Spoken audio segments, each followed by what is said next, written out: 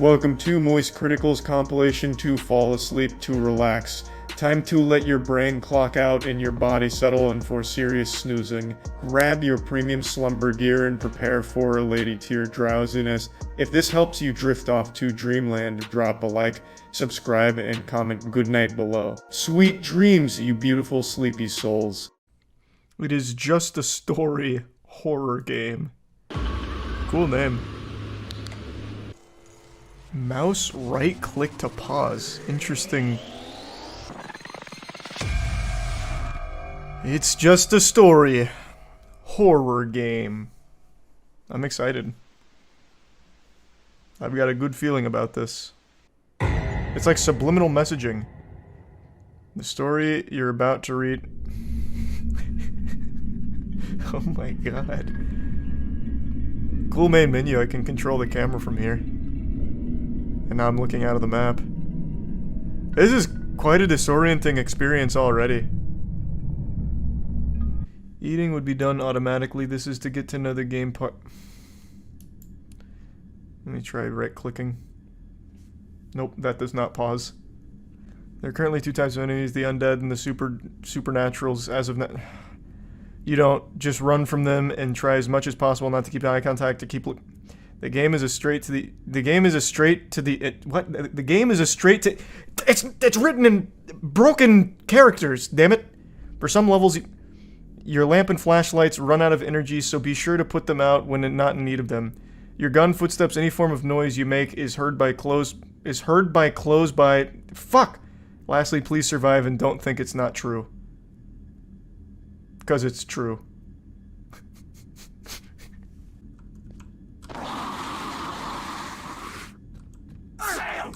What? Oh. COD zombie sound effects, I recognize that! Oh. He gave up really quick. He said my job here's done.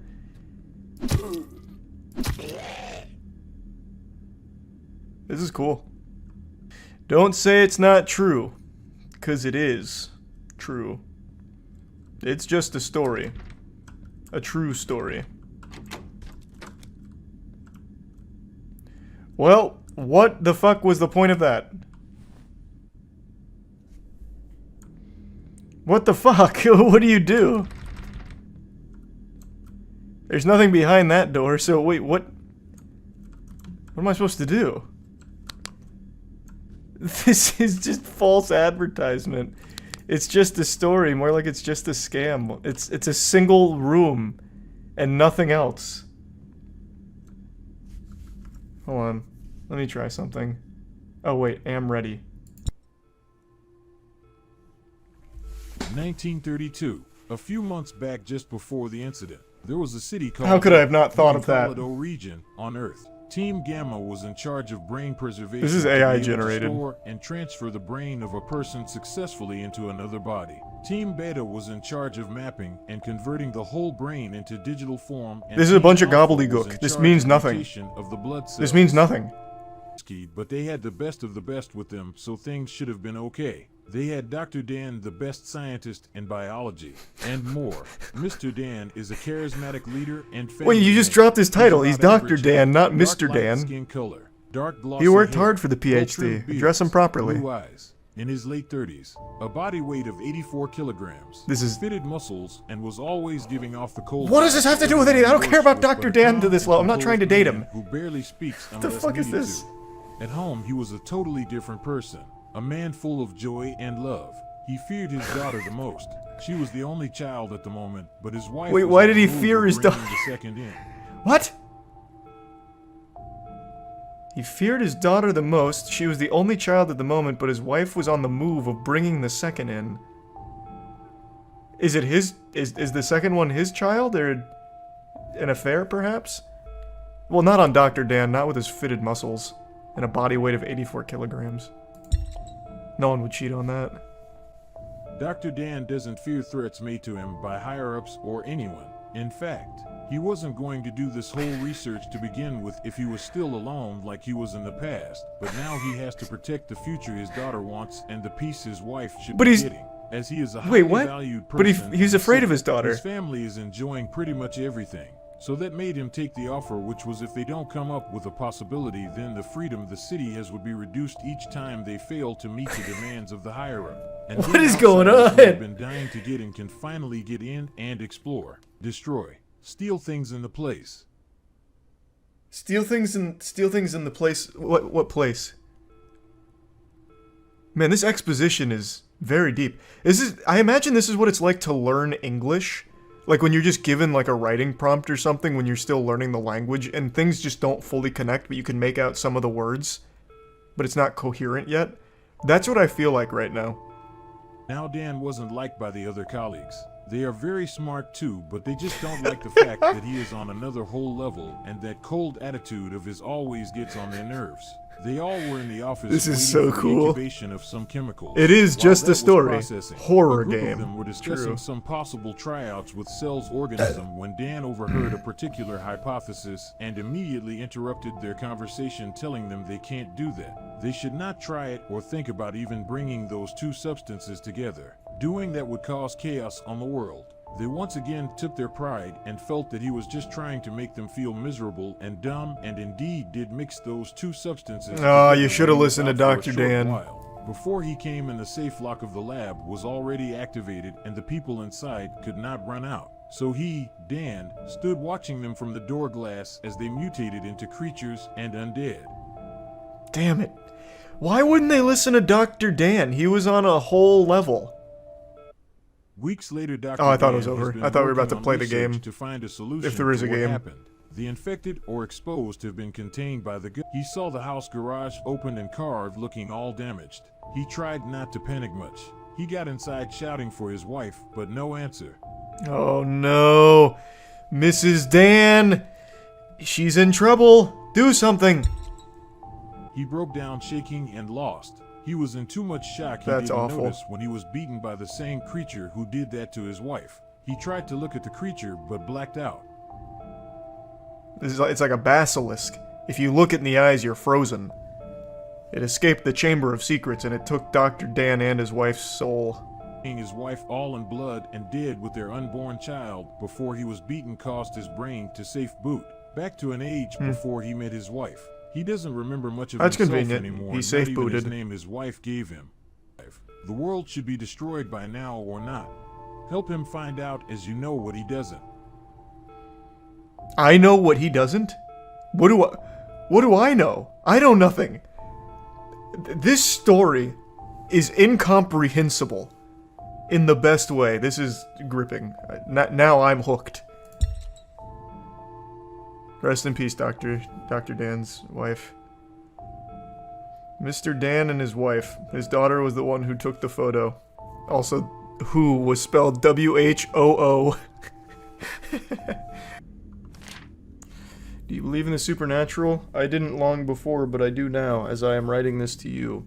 I can't get in contact with my husband. My home is being invaded by them. I hope we make it out all. Well, she wrote the dots. Why wouldn't she just finish the word?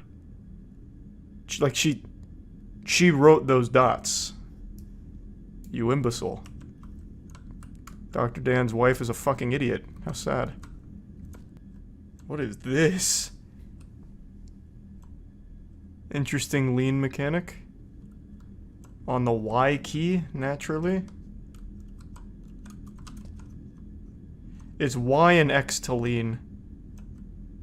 How do you even put your hands in a position where that makes sense? No! It's just a zombie. I don't have a weapon, do I? No, just some oil. Ouch! Bet he can't open doors. Pathetic. Oh god, he's smarter than me! He can go through them! Shit! Is that my wife's head? No, honey! What have they done to you? Oh. Why?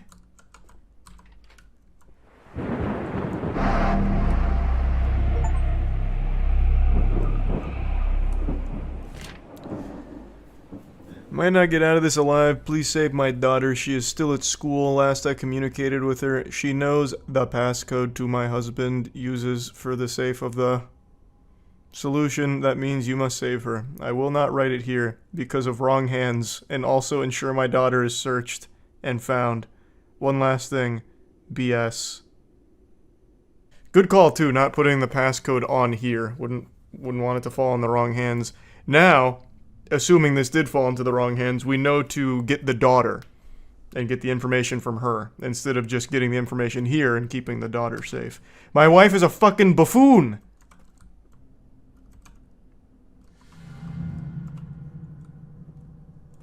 Objective pre-completed. How did I pre-complete it? And I only have 1,193 seconds to find my daughter, I guess. I don't know why I'm on a time limit. He got a last message to visit a school to find the girl. He has to find the girl to Fucking get the code whale in the for sky? safe. Why? Where? Oh. Okay. Just whatever assets they could find on the shop. Alright, makes sense. That was like some kind of pseudo cutscene.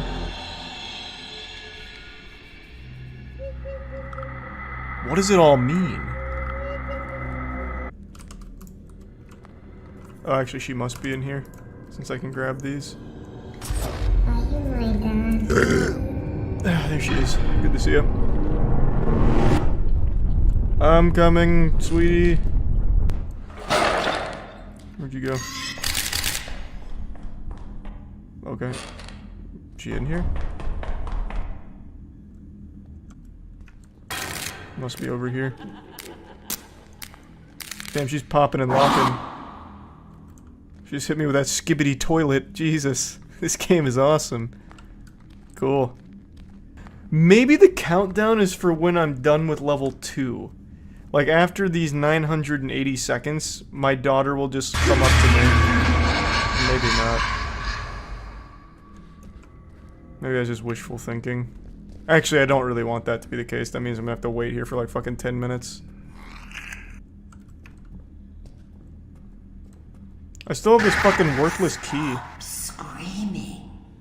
Your What? blood tastes better in silence. Okay then, I guess. Alright. Where is my daughter? Oh. Probably in here. Great, I found you. Daddy, I'm so scared. I don't Betty! know who was going to come to get me. Don't cry, girl. Whatever, just let's go. We need a way out of this school, like a vehicle. I don't What do you know mean? if We're, we he's can still just walk around, out the but front door. He was the one who locked me to hide me. He's our maintenance man. What's wrong? My head, it's so painful. Dad, Oh shit, let's get into a class to be safe. No, Betty! Hang on! Oh, shit. At least she gave me the codes. just in case it's 2, 1, 2, 5, 4. Thanks, Betty. After Dan left Betty, who died before giving him the full code to the safe, he now has 2 tasks in mind. The first is to find the maintenance man, because he should have Betty! a car key or know where the car keys are kept. And the second Blast! is to get to the car, Why? parked along with all the other cars. Hey, bub, you seen the maintenance man? This is where the whale's at. Did not know that did damage. Brother, where are you?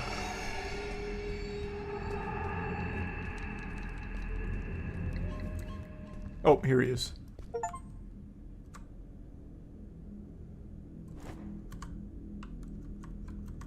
You were a good man. This one's got wheels. That was the one. Level 2 to 3. On his way, few kilos from the school, it was dark when he got some memory flashback that caused him to have accident on the road, so he runs into the forest. Accident on the road. So he drives into the forest, bumping into a tree. Now he has to walk as his only means of transport is damaged. What a speedrun. After being chased by zombies, he got into a sewage system to avoid them. He now finds his way out. He got into a sewage pipe to avoid... Why is the narrator subjected to the reverb of the He sewer? must now continue his journey by foot and find a way... Help! Are you okay? Oh!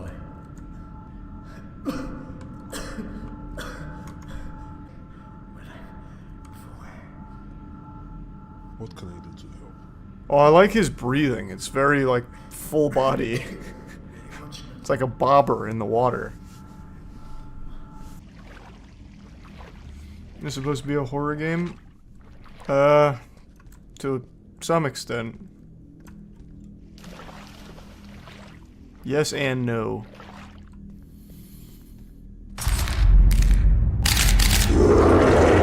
This has to be the right way. I just fell under the map.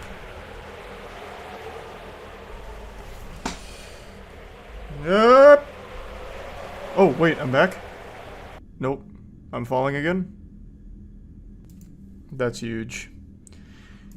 So when you save in this game, it doesn't do anything. Appreciate it. That's where the key was.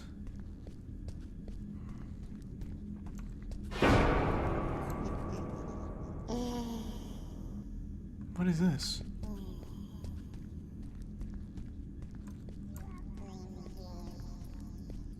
What the fuck is this? How do I get out? Alvin and the Chipmunks kidnapped me.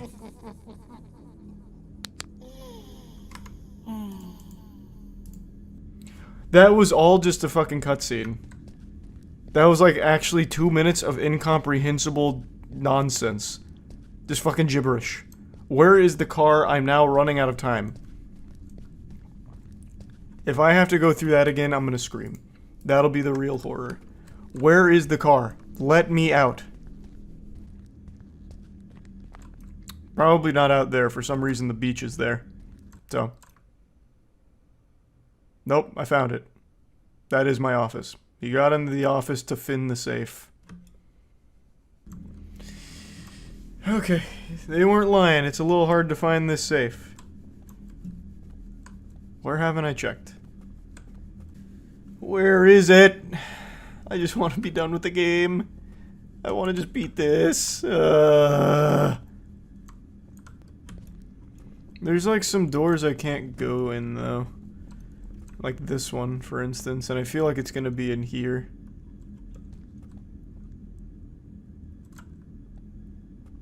Betsy, I want you to know about the school. At all. What is that, Dad? It's very important. I know what the code is. I mean, what is the code? Oh, We got all his memories back. and my daughter afterwards. My daughter.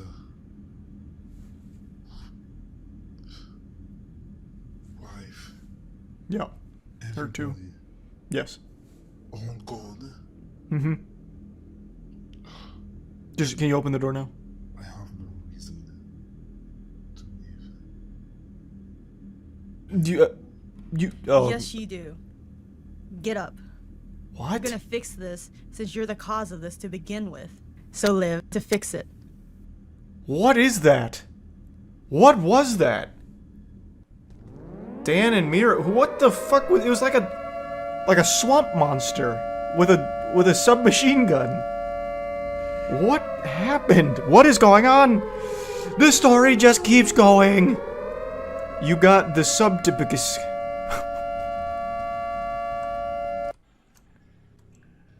While the game ends here, the story continues and even gets more interesting. On their way out of the city, they had a car accident because of a meteorite which forced them to What? continue their journey on foot.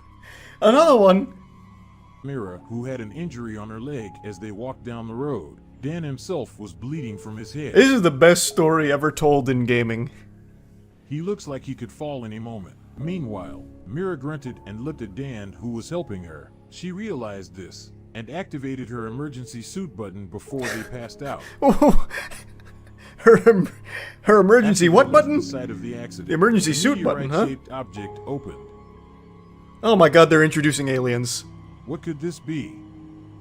Oh, What could happen? this game has everything. We know there is a virus outbreak, but could an alien be entering this situation to help or to kill? Why would they be doing either? An exciting more planned and developed part 2 filled with a rich story of new actors and companions joining arms together to save their city. Fuck or yeah. to destroy it.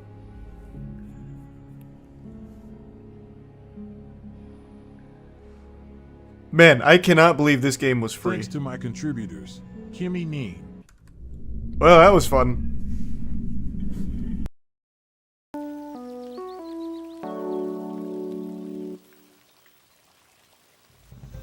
Hey, welcome back to another happy news segment, amazing news. We're basically the frown elimination force here to assassinate your bad mood with positive stuff. I'm joined, of course, by Matt, bubbly as ever. Yep, great to be here, Chuck.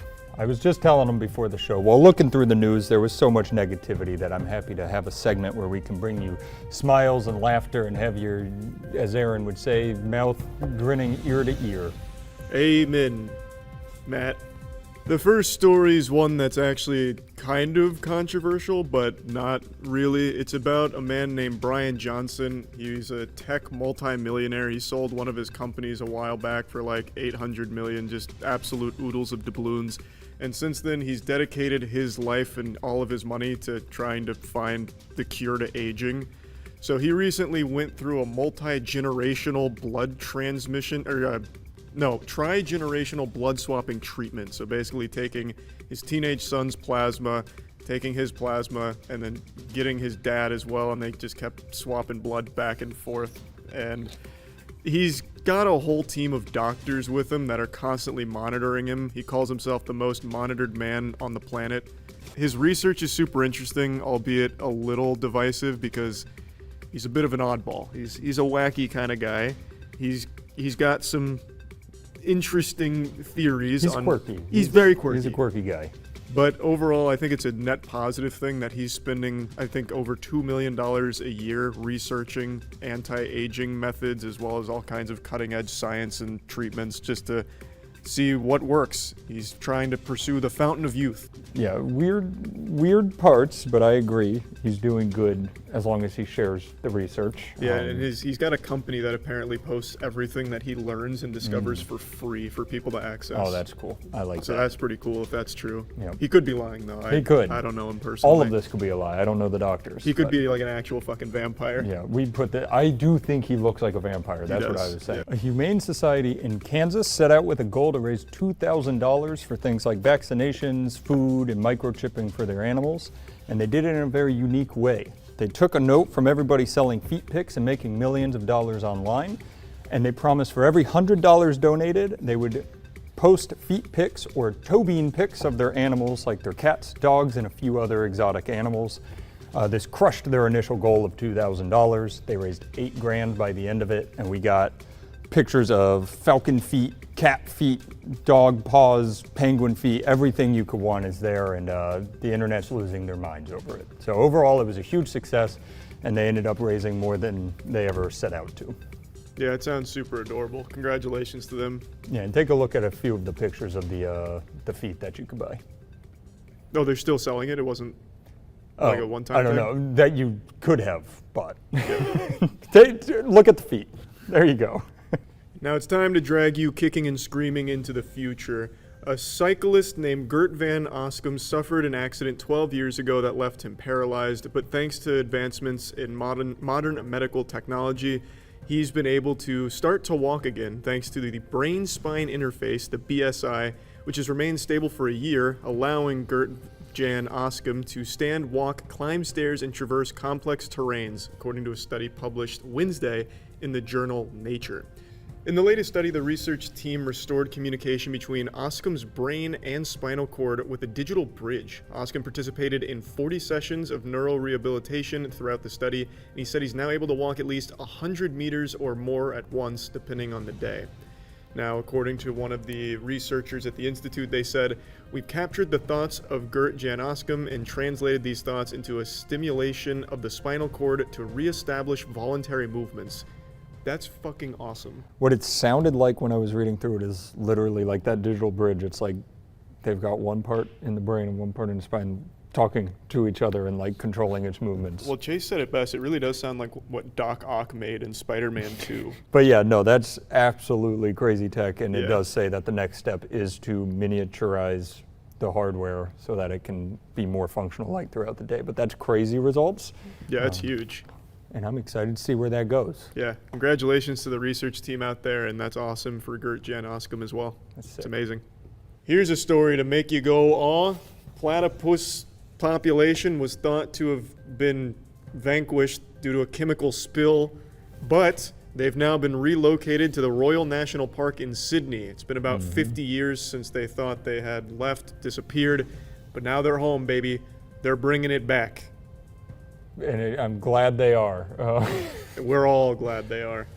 So yeah, now you can watch this little video of them being released back into the water of their Sydney Royal National Park.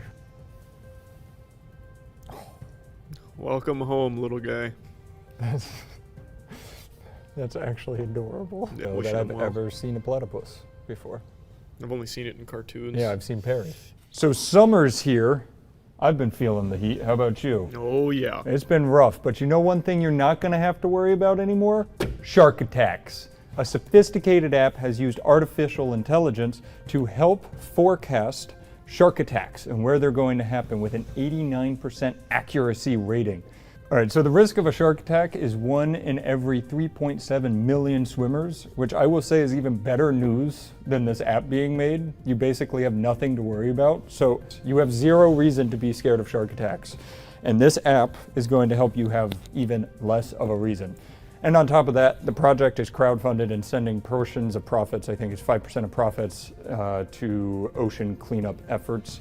But yeah, I really do think the biggest takeaway from this story, that's a great use of AI amidst all the bad horror stories coming out. I do wonder if that's like shark attack deaths or just general shark attacks. Doesn't that seem really low? Because that does seem shockingly low. I know it's rare to get attacked by a shark, but I mean, But no, I would still say that is wonderful news. that they're not common. Yeah, very uncommon. Great work with the AI. Finally, somebody's using it for something other than like porn and stealing artwork. Yeah. Thanks, guys. I think sharks are more afraid of you than you are of them. I'd have to agree with that. Or that could be alligators, one of the two. Do we? We're going off book I'm here. ready. We're going rogue. I watched a video about a man who got his arm ripped off by an alligator after peeing into a lake behind a bar a couple days ago. And there just happened to be like a couple of good Samaritans around there that administered like a tourniquet. One of them Right. just had like a rubber tourniquet that he like pulled out of his magic bag of tricks. So he was able to like stop the bleeding, which obviously saved his life. Yeah. Medical professionals came, saved him, and then they interviewed him the following day. He's like, yeah, I don't remember anything, but you know, I lost an arm, but I still got my life, which is cool. The image popping in my head, because I'm assuming the way you explained it, it's like bar, lake behind the bar, so he's peeing. An alligator snuck up on him. Yeah, no, like it was- and took off his arm. That was Sam Fisher of that pond for sure. He said like he lost his balance and fell in, and then the next thing he knew, he was waking up in that hospital bed. Okay, so maybe he fell in, and that's when he That like it must didn't. have been. It didn't like Pink Panther up to him and No, pop I don't it think right so. off. But the good news is that he's been very high spirits. The right people were there in order to tourniquet him and save him. So yeah, that's good news. We have another great news segment for you. Burger King just released a Spider-Man burger, and other good news, a lot of Burger Kings recently shut down. So that's something to celebrate. A lot of them. A And lot of Burger that Kings. is, I mean, think of the hearts of the human population. Yep. They're all getting healthier. And what's this? We go live now to our field reporter, Aaron, who's live on the scene. Putting his life on the line? Yeah, God. Hey Patriots, I'm here at Burger King. I'm trying out the all-new Spider-Verse Whopper that I've heard so much about. I know typically for these sorts of things, you just fucking get them how they come, however they want it. I was not gonna let Burger King do that to me. The last thing I was gonna do is put a Burger King vegetable in my body. This is more of a wake than it is like a food review. It's like a funeral procession for the palate more than anything. I just finished a nice workout, and I'm sitting here in my fucking blistering hot car. There's nothing here on this planet I would have wanted to put less in my body than this bad boy right here. This shit tastes like actual dog ass. It doesn't even want to stay in the bun. It's hatching like a skate. If I hold it like this, it's hatching escape plants as we speak. As far as Burger King goes, that wasn't the worst. It's still a bad burger. It's still a bad, I didn't want it in my body. My body doesn't like it. But overall, pretty fucking good burg for Burger King. I find it hard to fathom that Sony Pictures couldn't have found a better restaurant for this. Well, no surprise from Burger King on the quality of that burger there. I'm just happy to hear it's not the worst thing they've ever made, or we would have needed a coffin for Aaron. Yeah, and that's a sweaty guy, let me tell you. That is a hot, he's taking the hot car Yep. challenge. Yeah, I'm proud of him. Thanks, Aaron.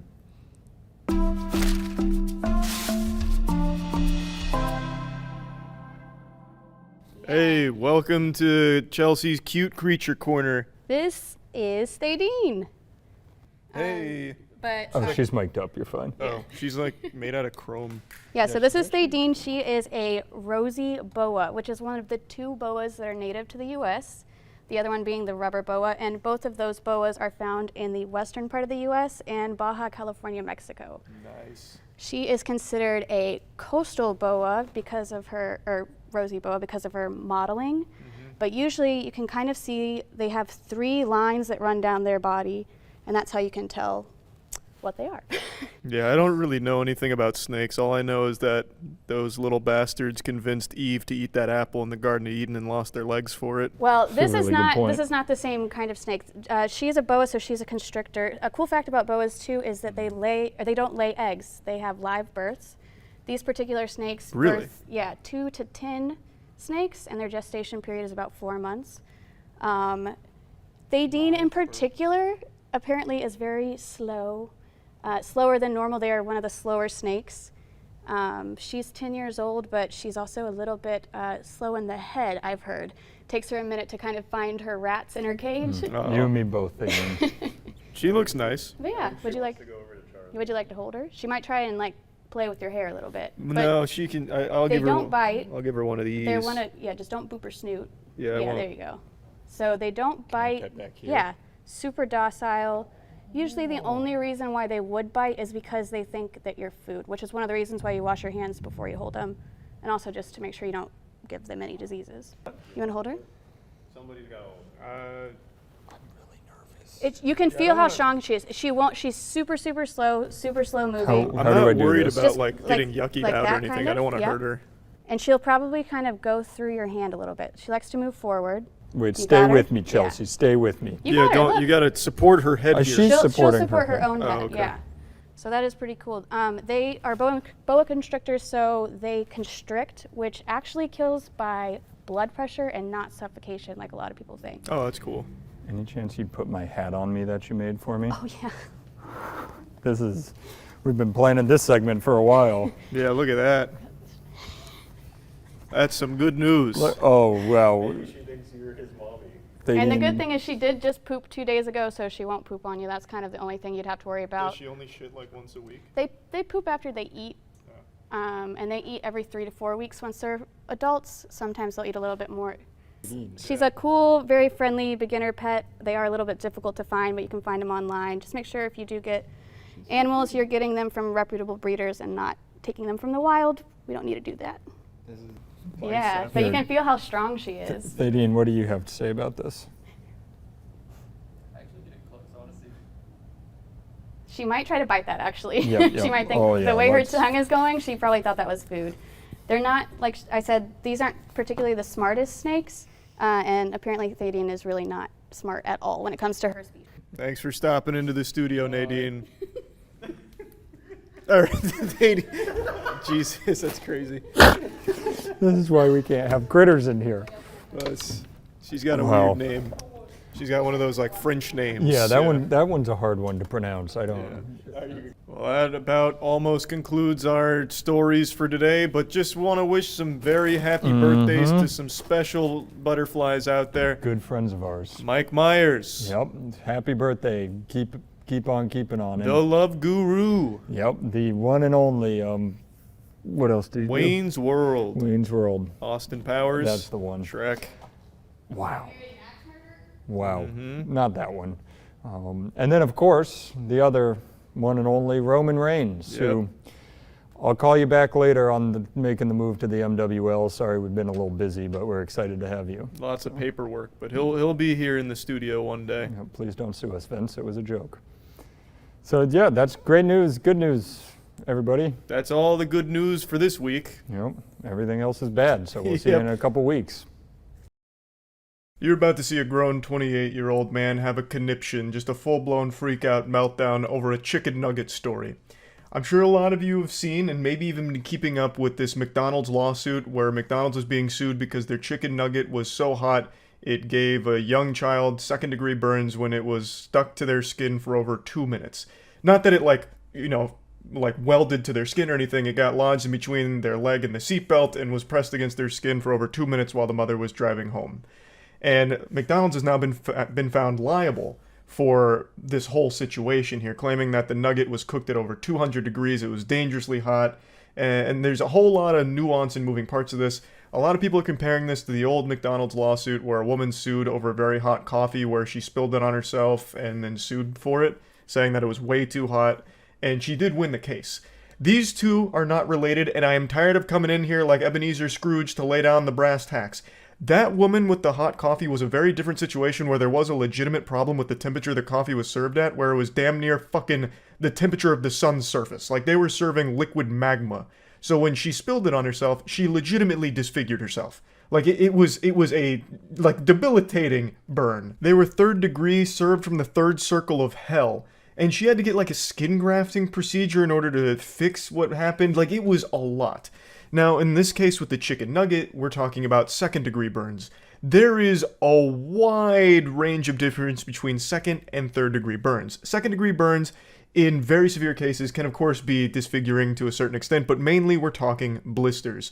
I mean, shit, when we did the Forged in Fire video and I was crafting the finest katana the East Coast has ever seen, I was like a well-oiled machine, a fucking samurai bladesmith. When I was hitting it with the hammer, one of the pieces of the molten like metal bounced up and landed on my hand and temporarily fucking fused with me and burnt it the entire time. We are talking forging temperatures. I forgot exactly what that temperature is, the exact number, but it's well north of a chicken nugget, and that was a 2nd-degree burn. And it was only a blister, and after 2 weeks it went away, and now you'd have no idea that I was ever even the victim of such a masculine injury, a fucking blacksmithing injury. And I was 27 at the time, I was a 27-year-old man. I don't have the same superhuman healing capabilities as a child.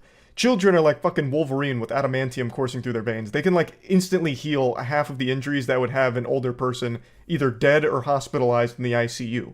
So I have no doubt that the child will probably be fine here, and I do understand and recognize that it's still a very emotionally distressing situation, but the fact that they're trying to say it's entirely McDonald's fault I think is beyond laughable. And I feel like such a fucking cuck going to bat to defend McDonald's like a free PR loser here for them, but my disdain for multi-billion-dollar fast food corporations is outweighed by my disdain for bad parenting, and I really feel like this is an issue of parenting. I think this is the mom's fault. Now I want to summarize my feelings instantly here so there's no confusion. If this chicken nugget had burned this young child in a matter of seconds after being exposed to her skin, then I would agree that something was wrong on McDonald's end where they were serving dangerously hot food and they would deserve to be held liable. If this chicken nugget had fallen onto her lap and given her 2nd-degree burns within like 10 seconds, 20 seconds, even 30 seconds, I'd be like, okay, something's real fucking weird with the way they're cooking up those nuggets. Why are they so hot? That's way too hot, and that's unreasonably hot. But that's not what happened here. That's not the reality of this case. She received 2nd-degree burns after having that chicken nugget pressed against her skin for over 2 minutes. That is a long time. So I don't think there was any hocus pocus with this nugget going on here. I don't think it was a higher temperature than the rest. It was just the only one that got pressed against her skin for such a long period of time. So of course it would cause some damage because of that. I don't think that has anything to do with the temperature. So let's break down the facts of the situation. The mother got their child a Happy Meal in 2019. The child was 4 years old at the time, and she allowed the child to eat in the car unsupervised. Unsupervised might not be the right word here, because it's not like the child had like a, fort in there, like a panic room where they were able to hide away from the mom. Like, she could still see the child, but she was able to eat all by herself without the mom being able to do a whole lot to, help in the situation. And I feel like a child that young is not going to know that chicken nuggets are going to be extremely hot. So they're more than willing to just be a little loosey-goosey with some fresh fucking nuggies. And one wild component about this case that I don't see enough people mentioning is the fact that they even got hot chicken nuggies from McDonald's in the first place, because half the time you get served those, they're fucking ice cubes. So they already found a shiny Pokemon here in the fact that their chicken nuggies were even lukewarm, let alone boiling hot, I suppose. So, the 4-year-old gets the chicken nuggets, the mother is driving, and she spills the nuggets on herself. I believe they said about 6 nuggets. And one of them gets lodged between the seatbelt and her leg. And it gets pressed against her leg and starts burning her for 2 minutes with the child screaming the whole time. I think all of this is a big red flag against the mother here. One, letting the child handle hot food like this at such a young age without the mom being able to, help. It just seems a little irresponsible. And 2, taking over 2 minutes to remove a chicken nuggie that's scalding your daughter. That seems like a ridiculously long response time. She probably could have dialed 911 and the fire department would have showed up faster to get it off. Unless she was driving on the interstate, I guess that might be a reason or an excuse, but I don't understand how she wouldn't have been able to at least just reach over and brush the nugget off of her daughter's leg. Or pull over and analyze the situation a little bit sooner. It just seems like a really long time. Now let's really dive into the weeds of the situation here. I'm not exactly an expert when it comes to burn science. We'd have to ask fucking Harvey Dent for more specifics, but let's start at the basics. A second-degree burn is classified as a mild to moderate burn, and it's the most common type of burn. Features of a second-degree burn include skin discoloration, blisters, shiny moist skin, pain, discomfort, swelling, and layers of skin peeling away. And I wanted to find information on what temperature foods can start to cause second-degree burns, but unfortunately all the data I was able to collect and find was about liquids and the temperature at which second-degree burns can occur. With liquids, adults can suffer third-degree burns starting at 150-degree water when exposed for only 2 seconds. And burns will also start to occur within a 6-second exposure to 140-degree water or within 30 seconds at 130-degree. So, second-degree burns, from all the data I can find, really start to take place at the 130-degree Fahrenheit mark when exposed for only seconds. Literally 30 seconds. And then once you get above there, it's even more instantaneous and even more severe. That's when you start going from second to third degree when exposed for 150 degree Fahrenheit for 5 seconds, stuff like that. There's also this scald chart here, but keep in mind this is all liquid. So it doesn't exactly translate 1-to-1, but if you look here at 124 degrees Fahrenheit, when exposed for 2 minutes, you get second degree burns. Now, there also is data on for hot pavement, and hot pavement at 130 degrees Fahrenheit can also start to give you second degree burns pretty quickly as well. But I couldn't find anything for food temperatures.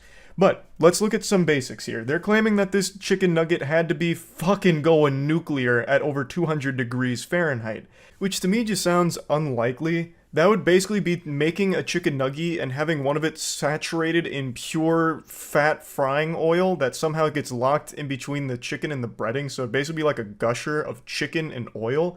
Because I feel like there's no way chicken itself wouldn't start to liquefy at that temperature. Most chicken is cooked at 165, so it's safe from salmonella. McDonald's is maintaining that it was served at the proper 160 Fahrenheit, which is still, of course, a safe temperature to serve chicken at.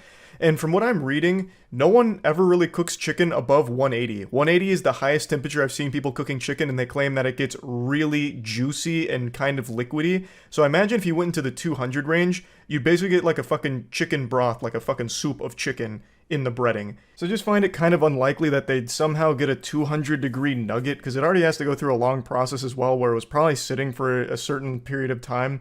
So it just feels like it probably would have cooled off anyway if they did cook it to 200 degrees, but I'm not going to write that off as impossible. It could just be extremely unlucky. But even then, if it really was 200 degrees, if that 200 degree nugget got pressed against her skin for over 2 minutes, I think she would have much more than second degree burns. She probably would be looking at third degree burns. Of course, that's extrapolating based off the liquid temperature chart for burns, so it's clearly not 1-to-1, but even still, I think that's valuable data to give us some kind of baseline in comparison here. 200 degrees pressed against your skin for over 2 minutes, I definitely think that'd be 3rd degree, not 2nd degree burns. So what I think happened here is the nuggets were served at the right temperature, 160, which is still very hot. It's hot food, obviously, and it doesn't need to be like some kind of freak rogue chicken nugget that's 200 degrees that burnt her daughter. A normal, properly served chicken tender at 160 could still cause 2nd degree burns because it got locked against her skin, pressed against her skin firmly for over 2 minutes. I could take a chicken nugget, not even like a 160 degree nugget, like one that's been sitting out for a while, and if I clench my fist around it for 2 minutes, I would probably get 2nd degree burns too. Like, it doesn't have to be a freakishly hot nugget to cause that, at least not from everything I'm reading here. The problem wasn't that the nugget was too hot, the problem was that it got pressed against her daughter's skin for so long, causing the damage. So I feel like this is just a little silly to say it's McDonald's fault. And one of the things they're coming after McDonald's for is not making it crystal clear that hot food can be dangerous. On Thursday, the jury found McDonald's and franchise owner Upchurch Foods liable for failing to properly warn or provide reasonable instructions on the possible harm from the hot McNuggets dispensed at the Tamarack, Florida drive-thru. That's so embarrassing that we've reached the point that now we need fucking dumbass McDonald's to teach us that hot food can be dangerous. That's sad. Obviously, hot food can burn you. That's like the number one thing a human being learns extremely early in their life. Fucking cavemen knew that fire was hot. Fire equal burn, not good, don't like, ouchie. Like, I can't believe that now we're putting that onus on McDonald's to teach us that a hot food can be hurtful and cause pain when pressed against human skin for over 2 minutes. That is an unreasonably long period of time to experience continuous pain. I also didn't understand this portion of the case either. Miss Holmes purchased 32 chicken nuggets that day, and the evidence will show that 31 of them was no problem. What do you mean? How would you even have that evidence that 31 of them were no problem? They would have cooled off by the time you start gathering the data on their temperature. And then it goes on to say that she has one burn, and that's the one location where the McNugget was trapped by the seatbelt for 2 minutes. No shit! Of all of the nuggets that fell onto her lap, the only one that caused damage was the one that was pressed against her skin. Fucking obviously, this isn't like a eureka moment, like a smoking gun. Clearly it's that one. It's 200 degrees, it had to be. It's the only one that had any pressure applied to the skin for an extended period of time. All the other nuggets, I imagine, were brushed off or shaken off in pain, but this one got stuck between the seatbelt and her leg, and I'm guessing while screaming and panicking, she wasn't able to free herself from the pressure being exerted on the nugget and her skin. So that's obviously the one that's going to cause the injury, not the ones that are no longer burning her, or anything like that. Fucking clearly. It's not like it instantly touched her skin and burned it. If it did, then I would totally agree that there was something very awry with the process here. If it was only against her skin for a matter of seconds, then I'd be like, oh yeah, McDonald's really fucked up here, because clearly there's no world where a nugget should be so hot that if it touches your skin for like 5, 6, 7 seconds, it should 2nd degree burn you. That's ridiculous. But when it's pressed against your skin for over 2 minutes, I would expect anything to burn you if it's even moderately hot food. So I think this whole case is just fucking ridiculous. I think it's silly. And honestly, some things are really weird about how long it took to respond to her child screaming in pain for over 2 minutes. Something about that rubs me the wrong way. There has to be a good excuse for it, like driving on the interstate or making it completely impossible for her to just reach over and, hit the nugget off her leg herself. I don't really know, but there's something about that component specifically that I find very odd. But anyway, I just wanted to talk about this because it's got me tilted, seeing a lot of people talk about it, and it's kind of divisive. It's not like everyone agrees on one thing or the other, but it's just so weird that they were actually found liable here and having to explain that they cooked their food hot to avoid foodborne illness like salmonella.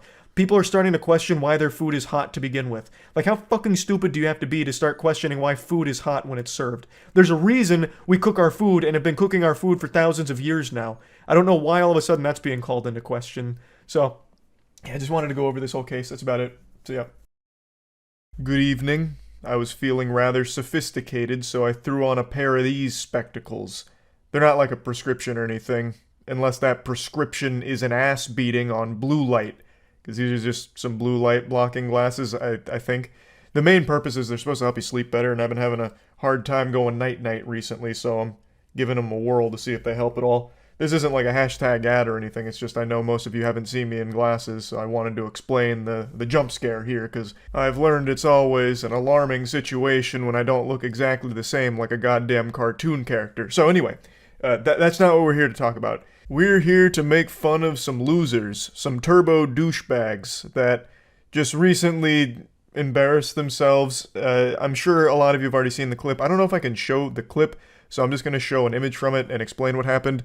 Yesterday was Gamescom, which is a huge gaming showcase where a lot of trailers and a lot of information come out about games that are coming up, and it's something a lot of people tune into. It's hosted by Jeff Keighley, and pretty much right off rip for the presentation, a rowdy little rascal in the audience went up on stage with his goofy, glue-sniffing sidekick and did a little unholy fusion dance of cringe, just interrupting the whole thing for this. Don't be jealous. I'm not allowed to say anything about it. Yes, exactly. All right. Well, guys. Okay. Thank you very much. Thank you very much, guys. Really disappointed. They're disappointed. That's just so disappointing. This is such a special night for so many developers. Goober really tried to emulate Matan. I'm sure most of you remember the Bill Clinton kid from last year. After the Game of the Year award was given out, he went on to the mic and said that he wants to dedicate the award to his Reformed rabbi, Bill Clinton. And it actually, blew up his online presence as a result of that. And this absolute goofball thought he could get the same thing happen to him. So he went up on stage, tried the same thing basically, and got zero clout, and nobody laughed. It was just met with sighs and boos. Oh brother, this guy stinks. And he wasn't alone. Most people don't even realize that there was a friend of his that went up there with him.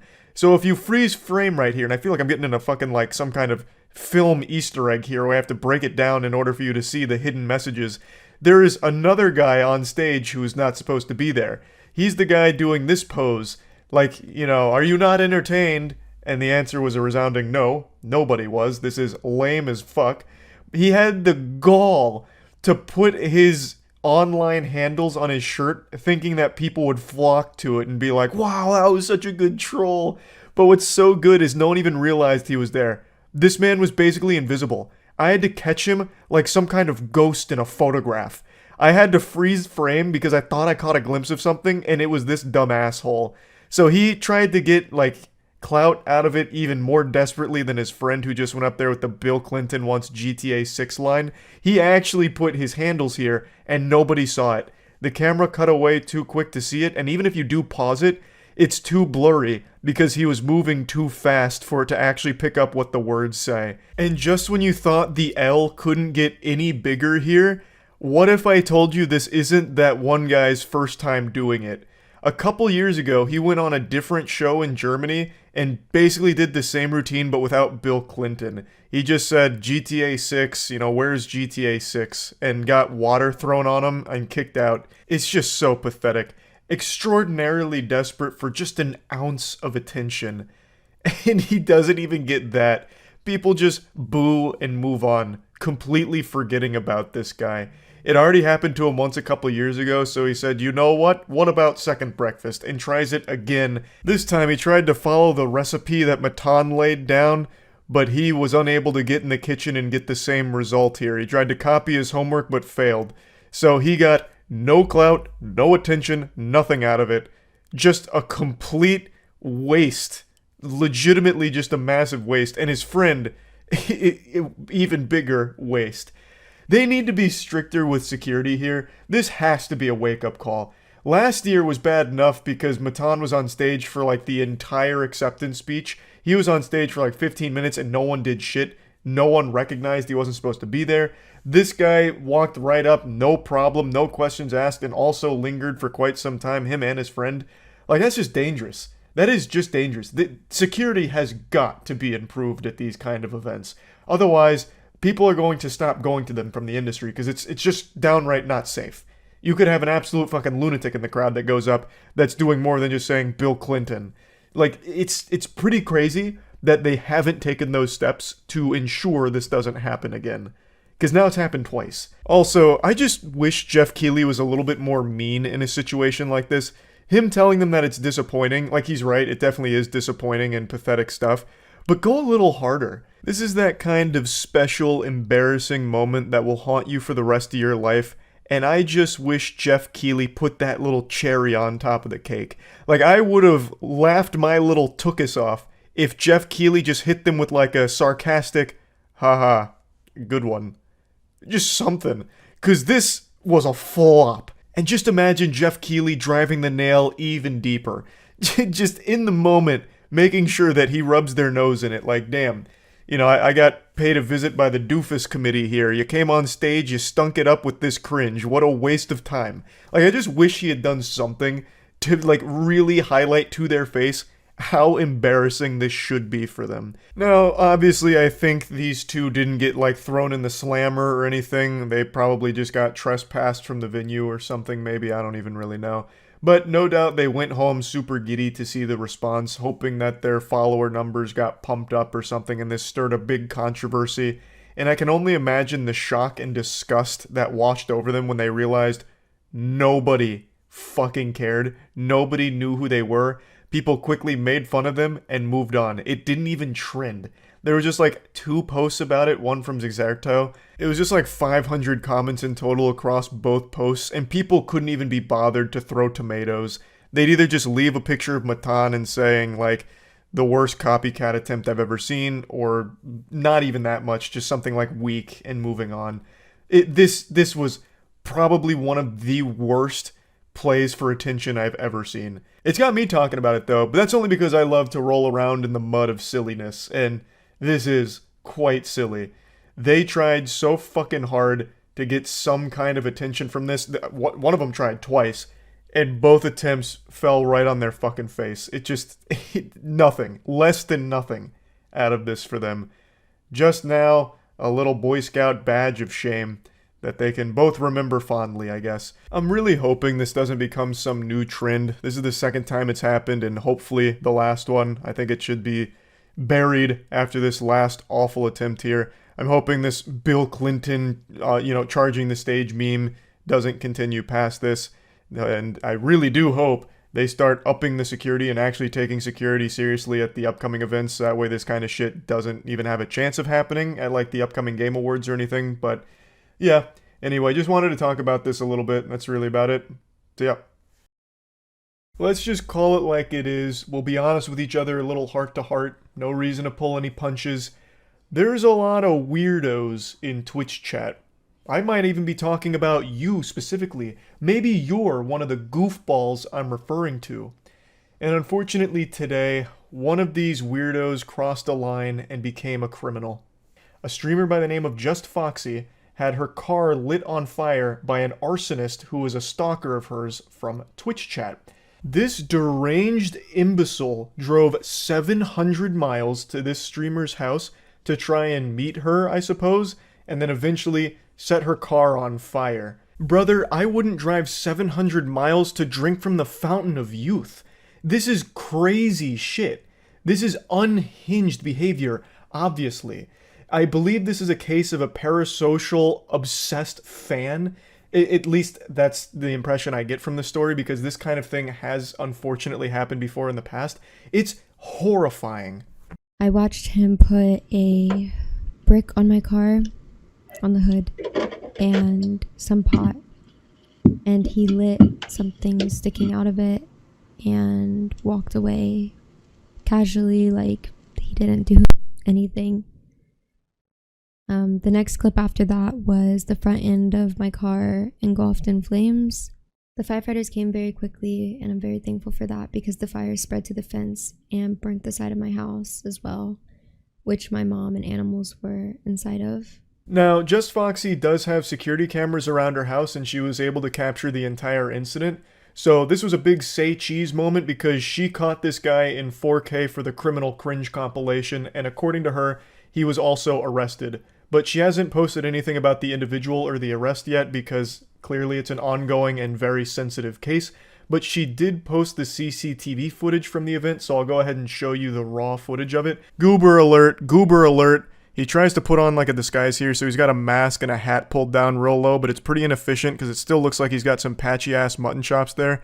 So I'm pretty excited to see his mugshot to see what he looks like, though I can already wager a guess that it's not pleasant. So this little worm sets up the arson cupcake and lights the birthday candle and waddles away, and it engulfs the car in flames. This does not appear to be his first rodeo with arson. He was very casual about the whole thing. It also appears that this was premeditated. He traveled 700 miles with this as his primary goal, to light her shit on fire. Because this doesn't appear to be a contraption that he just MacGyvered together with like fucking sticks, glue, and spit. This appears like he traveled with all the materials he'd need to commit arson, though I'm not an expert, I'm just speculating. Obviously, this whole thing is pretty traumatic, not only for just Foxy, but her family. I mean, like she mentioned, the flames did spread to the house, and the mom and animals were in the house at the time that all of this went down. So, just a really scary situation overall. I just never thought that when I started streaming back in 2015 that something like this would ever happen to me. It is super sad. It is something that most people aren't going to think about when they start streaming, because I imagine most people, myself included, go into a stream assuming that everyone that's watching them is just there to be entertained and nothing further. Everyone's, mentally stable. There's not going to be any kind of fishy business or anything weird afoot. But unfortunately, it's just becoming more and more common for viewers to form this parasocial relationship with the content and the creators that they enjoy watching. And I think that plays a large part into a situation like this, where that parasocial relationship becomes an obsession. And then it becomes a stalker. And then it becomes this. And it's fucking scary. By no means is it just Foxy's fault. Unfortunately, this has happened a couple of times in the past. Like Amaranth, a little while back, had a stalker in a similar situation where the stalker drove fucking, tons of miles to her house and lit her trash on fire to try and burn down her house. Literally just like fucking cremate the place she lives. Somehow that would work in his favor so they could live happily ever after or some shit. It's deranged. It's scary. Amaranth also had another stalker that sold all of his worldly possessions on the other side of the world, literally gave away all of his corporeal belongings, so that way he could move closer to Amaranth so he could stalk her more efficiently. It's fucking scary. There are people like that, unfortunately, on Twitch, and I feel like a lot of people outside of the streaming space don't really understand that. So I want to tackle a couple of conspiracies that have sprouted up from this whole situation, because somehow Twitter brainrot found a new way of shocking me with the stupidity. There were a lot of people claiming that this is all baloney. This is a bunch of nonsense mumbo jumbo. She's faking everything. There were people just outright denying that the CCTV footage was even real. They were literally covering their eyes and plugging their ears, like acting as though the CCTV footage doesn't exist of the guy literally burning her car down. So I don't even know where to start. You are too far gone if you think that this is somehow CGI or deepfaked. That's ridiculous. And then the next big conspiracy theory is that it's all an insurance scam from Just Foxy, which is a crazy take. Because for the insurance scam to have worked here, she would have shot herself in the foot by filming it, because now there is a person there. There is a person in the footage, and that person has been arrested, according to Just Foxy. And if this was all an insurance scam, that guy would squeal. He would absolutely be like, she paid me to do it, this is all just an insurance scam. Like, everything would crumble. It would be a terrible insurance scam idea to film your own insurance scam, which is why insurance scammers usually don't want the video evidence. Like, that's usually what unwinds and untangles a scam like that. So that would be a crazy plot twist if somehow this was all an insurance scam, because there would be so many things wrong with that theory. And then the other thing I keep seeing from people, which absolutely shows me the majority of the internet is actually 9 years old now, is them saying like, why does she care? She's got insurance. She'll just get the car right back, or, things like that. What do you mean? Does insurance also cover the trauma of having a complete stranger go and set your shit on fire in the middle of the night and nearly kill your mom and dog as well? Like, what are you talking about? Even if insurance does cover the cost of the car, that doesn't take away the entire situation. That doesn't just erase the memories like a neuralizer from Men in Black. Like, that doesn't solve the situation. What the fuck? Like, you'd probably cry if somebody, like, came over and took a fucking Cheeto out of your bag of Cheetos that you're eating right now.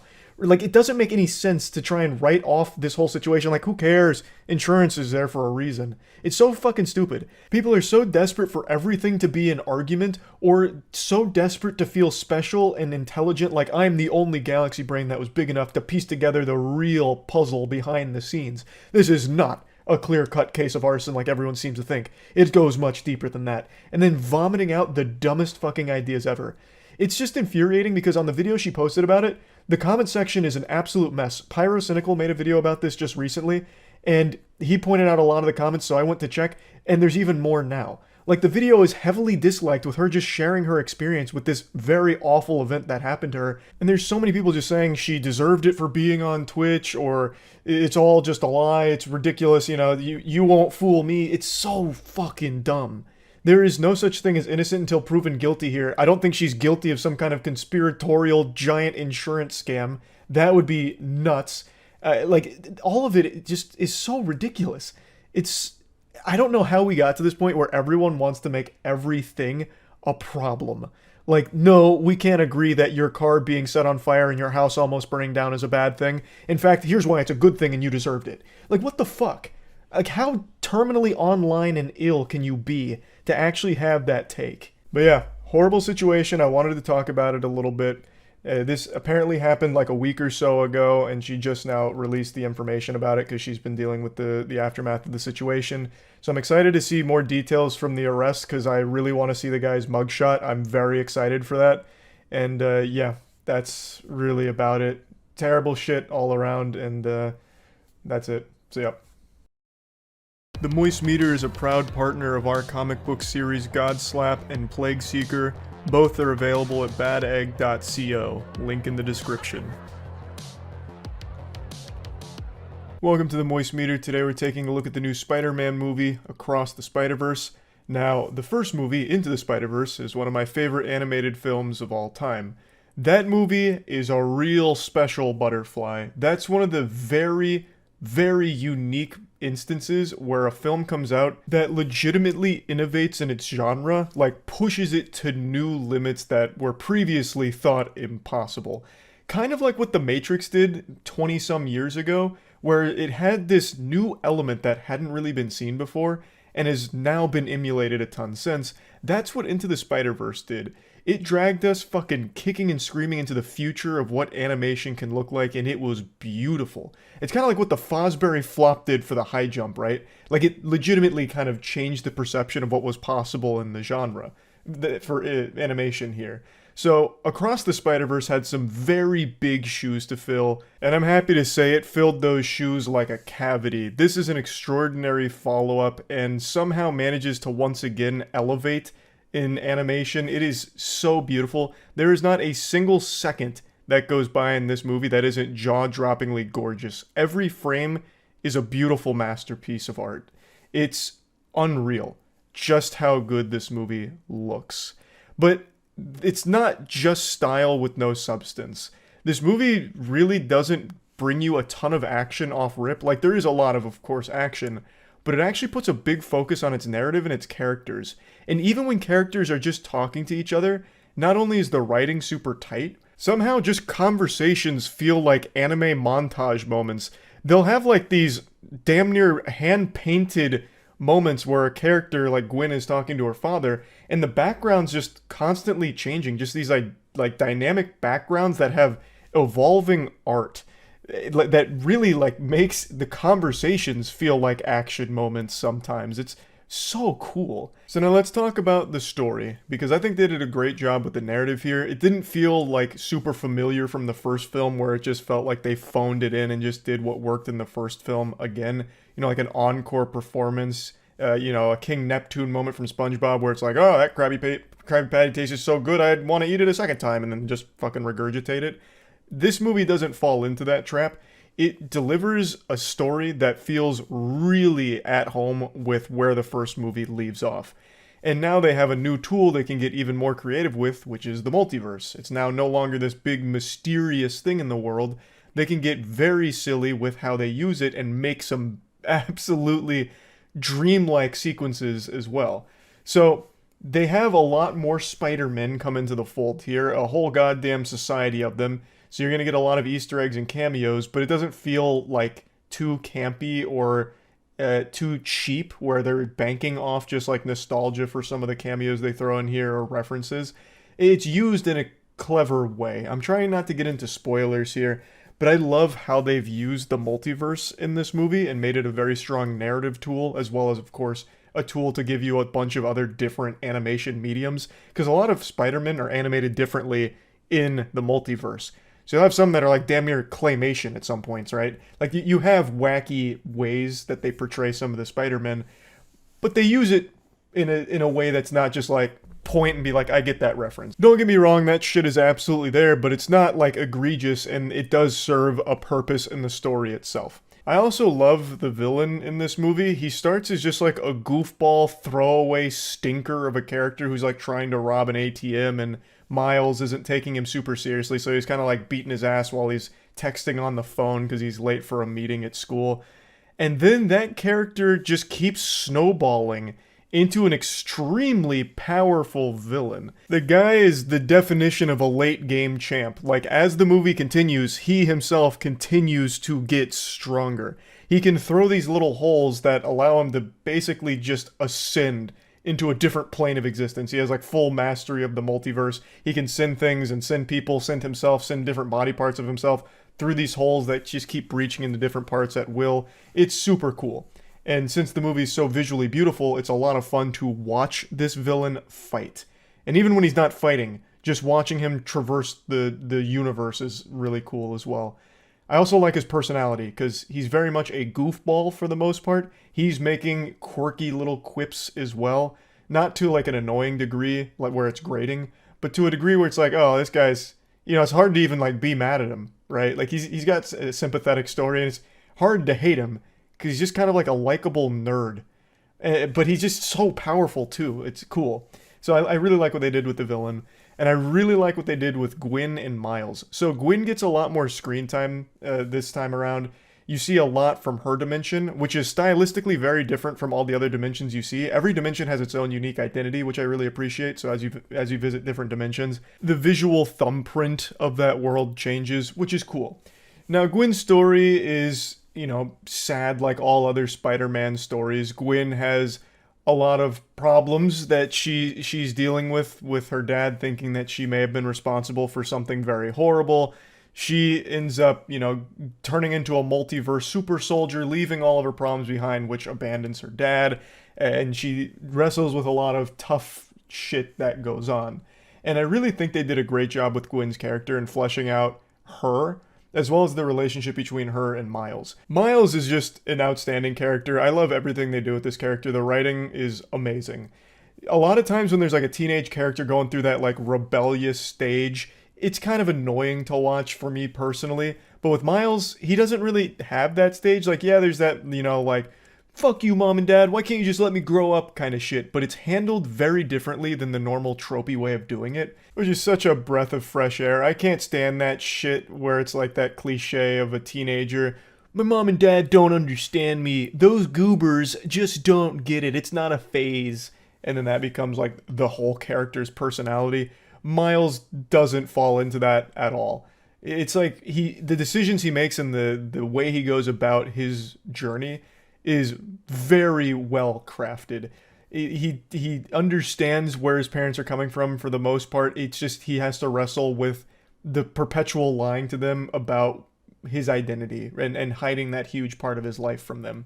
So I just really like all the characters. I love the story, and of course I love the visuals. Another thing that I really enjoy is something that the first movie did as well, but they do in this movie even better, which is weaving music into the actual living, breathing nature of the visuals. So the music is integrated so well. Like, you'll have visuals sync up to the songs where you'll just have like all kinds of different moving pieces to an action scene sync up to the music at moments, or as things build up in a crescendo in a song, the visuals start building up with like the animation style starting to blend together and get real fucking wacky. It's so cool. It's so fucking cool. The movie is just beautiful. I absolutely love the film, but I do have a major complaint, and I'm unfortunately not going to be able to dive into it super deep because it's big spoilers. But I do want to scratch the itch and get to it on a base level, so I'm going to talk about it, and it is minor spoilers even going over it, so this is your spoiler warning. It has to do with the end of the film. I think everything in this movie is great, top tier, but it falls into something that I feel a lot of movies are starting to do, where the entire last act of the film builds up beautifully. It's introducing secondary bad guys that are really interesting, really cool, a lot of amazing moments going on, bringing back some familiar characters. It's going, it's got all this momentum, and then it starts spending a lot of that time focusing on just leading you to the sequel. The movie is not going to be the last in the Spider-Verse series. There's going to be another one, I imagine, assuming this movie does well, which I think it will. And the movie knows that. So it just ends. In the middle of all of this buildup, in the middle of all of these ingredients being put into the stew, it just ends. Because it's setting up for the next film. It does have like a cool sign-off at the end, but not a satisfying one. And this is something I feel a lot of movies are starting to do, where it's setting up for the next movie, so it ends up taking some wind out of its own sails by giving you a conclusion that's not really a conclusion and isn't super satisfactory after the whole journey you've just gone through. You don't get that big payoff at the end. Now this worked for Infinity War because at the end you still had a climactic showdown. You had a big battle and the good guys lost, and it led into the next film. In this movie, there's no big climax moment. There's no big climactic final showdown where something just goes awry, and now we're gonna leave you on the edge of your seat fucking salivating waiting for the next movie. This movie was still in the building process. So it really feels like this movie didn't have that climax, at least not when it comes to like a spectacle finale or anything. The characters by the end of it are in a very different place than they were at the beginning, you know, in terms of like what they're... I'm really trying not to get too deep into spoilers. The characters are very different by the end of the film than they are in the beginning, but there was never that big climax. So when the credits rolled, I felt like it was a little underwhelming because we hadn't had any like big moment to lead into the next one. It was still putting all these pieces of the puzzle together and bringing new things into the fold for the climax coming up. So, at least in my opinion, that's how I feel, that it was just a bit, like, abrupt, where I was ready to keep watching. Like, I thought there was going to be, you know, a big moment about to pop off, and then they pulled that punch to save it for the next film. So, it felt like it was, I don't know, it felt like it really just wanted to be there to lead to the next film, and that takes some of the wind out of its own sails, if you ask me. By no means does it ruin the film or anything like that. By no stretch of the imagination is this a deal breaker for Across the Spider-Verse. I just felt a bit disappointed that it kind of just existed towards the end to push to the sequel. That just was a little upsetting, but it's not the biggest deal in the world because the movie is still absolutely outstanding. So plugging Across the Spider-Verse and the Moist Meter, I'm giving it a nice 90%. I think this is a must-watch animated film. Even if you're not a huge animated film fan, the movie is still just got so much to offer. I can't recommend it enough. It is such a unique experience, and I think they've done an incredible job with it. It's super fucking good. So yeah, that's about it. So yeah. Huge thanks to ourselves for sponsoring this Moist Meter. Godslap is a comic series written by myself, Jackson, Matt, Danny, and Aubrey Sitterson. It follows the story of a character named Ace, who's an extremely powerful slapper in a world where slapping is king. Issue 3 just dropped. It's all available at badegg.co, and shit is starting to pop off. Ace is being hunted by a mysterious foe named Defister, who, after swan diving through a hospital, picks up Ace's trail and hunts him to the ends of the earth with his sidekick Olfactor. And also, our newest comic series, Plague Seeker, just came out. Issue 0 is available at badegg.co. It's written entirely by myself and edited by Jackson. It's set in a world 1,000 years after an apocalyptic event known as the Calamity. An asteroid hits Earth, and it brought with it mutations that changed all of its inhabitants. Now the world is infested with things called plagues, and atop the food chain sits 8 great plagues that control the entire world, and only one man stands against them, the Plague Seeker, who has an insatiable appetite to devour those 8 great plagues. So all of this is available at badegg.co, so please check it out. See ya.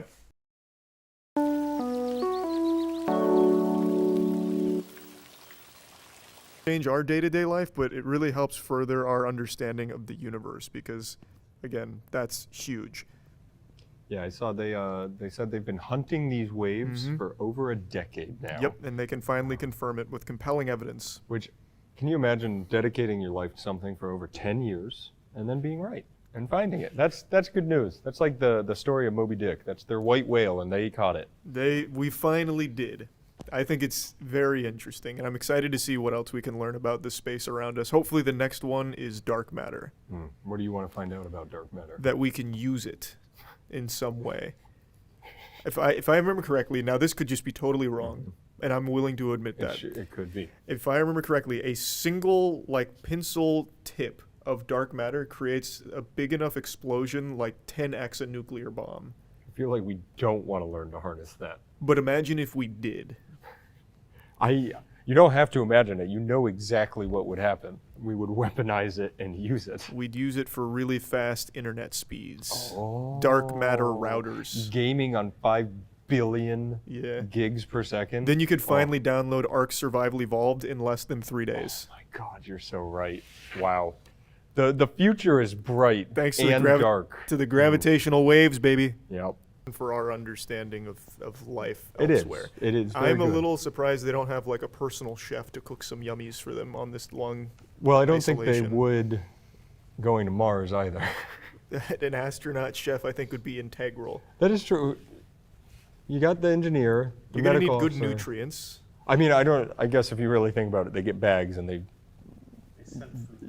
Yeah, they but just have imagine if you had a food. personal chef to take those ingredients and make something incredible out of it. They really rehydrate those foods. Yeah. Yeah. I think it's an untapped market. I think you're right. We should train to be astronaut chefs. We could open our own like space restaurant, and maybe then we'd finally get some extraterrestrial visitors. Like, I want Yeah. to try this cuisine. Nobody visits here because they go, this food stinks. They got Waffle House here? No, thank you. Yeah, I'll I don't go want to get in a elsewhere. fight. I want food. I keep thinking of gravitational waves now. So like the ripple effect that causes the gravitational waves is absolutely nuts too, because it has to do a lot with like black holes and shit. Totally unrelated to the Mars Yeah, thing. We no, can I mean, move on. not really. They're going to have to fly through it. So the gravitational waves push and pull the space-time continuum itself, if you can believe that. Oh, Yeah, like, all right, we're going real deep. Yeah, I was reading about that, and I was like, this sounds like actually out of a movie, and I don't know how much of it I believe anymore. Yeah, that level of science, Mars is great. We're moving on. Mars that- it's no gravitational waves. Yeah, that level of science is where I get to where I'm like, you start blurring the lines of science fiction and reality, and it's like, it makes no sense. Did you read about how they read the waves? It was a big antenna, right? Basically a big tuning fork. That Really? They stick out because they measure the distance, like when the waves hit one bar and then the time it takes to hit the other bar. Oh, wow. So they basically, it's just a massive like series of antennas that travel. That's Well, so cool. and like that shit literally sounds like the plot of a Rick and Morty episode It where really Rick's does. like, I'm gonna send out the tuning fork into space and listen to Morty, space music. I'm gonna have to sleep real quick. Yep. Cover me while I and then sleep. it just tuning fork comes out and it like starts playing like fucking Green Day in the ship, and it's just like, it's fucking You Rick and glorbed in Morty. my trick hole again, Morty. This is one of those touching moments that makes you realize we're not so different after all from our animal counterparts. It turns out dolphins actually. Oh yeah, never mind. I'll do the sound for you. Yeah, you're a mama dolphin and you see your little baby. You wanna go swim in the ocean? Oh, you go for a little swim. You go for a little swim. Swim. That was spot on. Yeah. If I was your baby dolphin, I'd be so hyped up. Right Yeah, you'd be now. really excited. Yeah, that was really good, and you can hear. Oh, Oh, there it is. Oh, I thought that was just me I was like, again. oh my God, they're answering. Yeah, it's what I sound like. I legit. You translate that to English? It's just Charlie. It's what I was saying, probably. Wow. You want to grab a little pufferfish? Get a little smoky pufferfish? Do you think dolphins like pufferfish? Oh, they do. They get high off of them. Oh, Yeah, I no, forgot about that's right. that. They like bite on pufferfish because it's like like some kind of neurotoxin, and they just like get high. That's Yeah. crazy. As a mother dolphin, you're encouraging your baby dolphin to go do drugs. Yeah, now, but they don't have ocean drugs. they don't have like laws in the ocean. That's true. You're in survival of the fittest maritime down there. Law at that point. International water. International waters. You can You can smoke pufferfish all day and night. We should try smoking a puffer. I would never. No, it Yeah. legitimately would just kill us. It would die. You just think we were on that list. Yeah, it's. They are also one of 3 in 2023 to get it. It's Azerbaijan and Tajikistan. So really, what the hell are we doing that we are not malaria free yet? That's baffling. We've had so many cool experiments to try and kill mosquitoes off entirely. I remember a cool one was we were turning mosquitoes celibate. Oh. Or, incel. Like, we were turning them celibate. Like, they wouldn't reproduce anymore, so that way in a few generations they'd die off. But I guess that we haven't seen the fruits of those labors yet. I love, once a year you'll see the signs up around here, well, around everywhere, with the little fish with the ninja mask on. They call them ninja fish, and you can go get one for free. I'm not making this up. This is not an Aaron story. You go get the fish and you put them in like water near your house, and they eat mosquitoes. That's awesome. I didn't know that. Dragonflies also. A mosquito that has malaria. There's only one type that has it? It's the That sick bastard. Yeah. Anopheles. Anopheles. ANOPHELES. Wow. And yeah, it was found in Sarasota County. It was in Sarasota. That's where the dolphins were baby talking. Oh boy. I'm not saying I'm positive, but I think there's a correlation. We don't have enough data yet. Yeah, we'll get on that. We'll send Aaron. But anyways, yeah, congrats to Belize. You're killing it. Keep doing what you're doing, and we'll try to catch up. It's that happy time of year again, and no, it's not Christmas. It's time to tell you about moistglobal.com. Tell them what I've got here, Chuck. You've got a great Moist Esports jersey right there, Matt. Comfortable fit, knows how to breathe, and knows how to look good. Breathable, comfy, perfect. You go to moistglobal.com, you pick up this bad boy, you pick up a hoodie, you pick up sweatpants, slides, headbands, we've got it all. So that is right. Yeah, go to moistglobal.com. That's great news. 155 discs, it would take me a day, like an entire day. Yeah, but with a dog, you have to keep in mind, doesn't have 2 hands, only one mouth, has to go there and back, very inefficient. This probably took a couple months. The story makes it sound like it was in like a short period of time in a day. No, it seems like a mission. I think like she brings the dog. Okay. When she walks her dog, often Daisy will then go into the woods, get maybe 2 or 3 frisbee golf discs, and then. I was much more thinking like the way it sounded was like Daisy went into the woods, and then came out with a fuck ton of discs, and her owner was like, "Holy shit! Like that's 155 She'd frisbees." need to rent a U-Haul for that. True. Well, great job, Daisy, Good and work, I hope Daisy. all of those discs sell. Amen. Oh. That's so sweet.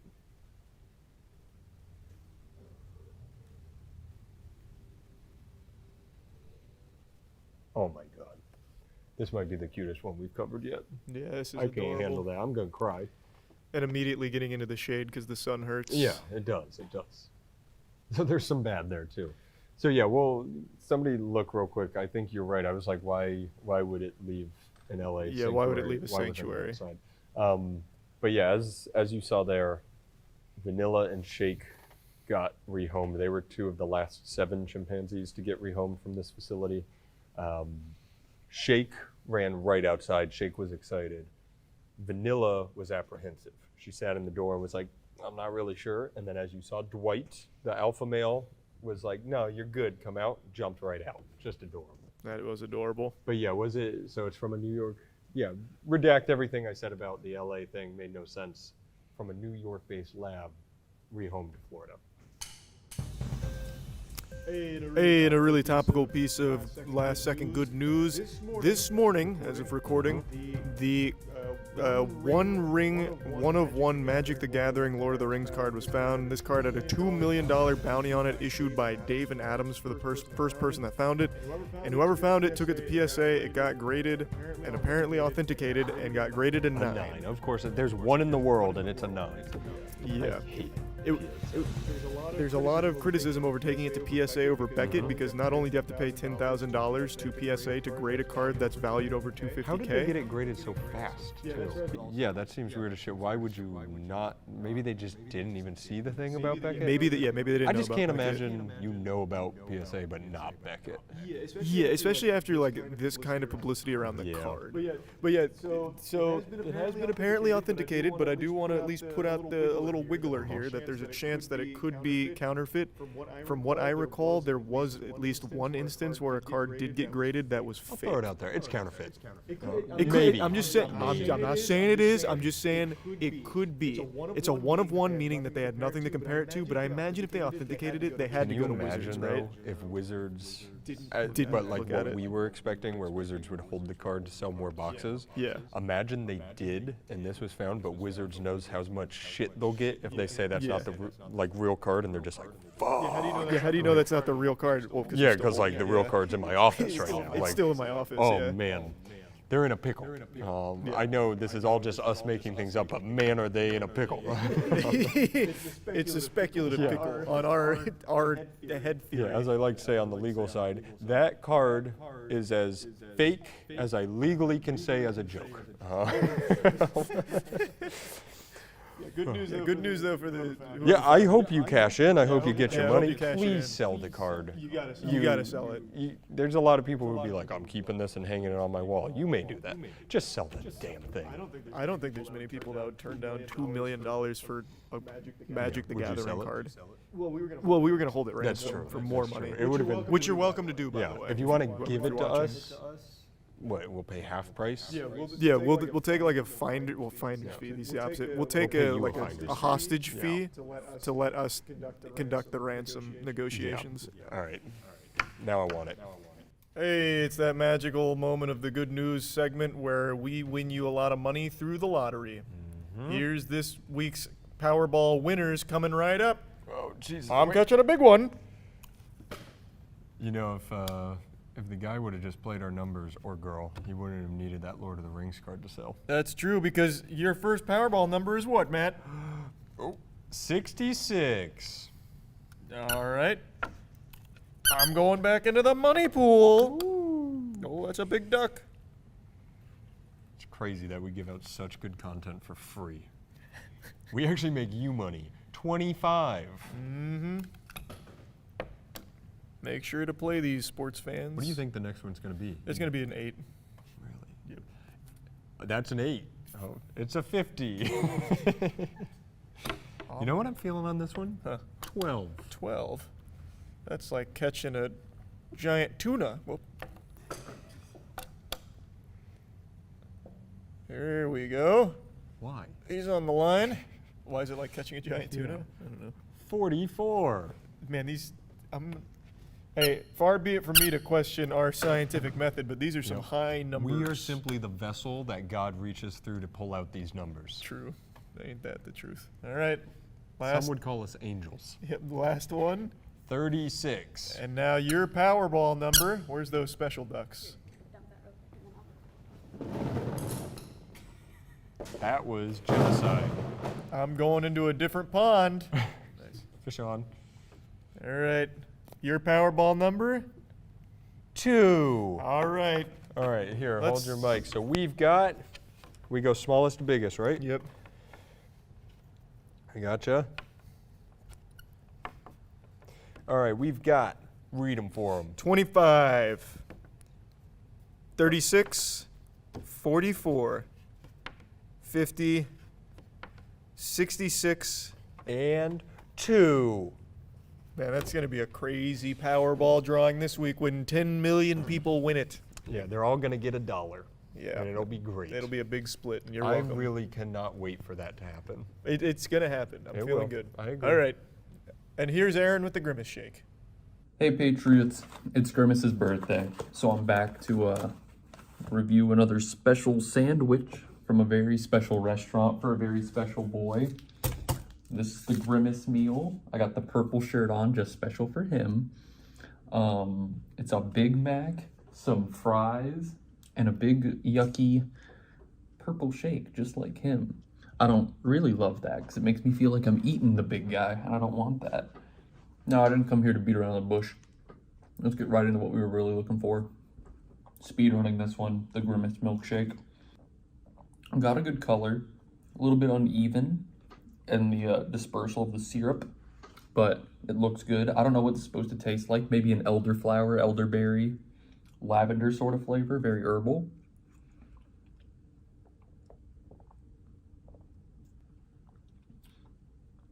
Now, what are you doing in there, Flavor? Now, what's that? What are you doing in there, Flavor? You're acting up a little bit. What are you doing in there? It's supposed to be reminiscent of cereal milk or frosting. That's definitely true. Well, that's remarkable. That's actually a really fucking good milkshake. It's probably going to give you like 2,000 calories and like fart cancer, but not bad. Good job. I don't know if Grimace made that himself, but I like to think so. 2 thumbs up. Good birthday. Happy birthday, Grimace. Halt! You've just reached a smile checkpoint, and it's time to pay the fee, so put a big smile on that face. I'm here to help.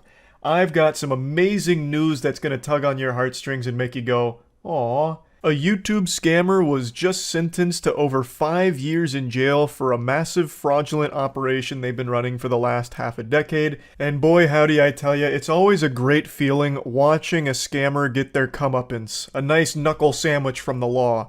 And honestly, he's getting off easy here. His name is Jose Terran, and he is like the Cobra Commander of scammers. This guy is going to go down in history as one of the largest fraudsters in not only YouTube history, but music history as well. Over the course of the last 5 years, Jose has claimed 50,000 songs, meaning that he then took the rights from these songs and all of the money that those songs would generate online went into his bank account.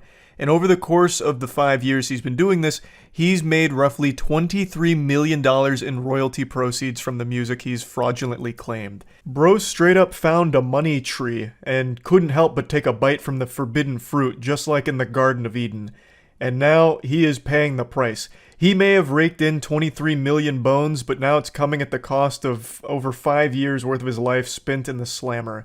And I really do think he's getting off easy here because this is an absolutely abhorrent case of fraud. But the wildest part is this is actually a very prevalent and out of control epidemic on YouTube itself. This scam is not something Jose came up with. This is very common right now and used by a lot of other shady scumbags. In fact, I'm not here to start pointing fingers here and, calling out sailors on the ship. I'm not trying to lead a mutiny. But there's even some beloved YouTubers that do pretty much exactly what Jose did on a smaller scale. We'll talk about all of that in a minute. I just want to quickly thank today's video sponsor, Opera GX. Opera GX just has so many tools that really allow you to customize it to your liking, as well as even allowing you to limit how much CPU and RAM the browser uses with GX Control. GX Control allows you to enhance your performance on PC when gaming by changing the amount of CPU and RAM you're willing to allocate to the browser, which makes it a lot less of a load on your system, unlike something like Chrome, for example, which is a resource hog. Another great feature is, of course, GX mods, and there's even a mod pack for me on there as well, if that sounds interesting, where we can change browser sounds. Yeah, baby! So yeah, all kinds of customizable wallpapers, and a lot of other interesting things that you can toy around with and adjust thanks to things like GX mods. And when you download using my link, you can see my latest 12 uploads in the Opera GX corner.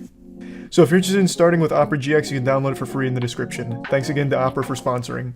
Before diving into the bigger picture of this whole situation, let's focus on the particulars of Jose's case here. Now, he's considered a person of high risk to reoffend. They even cited that he obtained more than $6 million in personal profits and continued pocketing another $190K of stolen royalties, which he hid. And the hefty sentence was really necessary to deter him from launching future scams because he's planning to remain in the music business. I want to stop it right there. How the fuck is this even considered a hefty sentence? He stole $23 million. 23 million clams that he had no right to, he stole. Now let me walk you through how the scam works. Someone like Jose and other awful people like Jose will set up these fraudulent businesses and they'll go on a copyright claiming bender. Like, we're talking full-blown, 10 lines of coke, stay up 24 hours programming bots in order to flag content on YouTube that they will copyright claim to take the money from. On YouTube, when you copyright claim a piece of content, you then get the ad revenue from it, even though it wasn't you who posted the video. This happens to everyone's channel at some point. At some point, someone created a piece of like music or something that plays in the background of a game you're playing or something, and it'll get flagged in the system, and when that's there, you lose all of the ad revenue from the content, and it goes to the person who made that piece, or is claiming they made that piece. That's how it works. In theory, it's supposed to be there to protect copyright holders from people that are just re-uploading their shit. Instead of just like taking it down, you have the option to instead just take the money from it and it can stay up. But there's a lot of people that exploit this process, like Jose, where you don't have the rights to 50,000 songs here, but you're still claiming it because YouTube's system is fucking archaic. And there's not a whole lot of safeguards in place. A great example to highlight how unacceptably dog shit the current system is on YouTube, a community member of Destiny 2, just a person, just a, you know, red-blooded, God-fearing human being, a normal person, noticed that this is a complete oversight from the system. And in the Destiny 2 community, he got really fed up with the way Bungie was doing something. They got very upset.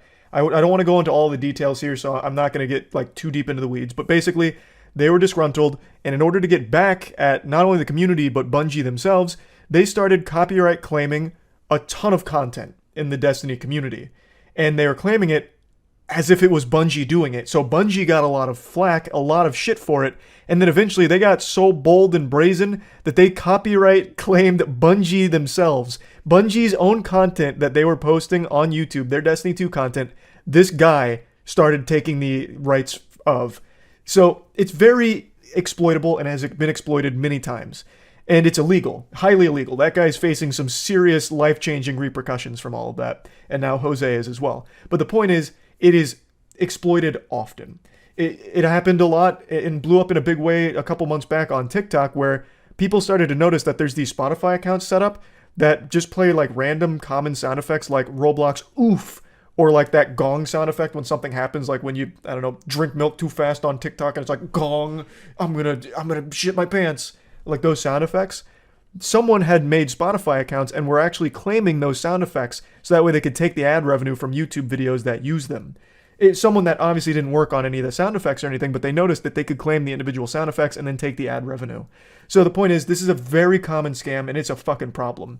And Jose did this for half a decade, claimed over 50,000 songs that were not his, stealing money directly from those artists in order to profit himself, and he's only getting a little over 5 years in jail. I think that is a far cry from a hefty sentence.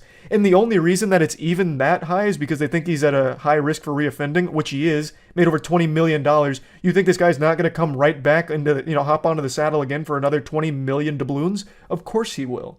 So 5 years is comical. This should have been like an absolute statement. They should have made an example out of Jose here with a super serious sentence, because they got to put the kibosh on this shit. It's already out of control, and it's only going to get worse as people realize just how profitable it is to make these fraudulent copyright claims.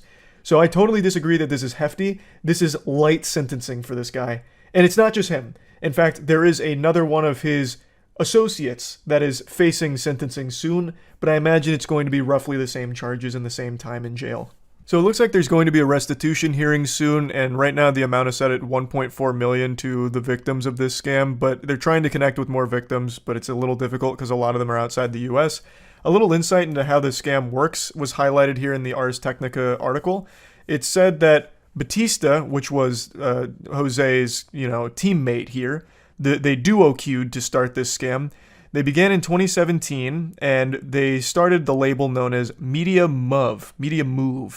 And the goal was to seize unearned royalties by claiming ownership of songs on YouTube that they noticed weren't actively monetized, meaning they didn't have any ads running on it, which is something you can see even as just a viewer. If you go on like a video or a song and there's no pre-roll ad, there's no banner ad or display ad somewhere, you can comfortably say that no one's making money from it. So what they would do is they would target content like that and claim it, which they didn't have the rights to. It's not theirs to do that. But that was their whole business model, hunting this content down and putting it under their umbrella. Eventually, they even partnered with a management group called AdRev in order to give it like more credibility. So it wasn't just immediately red flagged as a huge fucking scam. Like 50,000 songs, that's a lot to be claiming ownership of. But no, it looks like they're partnering with AdRev. This must be legit. So it was kind of deep. Deeper than a lot of the other scammers that go this route on YouTube, which is probably why they were so successful and made so much money. This is a great section here, just laying out the timeline. This wasn't exactly like a jump scare to the community. A lot of people had been tipped off about this and fighting against Media Move for quite a while, because obviously the people who made the content that was getting claimed knows that it's a bunch of baloney. Like, it's straight up fish paste. They made it, and it's getting claimed by a company they've never fucking heard of before. So they did fight against Media Move for years, but it kept getting pushed aside, it seemed. But in 2019, the IRS launched an investigation after they became a little suspicious with the amount of bank accounts Media Move had that were sometimes registered under fake names. And I really like this section here, so I'm just going to read it. Everyone knows how the scam works, and it's unclear if much has been done to stop future YouTube scammers from using the same playbook and targeting more artists. Artists attempted to bring a class action lawsuit against YouTube to gain access to systems to monitor their royalties and stop royalty theft, but that case was dismissed earlier this month before going to trial. I'll answer that question. Nothing has been done to prevent this from happening again in the future, and it is still continuing to happen right now. I briefly mentioned at the beginning of the video that some YouTubers actually use this same fucking method. Unfortunately, it's become a bit of a nuclear weapon that sometimes these creators will use to either silence criticism or just out of pure greed. An amazing example that we just covered a month ago is Alex Edson of Business Casual when he tried to take down a channel he felt was competition to his. He issued fraudulent copyright strikes. So he went above a copyright claim. He wasn't just taking the ad revenue. He was straight up taking the entire channel down because he believed that that channel used an image that was somewhat similar to an image he used in his video. This just highlights just how broken the system is. So if he wanted to, he could continue to do that and copyright claim other channels and keep making that same argument about like, oh no, that's my image and you stole it from me. And he'd get away with it because the system doesn't have anything in place to stop that. Now, Alex Edson at Business Casual was unsuccessful in his nefarious evil plot. Thank God. But he's still an absolute unforgivable piece of shit for what he's done, and there's a lot of other content creators that engage in similar behavior, maybe not always motivated out of like, you know, getting rid of competition. I need to make sure there's no one left in the world except my channel, so I'm gonna take them all down. But a lot of them are just motivated by greed, where they'll start copyright claiming people's content who like maybe make a meme out of something they did, or even criticize something they did. That's happened a lot over the history of YouTube, so it is unfortunately a system that needs a drastic overhaul, and it's not getting that tender love and care that it needs to be in a good state. So squeaky wheel needs the grease. The squeaky wheel really needs the grease. Otherwise, Jose and Batista here that got 23 million from fraudulently claiming just completely innocent artist music will continue to pop up over the course of the next few years and will only continue to snowball. So yeah, I wanted to talk about this. I think it's great that they did get caught and are being punished. I just wish the punishment was more severe because I just don't think the punishment fits the crime here. They likely won't even serve their full time in jail, and they got away with so much money for quite a long period of time. So I think the sentencing needed to be harsher, and hopefully as more people are caught doing this, the sentencing will continue to increase. So that way it can finally deter people from trying it more in the future. But anyway, that's about it. See ya. Everybody please put down your pitchforks and delete your angry tweets. Close your Reddit karma farming accounts for the hate threads. I'm here. The sheriff is back in town. I know many of you concerned civilians were worried that I had gone to the store to get milk and cigarettes and I had forgotten something very important and I wasn't coming home for it. And of course I'm talking about my $10,000 speedrun bounty challenges that I said I'd want to do monthly, every month this year. The astute observers amongst you may have noticed that it's been longer than a month since my last $10,000 speedrun challenge. And there's a good reason for this. For those who don't know what I'm talking about, this year I wanted to set out to do a $10,000 speedrun challenge on an obscure game at least once a month. And we had a good streak going, where I got it twice on time. However, the most recent one, Exodus from the Earth, was such a banger that I've spent the last month and a half, almost 2 months, just looking for a game that's nearly as good to speedrun as Exodus from the Earth. Of course, I posted the complete Summoning Salt style history of these speedrun challenges, so definitely check those bad boys out, they go hard. And I've got great news today because it's time to announce the third $10,000 speedrun bounty. We found another candidate, one that's worthy to follow up Exodus from the Earth, a sacred battleground for which only the most talented of gamer barbarians will fight and succeed. And that game is Elder Scrolls Adventures Redguard. That's right, we're gonna take you back to the past to play a shitty game and eat ass. This puppy is from 1998 and is actually listed as one of the reasons why Bethesda went into a downward spiral in the late 90s because it was such a fucking commercial flop. Many of you watching this know of the Elder Scrolls series, probably one of the most well-known series in all of gaming, but I guarantee only a handful of you have ever heard of Elder Scrolls Adventures Redguard. This is like the bonus Jonas brother that no one remembers. The game just was not really played often, though the people that did play it liked it. It was actually like moderately received well. It had good reviews for the most part, but it's not a popular game by any means, and in fact, as of right now, there's only a single run for this game, and it's the current world record. So there's already an established route to follow, and it's kind of a wild one. It's a bit long too, so really buckle your seatbelt. Now I know some of you might be a little intimidated by the hour and 50+ minute route right now, but it's important to keep in mind that last time for Exodus from the Earth, the world record was an hour and 15 minutes roughly, and by the end of the speedrun challenge, the record was 20 minutes, around 20 minutes. So there's so much room for improvement on these games, and the glitches and tech that get found are amazing. Now, if you followed this series that I've been doing with the speedrun bounties, you already know the rules, but I'll go over them one more time here, of course. It's going to be 2 weeks. So at the end of 2 weeks, whoever has the fastest time wins, obviously. It's a $10,000 prize pool split across first, second, and third. And I'm also, again, doing the same thing I did last time, which was the $1,000 bonus bounty for whoever finds the most important glitch or most meta-defining trick. I like to incentivize glitch hunters, so even if you're not the most talented speedrunner, if you're like the craftiest and most creative glitch hunter and you find something that's used in the route extensively, you can win $1,000. Last time that went to the person who found the huge skip in the beginning of the game that pretty much single-handedly sliced the run in half. So there's just a lot of fun to be had here. I love doing these challenges, and it's nice to finally find another game that should be a fun one to watch. Now, per usual, your run needs to have video evidence, preferably streamed on Twitch or YouTube or something, and you submit the VOD to us to be verified. And also Kronos, whom many of you know from the previous challenges, he helps moderate the Discord as well as go through the runs, verify things, and learn everything there is to learn about these challenges. Kronos has already made a tutorial on how to set up everything for Elder Scrolls Adventures Redguard and get everyone on even playing field. There's also been incredible work from the community done already for Autosplitter and everything, so all of the hard work's already been done for you. It should be a pretty seamless, easy start here if you want to participate in the challenge and the bounty.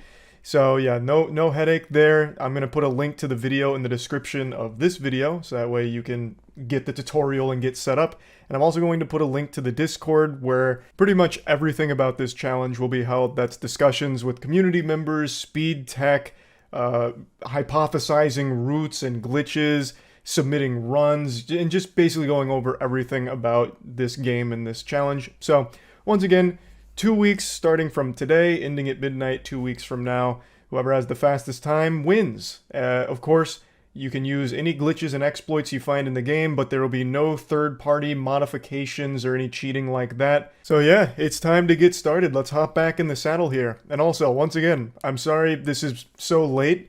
I really did want to do this like every month, but we really hit a diamond in the rough immediately with Exodus from the Earth. The first speedrun bounty was for Amok Runner, right? Like, that was a wacky speedrun game that was so fucking, like, awful for runners to run. Like, it was only up from there. But when we did Exodus from the Earth as our second one, I don't think we realized just how good of a speed game it'd turn out to be. And I don't like going backwards, so like Exodus from the Earth was amazing. I wouldn't want to just choose another stinker, kind of like Amok Runner's route. Like, I wanted to like just keep going up, or at least maintain the same level of quality that we saw with Exodus from the Earth. So it's just been a long time going through a ton of games, looking for anything that might have that same level of potential. And then we finally found Redguard here, so I'm optimistic. Hopefully it turns into an amazing speed game. I'm hoping the route can get down to like fucking 20 minutes, just like Exodus from the Earth did. So yeah, once again, sorry for the big delay on that. And yeah, that's about it. Looking forward to watching all of your runs in this competition. See ya. I'm sure a lot of you have seen all of the FaZe drama that's been going on Twitter over the last couple days, and FaZe is something I've talked about quite a bit over the last year because it's been an absolute circus. From their stock absolutely flatlining to the point now where it's basically just a sad joke. Just look at this graph, it puts a tear in your eyes. It's more tragic than the ending to Marley and Me. It's just been crazy to see them circle the drain like this and have this wild fall from grace, because they're one of the very few gaming-focused brands that branched out into the mainstream. Like, most people have probably heard of FaZe at some point in their life, even people that aren't associated with gaming.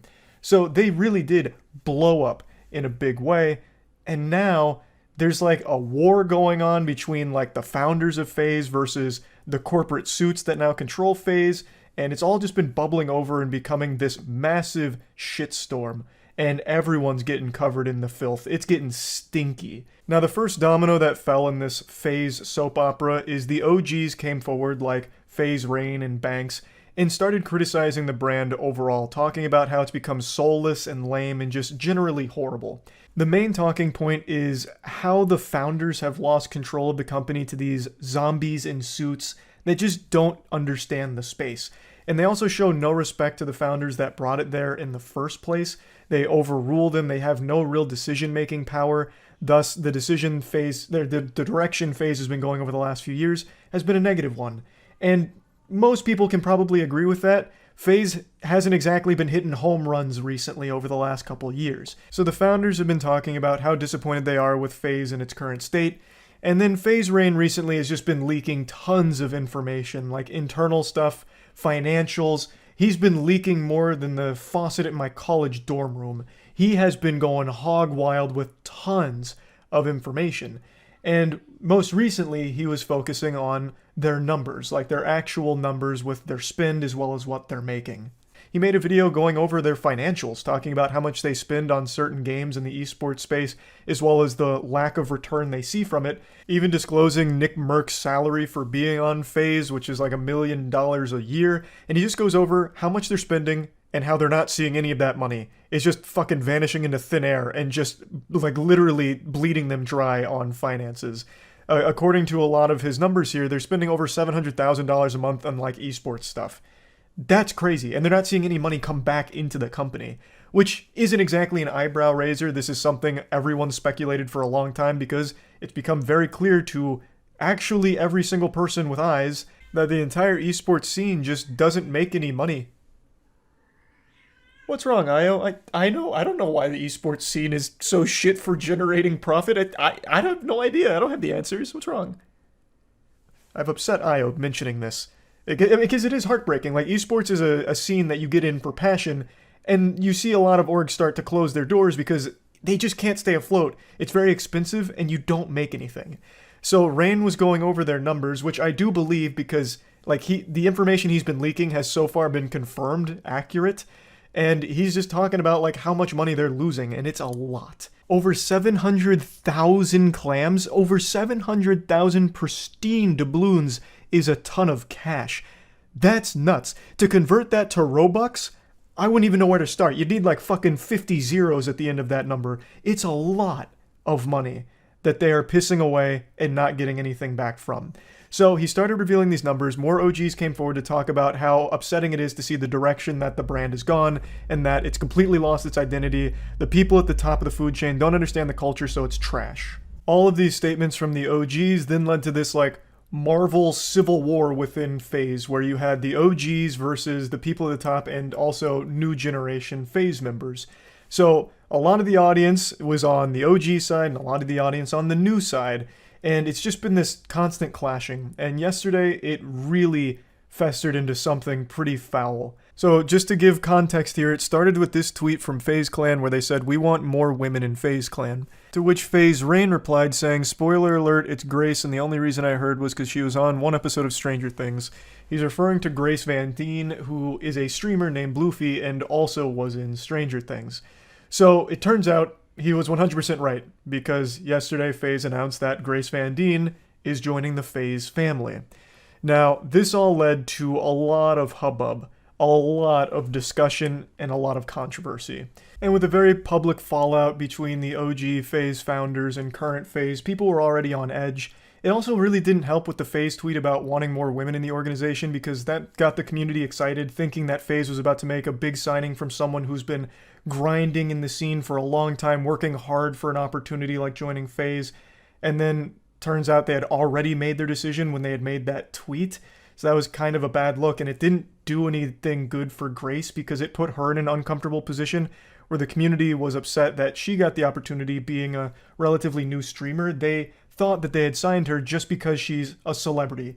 So some members of the community got upset at Grace directly, which I think is super misguided. There's plenty to critique about FaZe signings and business decisions, but Grace didn't do anything wrong here. She does stream often and then had this opportunity to join a huge org. Yes, being an actress did obviously help her get this opportunity for sure, but at the very least, she seems excited about it and does actively stream, which is already more than you can say for half of their celebrity signings. Like Snoop Dogg, for example. They paid him a fat load of money, as well as stock, in FaZe in order for him to be on board the FaZe family.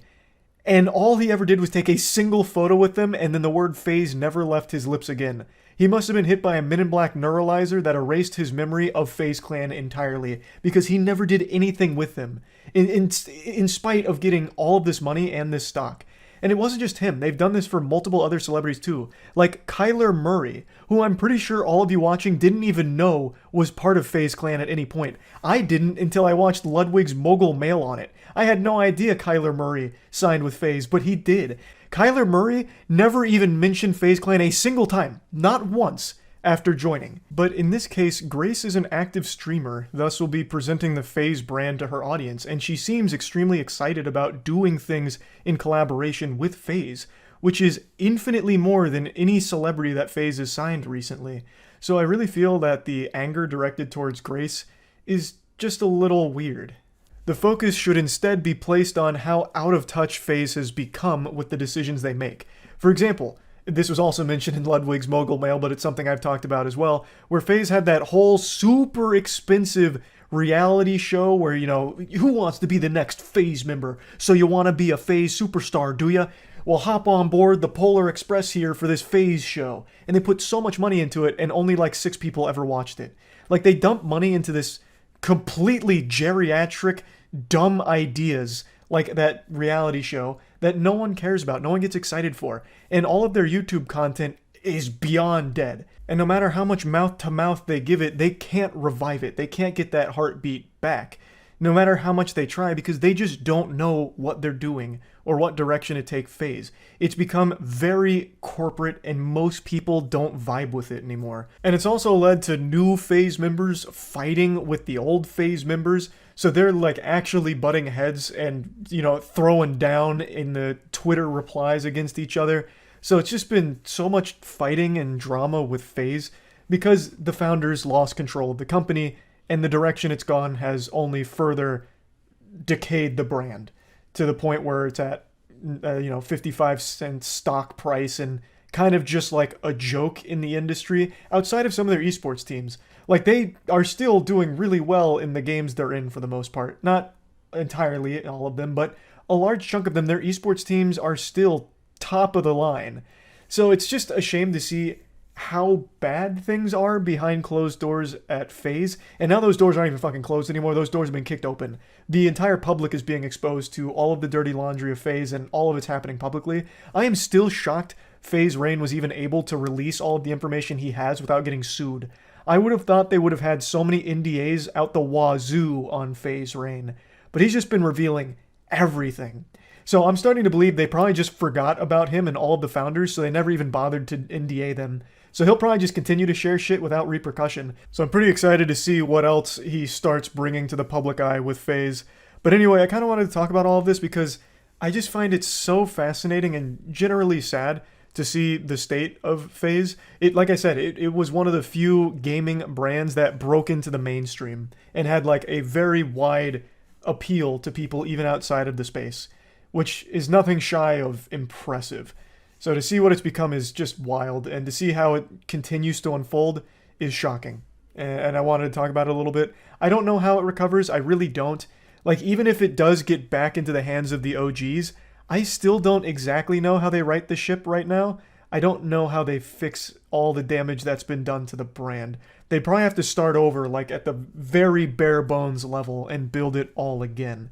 Because it's just been so tarnished. And they've lost so much money as well. I just don't know exactly how you fix it. But anyway, just wanted to go over it all. That's about it. See ya. Lord, forgive me because I'm about to sin again. I have sworn time and time again that I would do my best to resist making fun of the platform formerly known as Twitter, but I can't help myself. They keep giving me little layups that I can't help but just finish at the rim on. Just when I thought I was out, they pulled me back in. I just made a video making fun of the Twitter rebrand. It's now just called X, the letter X and nothing else, which, as I said, is very embarrassing because it sounds like something on Xbox Live in a Call of Duty lobby from 2009 where every 12-year-old thought having X's in their name was cool, and I thought I had finally got it all out of my system. There's no more jokes left to make about this low-hanging fruit. Until just now, with breaking news, they released their new official tagline, and I couldn't believe it. My jaw was literally on the floor. I was more stunned by this tagline than I was with the ending to Inception when I first watched it. I shit you not. The report said that their tagline was "Blaze Your Glory." And I didn't believe them at first. I thought this was propaganda because surely no one is that uncool. What does this even mean? Blaze your glory. That sounds like a meaningless nothing burger that an anime protagonist would have shouted in a 2004 throwaway anime. I just can't believe someone could be this lame. I don't think evolution would allow for someone to be this uncool. We didn't evolve over the course of millions of years to reach a point where someone has made it to the apotheosis of cringe. I just don't believe we're there yet. Yet, all of the evidence points to the contrary. Elon Musk might legitimately be the lamest person to ever exist to think that this is cool. Blaze your glory. What does that even mean? It sounds like a sexual euphemism, like, oh, fuck, I'm up late, lotion on my hands, and I'm blazing my glory right now. I actually went to the App Store to check this for myself because I thought I was being lied to. I couldn't believe we existed in such a cursed dimension that would allow someone to think that this was cool. But it's true, it's real. That is the tagline for the platform formerly known as Twitter. It is blaze your glory. That is worse than those old Discord cringe messages that would pop up when you try and launch the program where it was like, calculating RAR meme threshold, need to construct additional pylons for optimal memeing, quick get to cover, Wumpus is a fire in his laser. Watch out, Springle just deleted all your base no longer belong to us. That old garbage, this is worse. Blaze Your Glory is like 50 times worse. I have legitimately been giggling about this for at least 10 minutes, which is why I'm making a whole video once again making fun of this platform, even though I have sworn that I would stop, like, control myself, the urge, but I can't fight it. It's like that scene in Knock Knock with Keanu Reeves, where he gets tied up by the two girls, and he's like, I didn't fuck you, you fucked me! You came into my house and you sucked my cock! You sucked my dick, it was free pizza! That's how I feel right now, this is free pizza! Like, what am I supposed to do? Like, how could I not make fun of this? My glory is blazing just thinking about this shit. It's so wild to me. And I really just can't get over his obsession with the letter X. He named one of their fucking children X. And then a couple of other letters here that he must have seen during like a Steam Guard check to make sure that you're not a robot. Like, I understand that it has some kind of connotation with some kind of fighter jet or something, but once again, it's probably chosen by Elon Musk just because the letter X is in it. And for fucking 20 years now, over 2 decades, he's wanted X.com. Like, he wanted that to be PayPal originally. They shot that down for obvious reason because very clearly it seems like a porn site. But now he's got fucking full reign, unthrottled, uncircumcised, and unhinged. So he's got X and he's letting it all rip. There is no one but yes men surrounding Elon Musk just saying, go wild, brother. And he is. The glory will not stop being set ablaze right now at the X headquarters. Just a few nights ago, they set up some kind of X sign, like a light beaming off of a sign to the building, like it was the goddamn bat signal, but for fucking cringe. It was just like the letter X on a building. It looked horrible. It was disruptive. It was awful. It is just a non-stop roller coaster of embarrassment. I really don't know how it's possible to be that uncool. Like, it's incomprehensible to me. I grew up as a fucking loser, a weirdo, for sure. But even I would know that this is so embarrassing. My cheeks would never stop being red. I would never show my face out of shame. I would legitimately be in a paper bag for the rest of my life. I wouldn't let people see my face if I was the guy that kept doing this shit with X and Blaze Your Glory. The shame would just be far too much to even put into words. I just... I can't help but make fun of it. I really can't. It's begging for it. I think there is a chance Elon Musk has some kind of humiliation fetish. Like, the more people say that it's lame, the more he wants to be insulted for it, it feels like. This seems deliberate. This can't be accidental. No one is this accidentally uncool. It's a plague because it's infecting other people into being just as lame. There's a lot of people that will just defend anything Elon Musk does with the platform, and then get mad when people make fun of it. So it's not just him, he is infecting and spreading the lame virus. He's like the Axe body spray for online losers, where a lot of people will flock to him as like this group feeling of being like successful and cool, and like they're always going to battle for their leader Elon Musk, which makes no sense. Again, I don't really care about Twitter's success or its failure. I'm just laughing at the goofy decisions made along the way. So I'm just going to bring up one tweet here. It's not even this person in particular I have a problem with or anything. This is just the general attitude about how when I make fun of it, I'm just coping with the success of Twitter under the leadership of Elon Musk. I don't give a fuck. If Twitter burns to the ground tomorrow, I don't care. If it's 20 times more successful tomorrow, I don't care. I think the platform sucks. I'd prefer if it was in the dirt, buried 6 feet under. I think it's been a net negative for the entire world, but overall, its presence isn't something that disturbs me or makes me upset. I'm not coping with its success. I'm making fun of it. So even if it's 20 times more successful tomorrow, I will still make fun of it. You know what else is extremely successful? Selling soiled, used panties online to degenerates.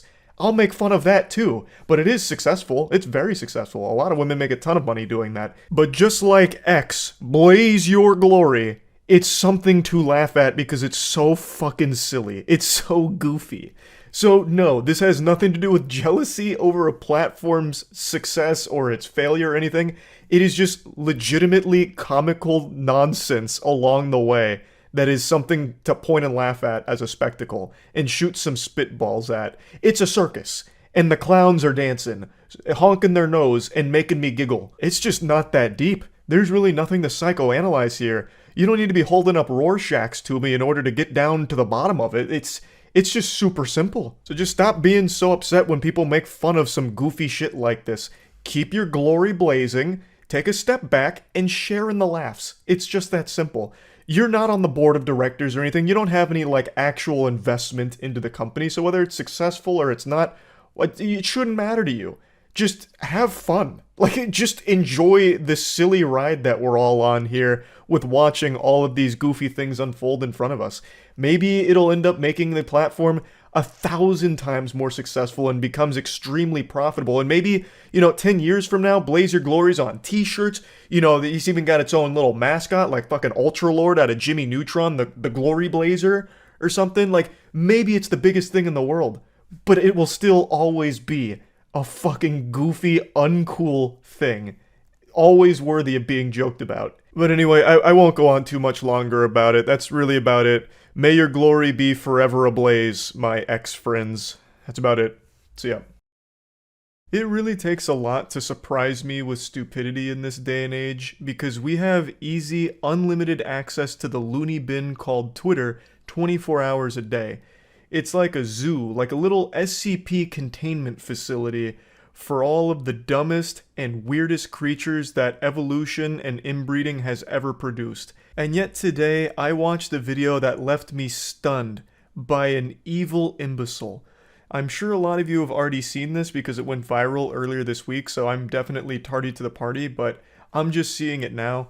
It's a drunk driver from Illinois. She killed 2 people and couldn't stop giggling about it and couldn't register that she wasn't going to be able to go to school the following day or get her car back.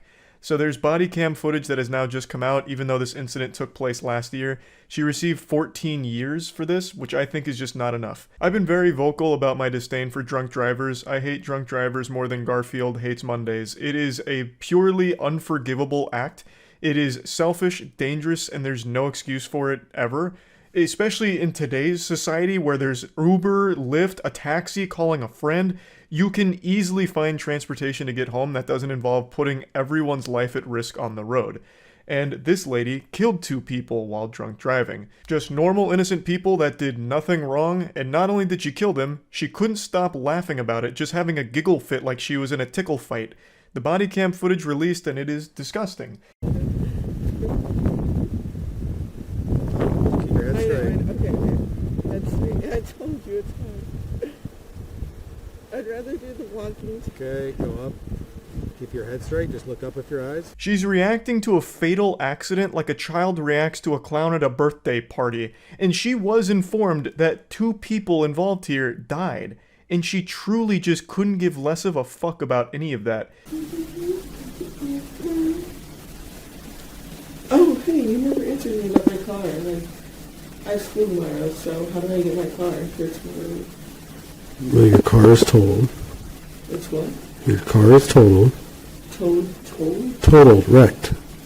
So they conducted field sobriety tests, all of which she failed because obviously she is completely hammered. They then get to this point in the video where the officer and her are in the room and she doesn't like the silence, so she says that she's going to start singing. So she starts flexing the golden pipes with some of the worst fucking singing you'll ever hear. It's not really singing, it's more like some kind of Gregorian chant if it was being farted out of a walkie-talkie, and she starts dancing like she's in some kind of trance. But regardless, she starts boogieing down and singing. She's treating this whole situation like she's at fucking Mardi Gras. Like it's like she's celebrating that she had just killed 2 people as if it was some kind of fucking sacrifice, and she's happy about the whole situation. It's not even that she's not registering it, she actively doesn't care, which is completely different. Yes, she is beyond drunk, clearly, but she is aware of what has happened. He has told her multiple times, she understands why she's there, and just actually doesn't give a fuck. Okay, so how do I get it to your school? You don't. So, I don't go to school tomorrow, is what you're telling me? You brain dead fucking worm. Obviously you're not going to school tomorrow. You just killed 2 people in a drunk driving accident. This isn't GTA where you can just reset and undo what happened here. You took 2 people's lives away because you're a fucking ridiculously stupid idiot. Like, holy shit. And the only thing that she can even process is that this might be an inconvenience to her because she has school tomorrow and she doesn't want to miss class. No, man. You want me to be honest with you? You're going to jail, you don't have a bond, you killed 2 people tonight. I don't think you understand that. You do not have a bond, you are not getting out of jail. Your car is property of East Peoria Police Department because it's a crime scene. It killed 2 people tonight. You are clueless with that, clearly. I've already explained this to you. You're going to jail for reckless homicide tonight. You're going to jail for aggravated DUI for killing 2 people. That's what's going on. So no, you're not going to school tomorrow. You're not getting your car out of impound. Can I have a Tuesday for my night class? How this officer didn't just stand up and flip a chair over out of frustration is beyond me. Just watching this had me want to flip a table like I had just lost a game of chess and got upset about it. He just laid down all of the brass tacks here, explained the situation for the fucking 50th time already, and once again, she still only cares about her standing, about being able to go to class. So then she says, well, what about Tuesday? You know, like, as if she thought she'd only spend like 24 hours in jail or something after killing 2 people. Like, okay, you know, I'll do the time for the crime. Oh, okay, I get it. Punishment is necessary. So 24 hours, right? Tuesday I can get my car? We can just go ahead and magically put my car back together even after it's been totaled after my drunk driving accident that took away 2 people's lives? Do we have a Magneto on board who can fix my car up so that I can get the class on Tuesday? Did you just hear what I just told you? You said I'm not going tomorrow. I'm talking about Tuesday. Did you hear when I said that you... I'm going to jail tomorrow. You're going to jail when we're done here? Yes. Did you understand what I told that you killed 2 people tonight? Yes. I'm just wondering when I can go to school. Okay, we're done. Once again, she is hearing him loud and clear. She is acknowledging that she is hearing that she is responsible for the death of 2 people. She just doesn't care. They could have brought the corpses in and she probably would have let out a hearty belly laugh like Santa Claus. She doesn't fucking care. She didn't know them personally, thus their life is meaningless to her. The only thing that matters is now it might be somewhat of an inconvenience because she thinks she might not be able to go to school tomorrow or even on Tuesday now. So now she's starting to get a little panicked because, oh, she's going to miss her fucking Tuesday night class. Not because she just killed 2 people, it's just she's going to miss her Tuesday night class.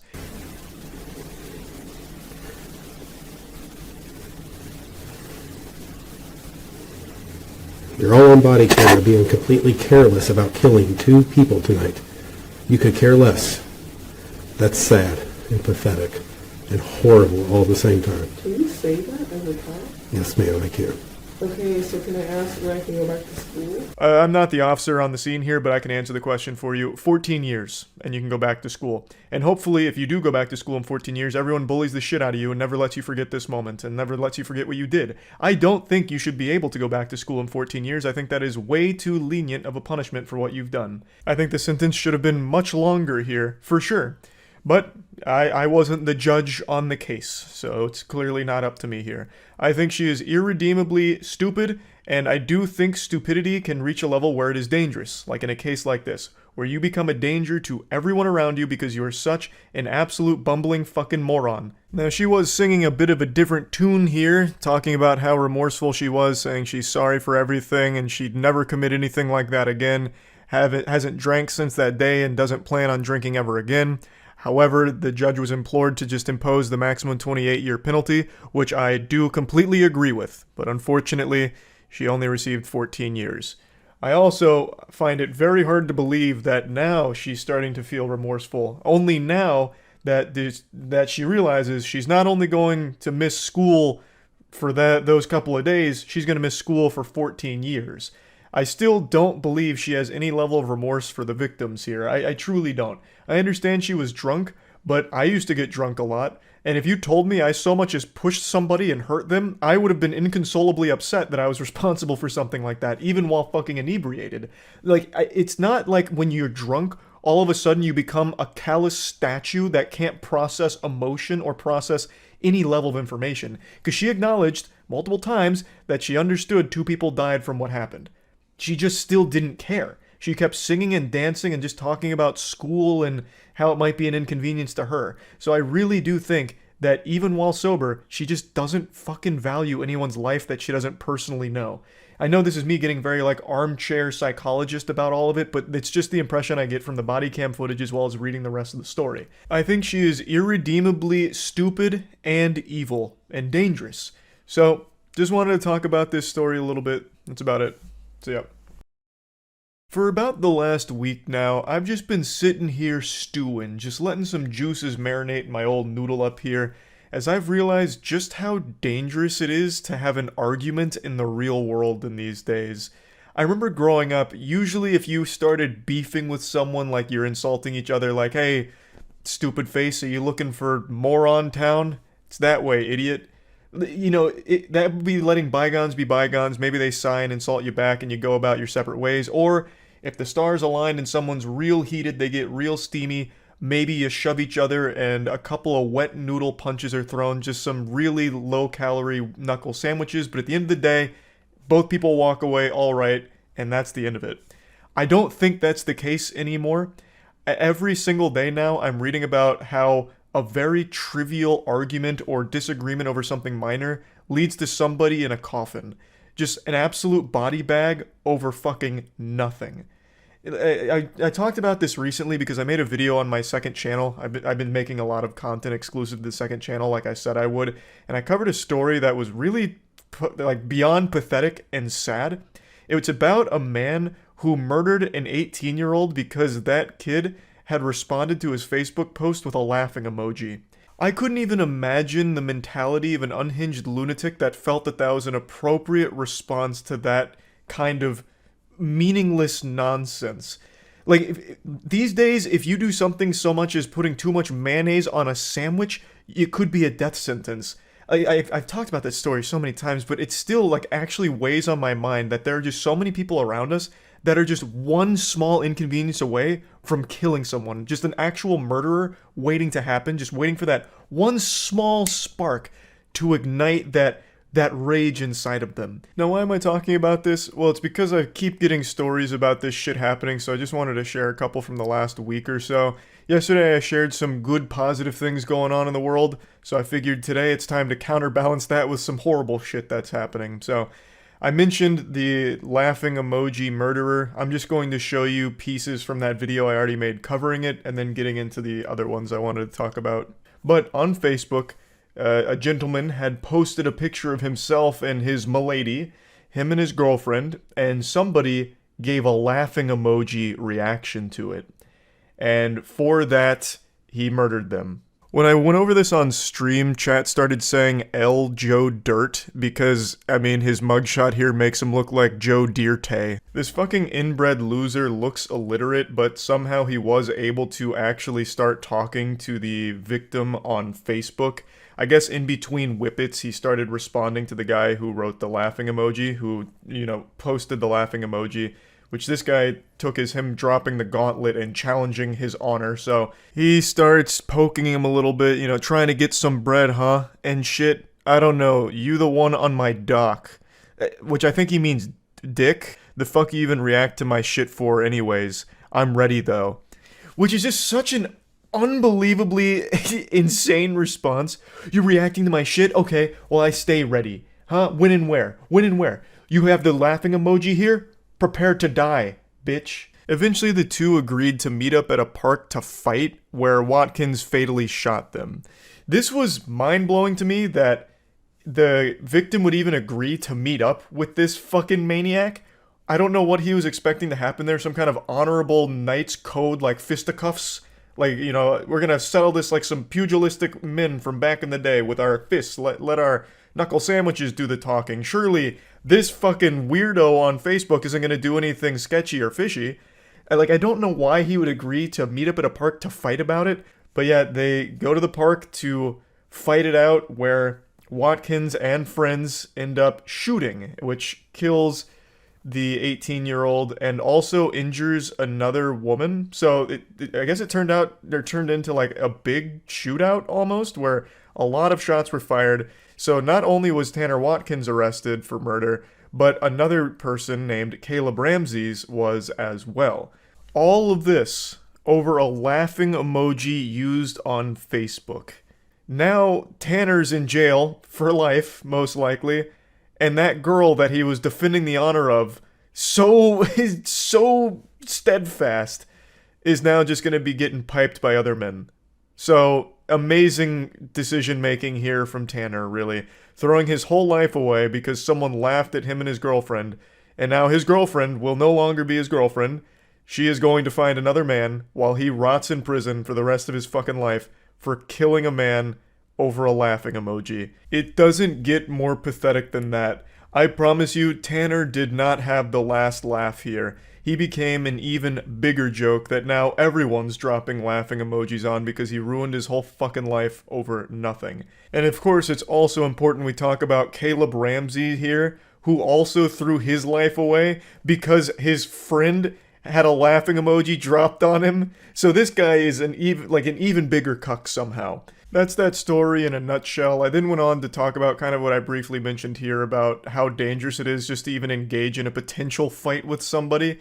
Like, I really do think when it comes to altercation in the real world, it's best just to de-escalate as much as possible because, you know, like in a road rage incident, you never know what the other person's capable of and how far they're going to go. But then sometimes it doesn't matter how hard you try and de-escalate something, it's almost inevitable. Fate stepped in order to bless you with an asshole that just wanted to commit an atrocity against you for no reason at all. Like the story I'm about to share with you now about a man from Florida, classic Florida man story. I know all great fairy tales begin in Florida.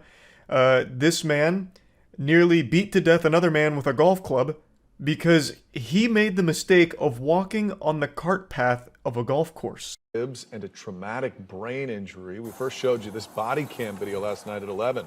It shows deputies arresting Eddie Robit on a charge of aggravated battery. So now at 5, News 6's Emily McLeod is live in Lake County.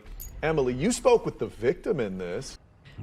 Joseph Sivak is recovering from broken ribs, a ripped ear, and several facial fractures after Lake County Sheriff's deputies say this man, Leesburg dentist Eddie Orobit, beat Sivak with a golf club. Now, the attacker here, who looks like he's in the witness protection program, he's actually a dentist. So I imagine this may have been part of a bigger plan to fuck this dude's face up, like rearrange his teeth, so that way he'd have to see him later on in order to fix it. So maybe this is a money-generating scheme, and this isn't the first time. But anyway, in a nutshell, that man and his wife were walking along the cart path. They weren't playing golf, so it's a pretty fucking stupid place to be walking because you could just get hit by balls. Like, you're not supposed to do that, I imagine, because it's, you know, it's a private course, I bet. But there's a way of handling that that doesn't involve beating the shit out of them, like, within an inch of their life. So he broke multiple ribs, a potential traumatic brain injury, fractured skull, ripped ear, all of that, because he walked on that cart path, and instead of just having a conversation, the guy walked up to him, spit in his face, hit him with the golf club in the leg, to which the victim tried to defend himself with a plastic water bottle, but unfortunately he brought a water bottle to a golf club fight, and damn near ended up like Joel from The Last of Us 2 here. Like, the guy did not hold back, and he had the gall, the fucking chutzpah, to be surprised that he was getting arrested. That is insulting. He's like, what are you arrested me for? What, Because I almost killed the guy? Like, what? What happened to this being a free country? I can't just beat this man to death for walking on the golf cart path? Oh, are you kidding me? Oh my god. This is pathetic. Oh, this is sickening. Sickening. Now, I'm not here to give you a new phobia, but this might just change the way you look at standard yard care equipment. A man in Illinois was shot and killed over using a leaf blower. Just normal, you know, sprucing up the old driveway, the old front yard. Using the leaf blower, he got into an argument with his 79-year-old neighbor, who then shot and killed him.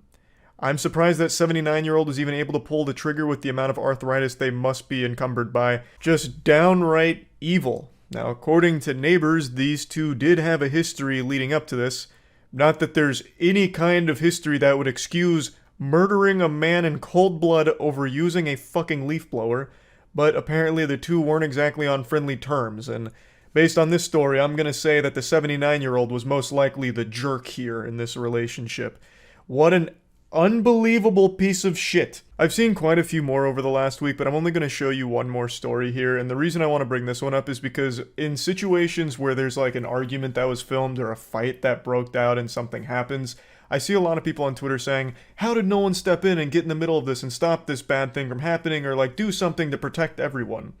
And like, I don't think this is necessarily a bad take or anything. Like, it's noble. Like, you want to see the good in people, that someone would be a fucking anime hero and step up and put the kibosh on everything like a fucking saint. Everyone simmers down and everyone shakes hands and walks away. But the reality of the situation is that doesn't always happen. Usually when someone tries to intervene in a situation that's escalated, like in an argument, they usually end up being a victim as well. So in the case of this story I'm about to show you, a couple was arguing at a restaurant, someone tried to calm them down, and was fucking shot for it. An early morning shooting in Hollywood. Police say a man and woman were arguing near the El Compadre restaurant on Sunset Boulevard just after 2:30 this morning. Another man tried to intervene and then was shot by that man who was having the argument. Well, the suspect then took off. The victim was taken to the hospital, and no word yet tonight on his condition. There is a real justifiable fear from bystanders that are watching an argument escalate or a situation or fight break out for why they don't intervene and put themselves in danger there, because it could come at the cost of their life, getting shot or some horrible shit like that. So it's just it's a fucking lose-lose situation most of the time. It's fucking scary. I just wanted to talk about this a little bit because I keep seeing these stories. Again, I don't know if this is just so much access to information, so you're just inundated with all of the most awful stories all the time, or if there really is just an increase in the frequency of these deadly, violent shootings and killings over such small things. I don't really know. It could be either one. But I just wanted to talk about it a little bit. That's it. So, yep. Today the world gets a little bit brighter because The Idol is finally over. And boy howdy, I tell ya, the season finale is something special. An unbelievable disaster. This series is only 5 episodes long, but it delivers cringe that will last a lifetime. 5 episodes, and it feels like you get about as much story as reading 5 seconds of a Tumblr erotic fanfic. There is nothing of substance here, no message to be delivered, and the final episode is downright insulting. I think this season is up there with Game of Thrones Season 8 in terms of how much of a fucking catastrophe it is. The final episode here is an actual speedrun to just end the show as quickly as possible, because I guess the director Sam Levinson had already busted his nut and was just kind of done with the property. I'll dive into the meatballs of this spaghetti in just a moment with the finale here, but I just want to say, I am convinced now that my theory is correct. I believed that this whole show only existed because Sam Levinson is a sexual degenerate who made this show for his own pleasure, and the finale kind of confirms my hypothesis. The finale basically just ends abruptly, without bothering to finish any plot lines or have a sensical conclusion whatsoever. Again, I'll get into it in a moment, but I honestly can't think of any other reason for this show's existence other than Sam Levinson having something to play the skin flute to. Like, there is nothing of value here, and legitimately everything in this show is sexual.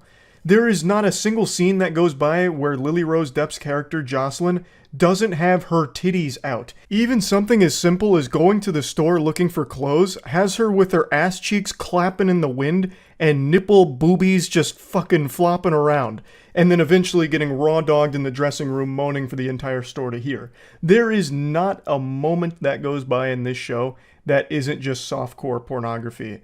It's baffling. It doesn't have a message. And it's not just Jocelyn, but she's the main character, and Sam uses her like just a portal to the honkers dimension. Even though she is actually an interesting character that could have had a really interesting story told about her, instead Sam just decided to focus on making the whole show just a countdown till her melons pop out.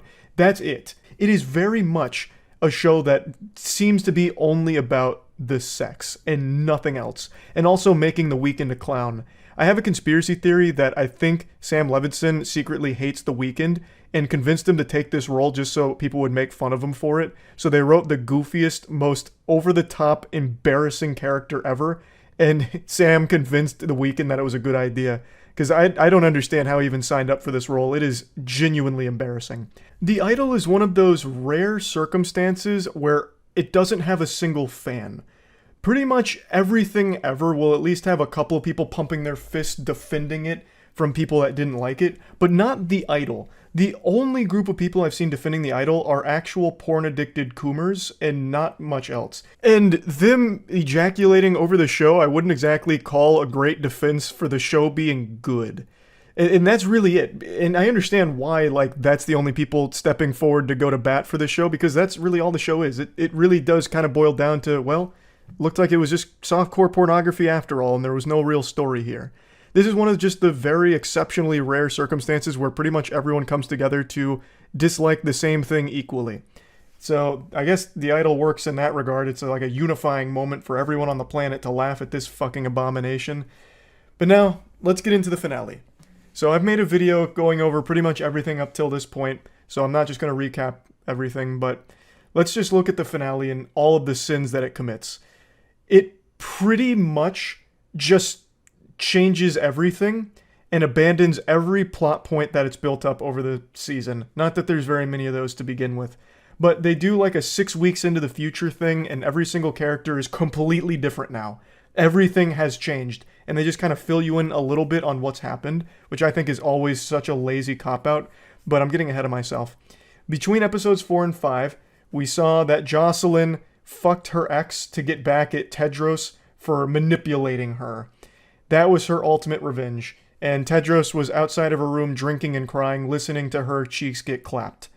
So that's kind of where episode 4 wrapped up, and episode 5 picks up with him in like a coke-induced trance. He's basically just a fucking lobotomite wandering around, like short-circuiting because he's on so much coke and so goddamn loaded.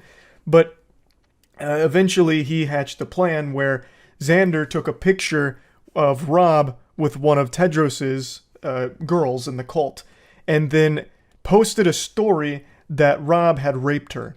So episode 5 starts off with Jocelyn's best friend learning that Rob is being accused of rape because Xander framed Rob for Tedros. And Jocelyn figures this out and tries kicking Tedros out of the house. She's very mad. She keeps trying to get him out of the house because she's been manipulated and she's had a complete 180 on everything here. She's finally seeing the truth. So she wants him out. But she doesn't get mad at Xander, who legitimately did this. Like, while he was just a marionette on the strings for the puppet master Tedros to control, Xander still knew full well what the plan was. To get Rob, out of the picture here for Tedros, and accused him of rape, which cost him his entire career. And for some reason, Jocelyn doesn't care about Xander doing that. In fact, Jocelyn still makes Xander one of the headline opening acts for her, which is an interesting play from the chess master Jocelyn here. But episode 5 basically is a completely different person than the entire series has ever shown us, and it happens like that. Like, all of a sudden, they just wrote a totally different character and just put Jocelyn's name on it. Because now, all of a sudden, she's taken control. And she's kicking Tedros out, which is good. Like, it's about time. She's opened up to the scam and hates Tedros, getting Tedros out of there. But she's taking all of Tedros's extremely talented singers and putting them in her show. But then there's like this, half the episode is spent with all of those singers performing, and it goes on for way too fucking long. They're performing in front of all the music industry executives, and they're like, "Oh, this is mind-blowing. I've never heard someone sing notes like that. Oh my god, the Lord has come down and blessed us for this performance. You're all hired. We're doing it big, baby." And that's like half the episode, so it drags on for so long. But during these performances, there's a scene where the older lady is talking to Tedros, and she's like, "I know Jocelyn didn't do this. This is you, Tedros, didn't you?" And she's like fucking slapping him awake because he's fading into the shadow realm from being so high. And he's like, "Yeah, no, this was me." And she's like, "Okay, well, you and I need to work together because this is real talent. You found them." And then actually 3 minutes later, she just fucking hates Tedros. She's like, "Yeah, he's such a fucking weird loser. Tedros sucks." And then helps to ruin his entire life because he is a bad guy. Eventually, once Jocelyn gives them the okay, they run a big piece exposing Tedros as like a former pimp who went to jail for a lot of heinous shit. And that lady who actually 3 minutes ago wanted to help Tedros and work with Tedros and not Jocelyn apparently was integral to helping that come to play. Why and how? This is what I'm saying. They set up these things in the episode too, and then just forget that it ever happened and pretend that it never did. Like, it doesn't follow any plot lines to its conclusion. It just leaves them and forgets. Another one. Jocelyn's best friend has been hyped up across the entire series as the only person seeing through Tedros' scam, seeing him for the evil person that he is. And in this episode, she's happy to see Jocelyn finally learning that too, but she still kind of gets left in the dust by Jocelyn, who doesn't really like communicate super well with her. And she just leaves, and she's never heard from again. Like, they don't even like address what happened. She just vanishes, and like out of nowhere. She leaves a note on Jocelyn's bed, and unless I've been like neuralized by the Men in Black, they never even show what the note was or even hint at what it could be. She just is gone. Like, actually just left this corporeal dimension out of nowhere without doing anything. So her entire existence in the show was meaningless. She did nothing by the end. Nothing that she did contributed to anything. It's actually just shocking. Like, me explaining this episode sounds like the ravings of a mad lunatic. But this is actually how the episode plays out. It is nonsensical, convoluted, messy, stinky, repulsive. Like, it's awful. Everything that could go wrong with a single finale went wrong with this one. It's an absolute disaster by all definitions. It just really feels like Sam was in his refractory period. Post-nut clarity, he's like, damn, I really didn't make a good show here. Let's just end it. Because originally, this show was pitched as 6 episodes. But then they like cut it down to 5, I guess, and then are trying to pretend like, no, that never happened. That's the Mandela effect. It's always been 5 episodes. And it's like, no shot. I just watched the finale, and there's no way you meant for it to be 5 episodes. Because it feels like an entire episode is missing. There is so much development that must have happened off screen in between these like fucking fever dream cuts of an episode.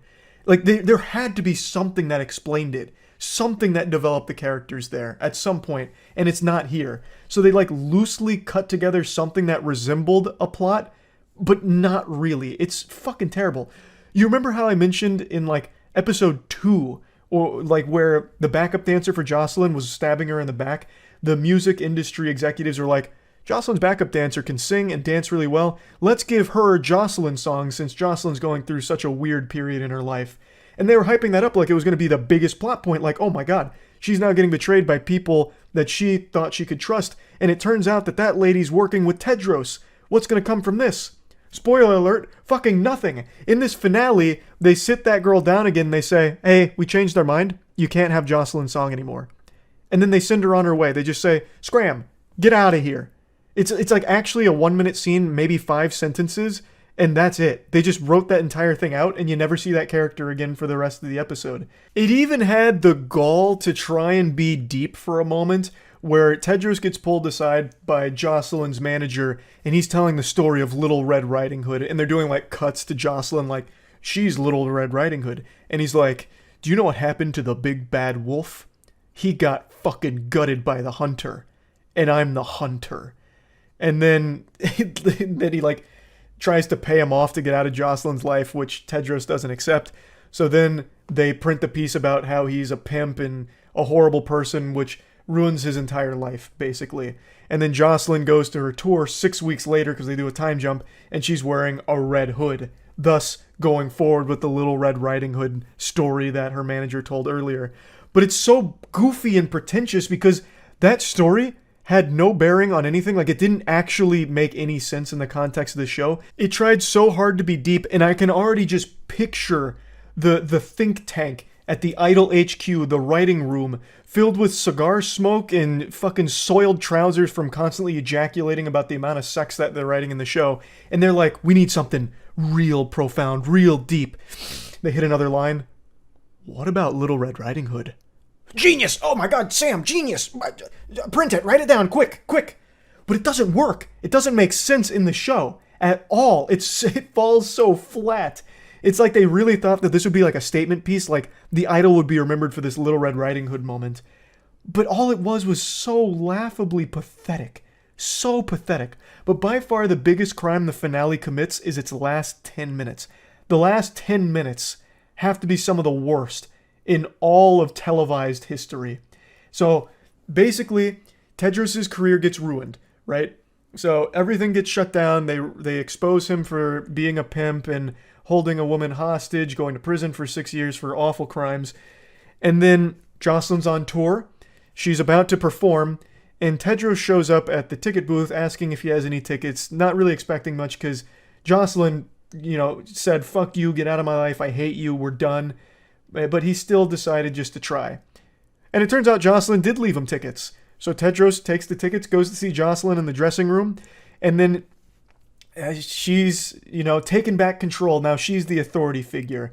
And this is supposed to show the development how she's no longer like, a puppet or putty in the hands of Tedros. But it actually still feels like that's the same thing because she can't live without him, which she makes pretty clear. He is the love of her life. And she makes that very clear to him. So it seems like the power was still on Tedros' side, so they didn't even tell the story of Jocelyn getting out from a manipulative, abusive situation and getting out of a fucking cult. It had her going right back in the very end. And it even had a deplorable scene where Tedros picks up the hairbrush that Jocelyn talked about her mom abusing her with. There was a very, uncomfortable scene from like episode 3 where she opens up about how her mom used to abuse her in order to push her to make the best possible music, and Tedros is like, give me that hairbrush. And then he starts beating the shit out of her with the hairbrush to try and help her realize her potential. So Tedros is in the dressing room here in the finale. He sees that brush and he's like, this is the hairbrush your mom abused you with, right? And she says, yeah. And then he turns it over and he's like, but it's new. And then she just looks at him back in the mirror. I'm not even making that up. That's a real scene here. And then she goes on stage and all of the music execs are celebrating like Tedros is finally out of the picture. This awful person is finally gone. And Jocelyn goes on stage and says, Tedros, come out here. And then she just makes out with him in front of the entire stadium, who now knows that this guy is a pimp, like all kinds of horrible things about him, and calls him the love of her life and that he's hers forever. and then instructs him just to go watch backstage. I couldn't have envisioned a worse ending for this show. I mean that. It accomplishes nothing. It doesn't deliver any message at all. And in fact, the only semblance of a message that it does deliver is a very disgusting one. Jocelyn never breaks free from the mind control spell of Tedros. She is still under the complete control of the sexual shaman here, where she can't live without him. And he is still legitimately a horrible person who, from the very beginning, was manipulating her. And she still invites him openly back into her life to share the spotlight with her. It's just baffling. If they wanted to write it where it's like a complete flip, where Jocelyn's the one in control now, then they really missed the mark. Like, dreadfully. She did have a moment where, like, she is the authority figure and kicks Tedros out, but then they don't commit to it and just bring Tedros back. Like, and he hasn't changed.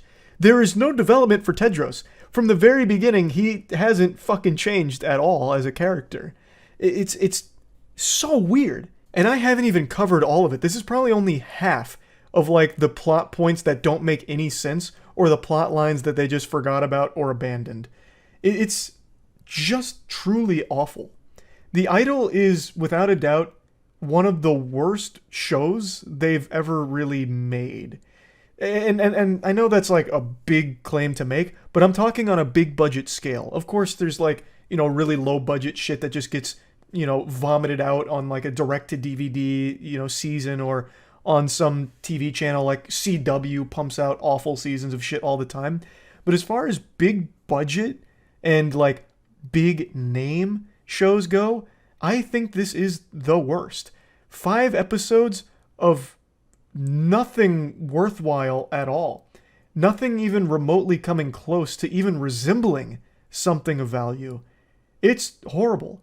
The only audience that could ever really appreciate it is just people that are there to watch porn, basically. That's it. That's the whole show. It's so bad. But yeah, I mean, I finished it. The season's over, which is nice. Now we don't have any more of the Idol, which is a good thing. I don't think they're getting a season 2. That's for damn sure. But yeah, anyway, just wanted to kind of just, you know, for my own sanity, just rant and vent about what I just watched here. That's really about it. So yeah. Did you hear about the microchips and the cheese? I'm gonna have to check that out right now. Goddamn government cheese. This company is implanting microchips in its cheese. Oh wait, this is a real thing. Oh my god, wait. This isn't a conspiracy. There's a company that's actually microchipping their Parmesan. I thought this was going to be like one of those 15-minute city agendas. Bill Gates is controlling my mind via microchips through COVID. They're actually microchipping their cheese. One of the world's most famous cheese is also one of the most counterfeited dairy products on the planet. Competing manufacturers have for years produced cheaper imitations of Italy's Parmigiano Reggiano, a favored topping for pasta and salad. Now the producers of Parmigiano Reggiano say they have innovated a way to prevent any pretenders from ripping off their product. Is there only one company in the world that makes Parmesan? Who do they have like a patent on it? Like who owns it? There's an entire page dedicated to it called The History of Parmesan. Italy issued a decree that placed exclusive control over the production and sale of this cheese in the hands of Parmigiano Reggiano Cheese Consorzio. Oh, what in the world? I had no idea the Parmesan lore went so deep. It's even crowned the undisputed King of Cheese. This is an incredible story. This is like the Game of Thrones, but for cheese. I'm gonna have to go through that entire history breakdown of Parmesan. There's probably wars fought over it, like Helen of Troy. They weren't actually battling for Helen. She just happened to have Parmesan. They were going to war for that shit. Good God. All right, let's read about these microchips, though. Parmigiano Reggiano Consortium, the PRC, association that oversees production of the cheese, says it has been putting microchips in its product as a part of a technological trial which would allow consumers to trace Parmesan cheese back to its place of origin. Who's doing that? What sane, normal human being is gonna try and trace back their Parmesan? Like, I'm not gonna go to a, like, Italian restaurant, like, with my buddies, and they get, like, spaghetti. They start sprinkling the Parmesan. I'm not gonna, like, slap the waiter's hand down and be like, wait a minute, let me see the microchip. I need to trace this back to make sure it's coming from the PRC. Otherwise, I'm having this establishment shut down. I'll have the Parmesan police force come after you. Like, I could maybe see it being on a company side, like if a restaurant's ordering Parmesan, giving them the option to see if it's, like, authentic coming from the approved place of origin. But just a normal consumer, I don't think anyone's gonna get suspicious and want to double check. Like, let me ensure my Parmesan came from the right spot. Under special protections designated by the European Union, Parmigiano Reggiano is the only kind of cheese which can be called Parmesan within Europe, and it must be made in a small part of northern Italy, including in the provinces of Parma and Reggio Emilia. I saw that. In my massive dissertation that I pulled up for a moment there on the history of Parmesan, I did see about, like, it needing to come from a certain space and nowhere else. But I didn't realize it was a title that could only be bestowed upon, like, this cheese from this particular region. I thought it was just a type of cheese that anyone can make. PRC are hopeful that their new technology will help to enforce that protected status. Their microchips are about the size of a grain of salt and have been inserted into the labels found on the rind of about 120,000 wheels of Parmigiano Reggiano. The chips work as a scannable food tag with a QR code label. I'm going to start tracing my Parmesan. I'm going to go to my local grocers, and I'm just going to trace all of their Parmesan. I'm going to be a hall monitor for this shit now. I'm going to be like a secret agent working for them. This feels so weird. Like, I just can't imagine there's a ton of cheese snobs that are going to double check to make sure they're getting authentic Parmesan. Produced in the right places of Parma and Reggio. In an email statement sent on Friday, Nicola Bertinelli, president of Consorzio Parmigiano Reggiano, told CBS News that by being the first to incorporate these secure digital labels onto our cheese wheels, we can continue to ensure customer safety. Since the establishment of our consortium in 1934, we have worked to convey the value of our product globally and distinguish it from similar-sounding products on the market that did not meet our strict requirements for production and area of origin. They speak about this like it's the goddamn Citadel in Mass Effect. Since the establishment of our consortium in 1934, Nicola, it's cheese. I really just don't think there's a ton of people that give a fuck.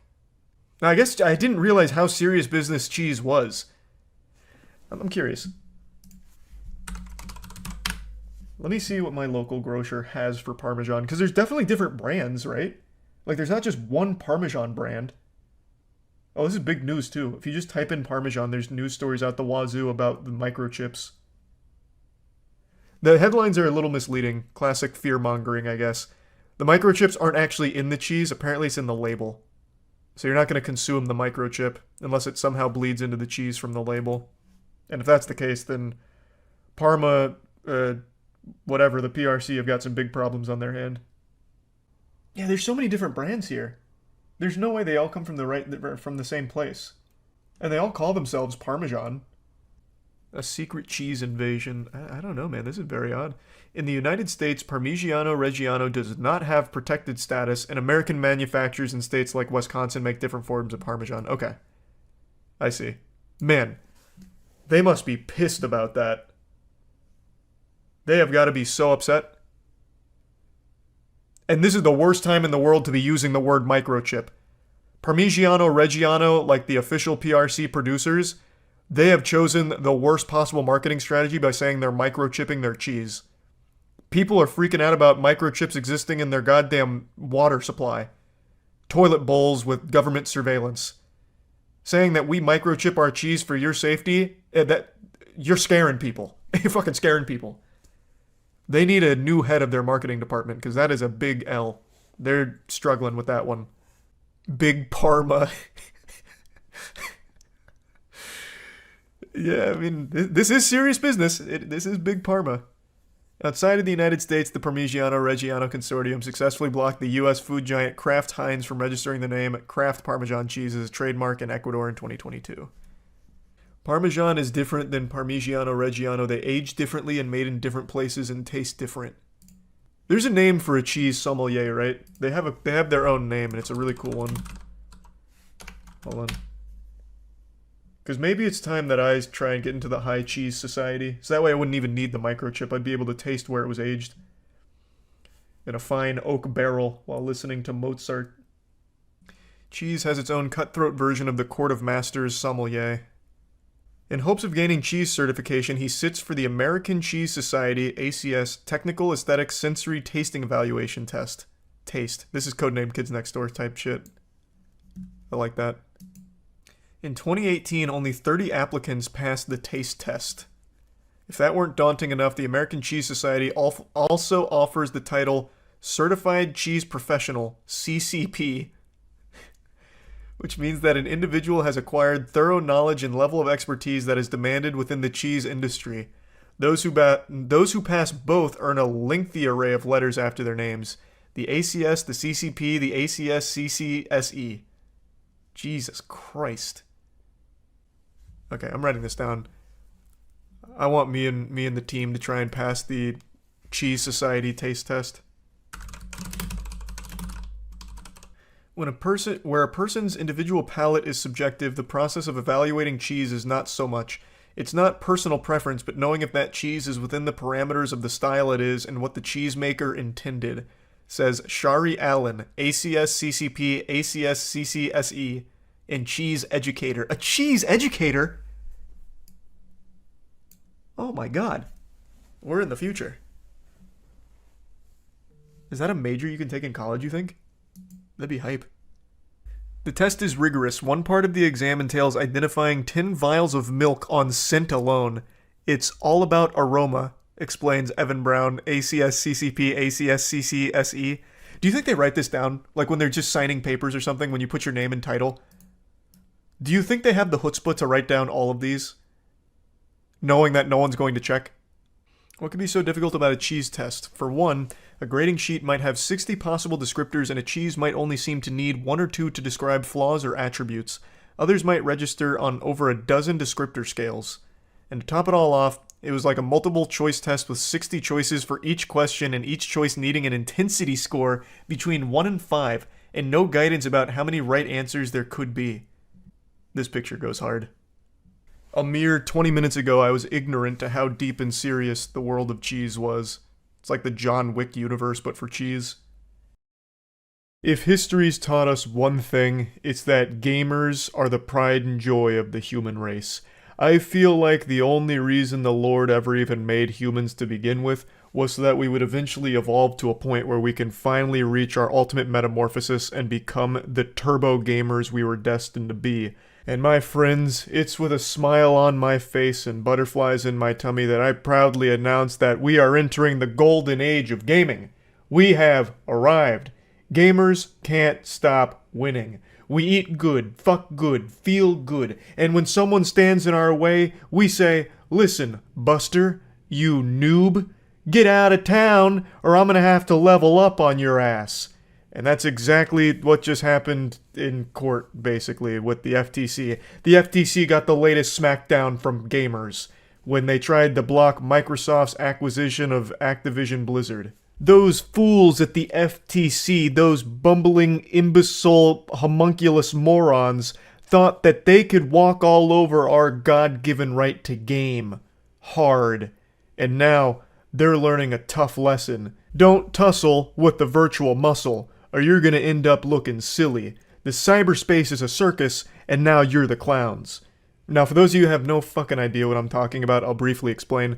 Microsoft made an offer to buy Activision Blizzard for $69 billion. An offer Activision Blizzard couldn't resist. Like Mr. Krabs with the dollar signs in their eyes, they were pretty on board with the idea, so they began moving forward with the conversations, because $69 billion, that's a lot of doubloons. That's enough clams to make you slap your own mother. So they were going forward, going through with the process, but encountered quite a few obstacles along the way, the biggest one being the Federal Trade Commission blocking the acquisition. They were arguing that if Microsoft was to acquire all of the properties under Activision Blizzard, they would then have the means and motivation to harm competition and be very anti-competitive because they could basically like take something like Call of Duty exclusive to Xbox. This was a big talking point actually, Call of Duty in particular, but Activision Blizzard has major heavy hitters in the video game space, and they were arguing that under Microsoft's control, they wouldn't really have incentive to release a quality product on rival consoles like Sony's PlayStation.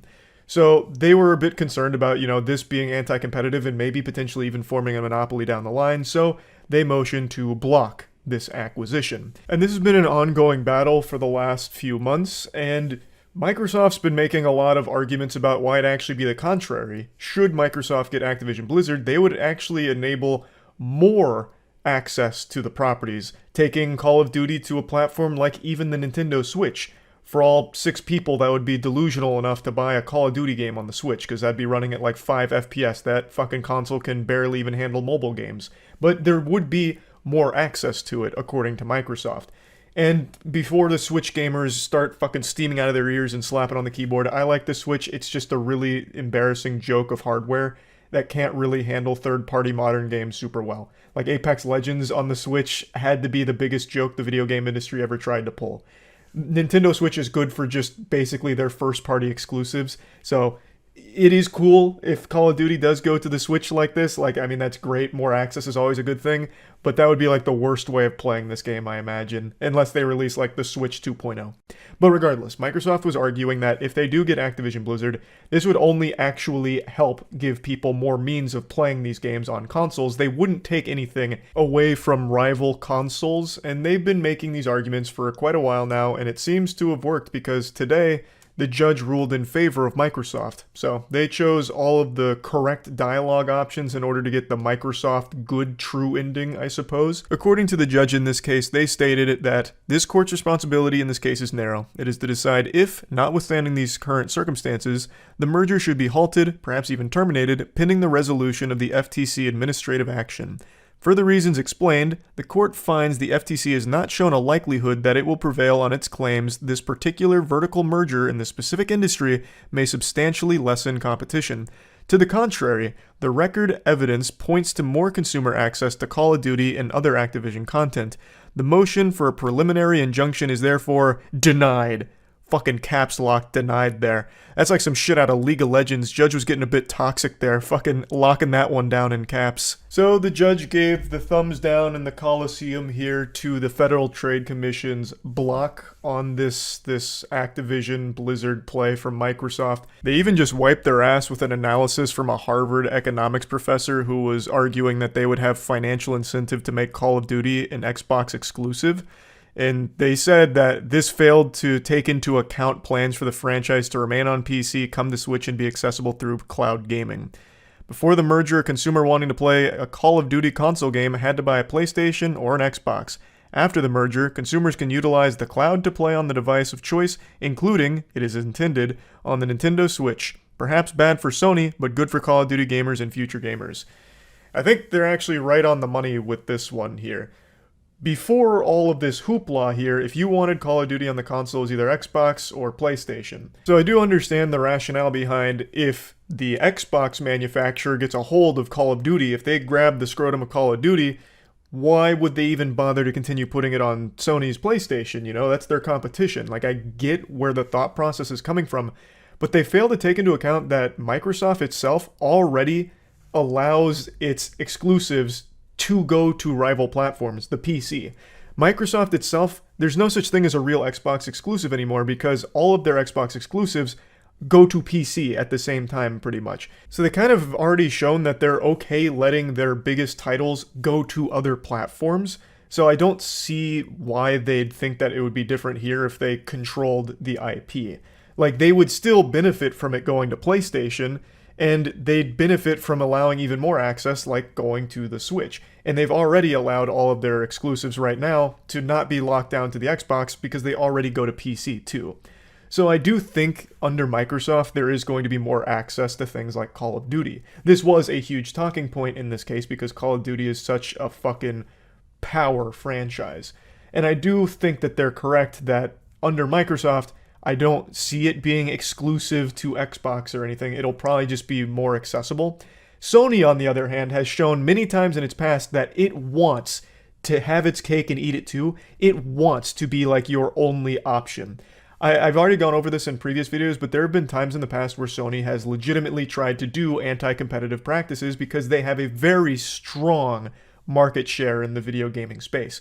And they don't budge on fucking anything, mostly. And I think Sony recognized this, which is why they'd be looking out for their own selfish interests to continue to have that stranglehold on the market share. They realize that under Microsoft, Activision Blizzard properties being more accessible hurts their position because now you no longer just have the choice of Xbox and PlayStation. Now Nintendo Switch could enter the conversation, cloud gaming where you could play on other devices as well. So Sony, I think, really only cares about itself, not like the good of the gaming space. So I overall do think it's a good thing here. I'm not exactly a Microsoft fan. I think pretty much every studio they touch turns to shit. And I really think the Xbox has nothing on it at all. It's just kind of a fucking brick. I have not got my Xbox out of this drawer in front of me in over a year and a half. And the only reason I brought it out a year and a half ago was to replay an old Xbox 360 game called Bayonetta. Love Bayonetta, by the way. So there's just, I think the Xbox Series X and all that is a fucking flop right now. Phil Spencer recognizes that. He even had that statement not long ago about how they've completely lost the video game industry race right now. But I'm still optimistic for the future. Like, with this deal going through, should it go through, again, it's not a done deal, I do think having more access to titles is a good thing. So I'm always for that. Though I'm not super optimistic about the quality of titles coming forward because, like I said, Microsoft has like the fucking cheese touch here. They curse everything under their umbrella in the video game space, and every studio kind of goes tits up. Now, like I said, it's not a done deal. There still is another big block right now, and this one comes from the Competition and Markets Authority. This is in the UK. So the CMA also blocked the deal in April, argued that it would hamper growth in cloud gaming. But it seems like this is starting to weaken a little bit, like they're starting to be more open to proposals from Microsoft. So it feels like that's only a matter of time before that's no longer an obstacle for this acquisition. But yeah, anyway, just wanted to give you this update because this is a very big deal in gaming. This is by far the biggest fucking deal like ever done in gaming. Probably just one of like the biggest purchases in general. A $69 billion buy here is fucking massive. And Activision Blizzard has some huge properties, so there is a lot of potential ramifications for the future of gaming. Could be good. I imagine it probably will be good, but it also could be bad. There's really no telling right now. So I just wanted to give you a little update on everything that's been going on here, and yeah, that's about it. So yeah. Disney Adult. If that didn't just jump scare you and send a shiver down your spine, then you've either never heard of a Disney adult, never met one, or you're not human. Because you should be afraid. Very afraid. Now, of course, not all Disney adults are built the same. There's different levels of it. I'm talking about the most extreme level of completely obsessed to the point where it becomes their entire life and identity. Obviously, there's nothing wrong with being a fan of Disney products as an adult. I like a lot of Disney things. But there's a big difference between greaseball, goofball, goblin man Charles and a Disney adult that's willing to uproot their entire life just to be closer to the theme parks in order to go every single day. You may think that this is some kind of crazy exaggeration that doesn't happen, but it does. More often than you think. There are a large number of seemingly totally normal people that for some reason have been completely brainwashed and perpetually spend a large chunk of their paycheck consuming Disney products or just going to Disney properties way more often than any reasonable person should. It's so weird. And Disney knows this, which is why they've now recently announced that they're building their own community, their own neighborhood basically, for Disney adults to go live together and be part of the Disney family forever. Even just the marketing material give me the heebie-jeebies saying that this is going to be the best chapter of your life, like forever. I don't know, that's eerie sounding. Visiting a Disney neighborhood sounds worse than visiting hell. At least the demons and devils in hell aren't pretending to be something they're not. Because Disney is an evil corporation. I don't care how you spin it, no matter how big of a fan you are of Disney properties.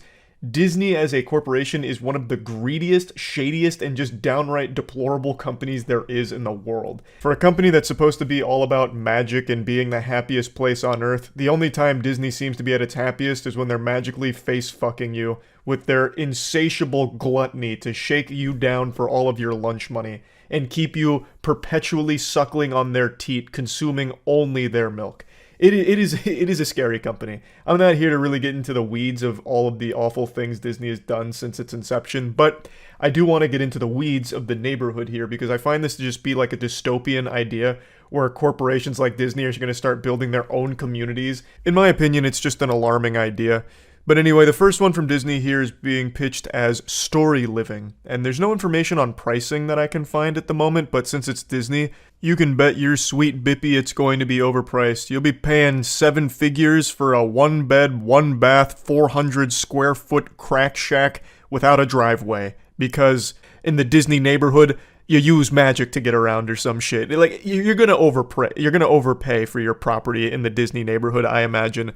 But one thing that really stands out to me is in the pitch here, they have this legendary service notice where it says, at Cotino Community, which is the first part of Story Living, cast members will strive to deliver the same friendly Disney service you've come to expect.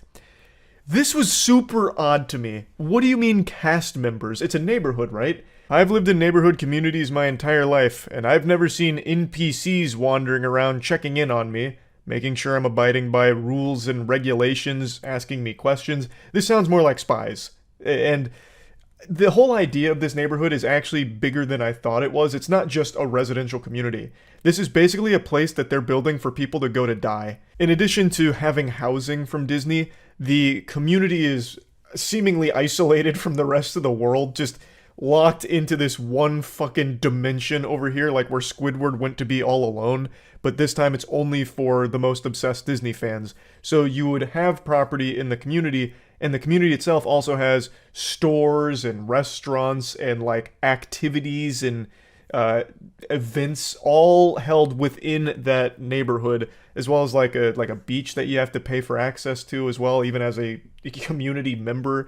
So it really feels like this is where people would go and then not leave. That's the design of it, because why would they? Everything they need is there, and it's all Disney approved, and you love Disney, so why not just go spend your entire life here and make sure you empty out your piggy bank the entire way before you shed the mortal coil?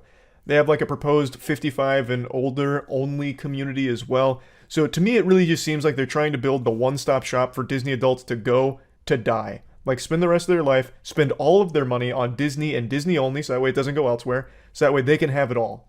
And it's just so weird. I think it's such a fucking weird idea. So I went over it a little more on stream last night. I'll show you a couple clips of that before hopping back in for a bit more analysis. Have you heard about the city Disney is building called Story Living? Talking about the Disney neighborhood? That's got to be the worst place on earth. This place would be absolutely miserable to live. Imagine being in a Disney-only community. Have their own police force. The HOA would go crazy. Smiles mandatory. If not, you get executed in the town square. I wonder if you're allowed to have Netflix there. Oh, no chance.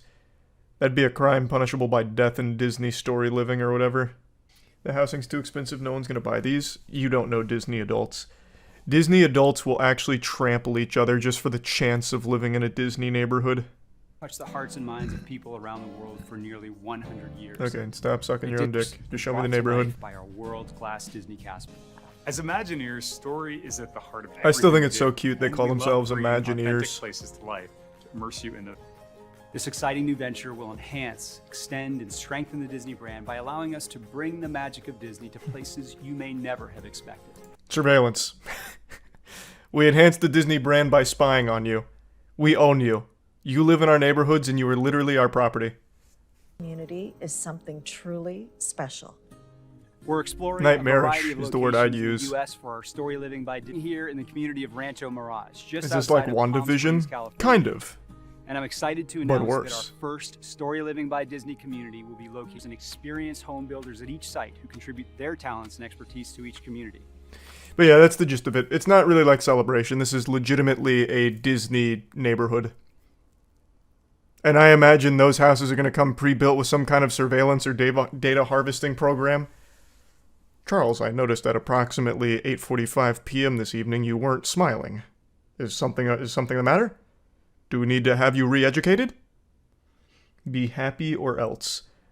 It's not even so much about be happy, it's more consume forever. Consume or else. Do we need to send the Imagine police to have a talk with you? Oh, the police won't be imaginary. Those aren't Imagineers in uniform, I'll tell you what. Disney's absolutely going to have like a paramilitary force. They are going to lock this shit down. You can get in, but not out. No, you can get out too the second you can't afford to live there anymore. Or if you make the mistake of trying to download a competing streaming service. Contraband at the Disney neighborhoods is going to be like smuggling in a DVD of like Boss Baby or something. An animation that's not Disney. Disney wants to own human souls themselves. At least the Disney adults will all be in one place so we can avoid them. I mean, yeah, it'd be kind of like a quarantine zone for like the most brainwashed Disney adults, I suppose. And actually, I do wonder if they'd even be allowed access to the rest of the internet. I really imagine this Disney neighborhood being complete lock and key.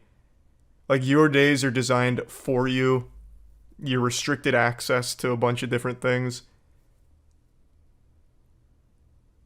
Yeah, it'd probably just be like an intranet for the neighborhood. Because, I mean, if they give you unrestricted access to the internet, you could be leaving a negative review about the housing situation. You could be saying less than favorable things, and they can't have that. You should go there when built. Man, fuck that. That'd be going to like a Scientology church. That's scary.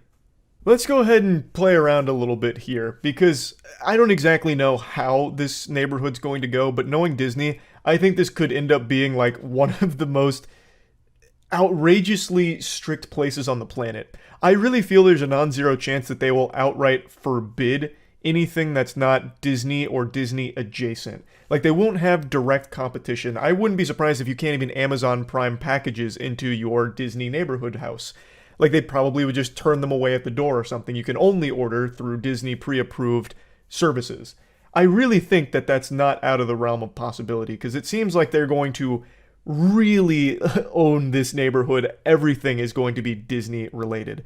Like I said, the cast members thing really throws me for a wild loop, because that just seems like actual simulation cult shit to a certain degree, where you will be monitored. Like, it seems like it's going to be constant surveillance from the cast members on their community. I also do think there's a non-zero chance that there will be some expectations on their residents as part of like an HOA agreement where they'll attend Disney events or Disney hosted celebrations within the community and shit like that in order to get them active in the community or something, and they'll probably spin it as like, you gotta really embrace the magic. You're living in the Disney neighborhood, damn it, so come to all of our events. Why are you here if you don't want to be? You know, get over here, come to the events, in order to try and get them on the hook to start spending more money on Disney-related shit and continue the brainwashing. If you're already living in the Disney neighborhood, if you paid to be there, you're already pretty brainwashed, but this is like another level. This is a completely different level where you are just completely submerged in Disney and Disney only, cut off from the rest of the world. Also, worth noting real quick, Disney has tried something similar before with a place called Celebration, which is like, it's pretty similar to what they're pitching here with Story Living by Disney, but it completely failed. Celebration completely failed. It was a disaster for them, and I think they no longer have Celebration as like a Disney thing anymore. I'm not entirely sure, it's all kind of messy, but it was a failure on Disney's part to do this in the past. But they're trying again. They're saying, you know what? What about Second Breakfast? That was so good, I want to try it a second time. And they're going with Story Living this time.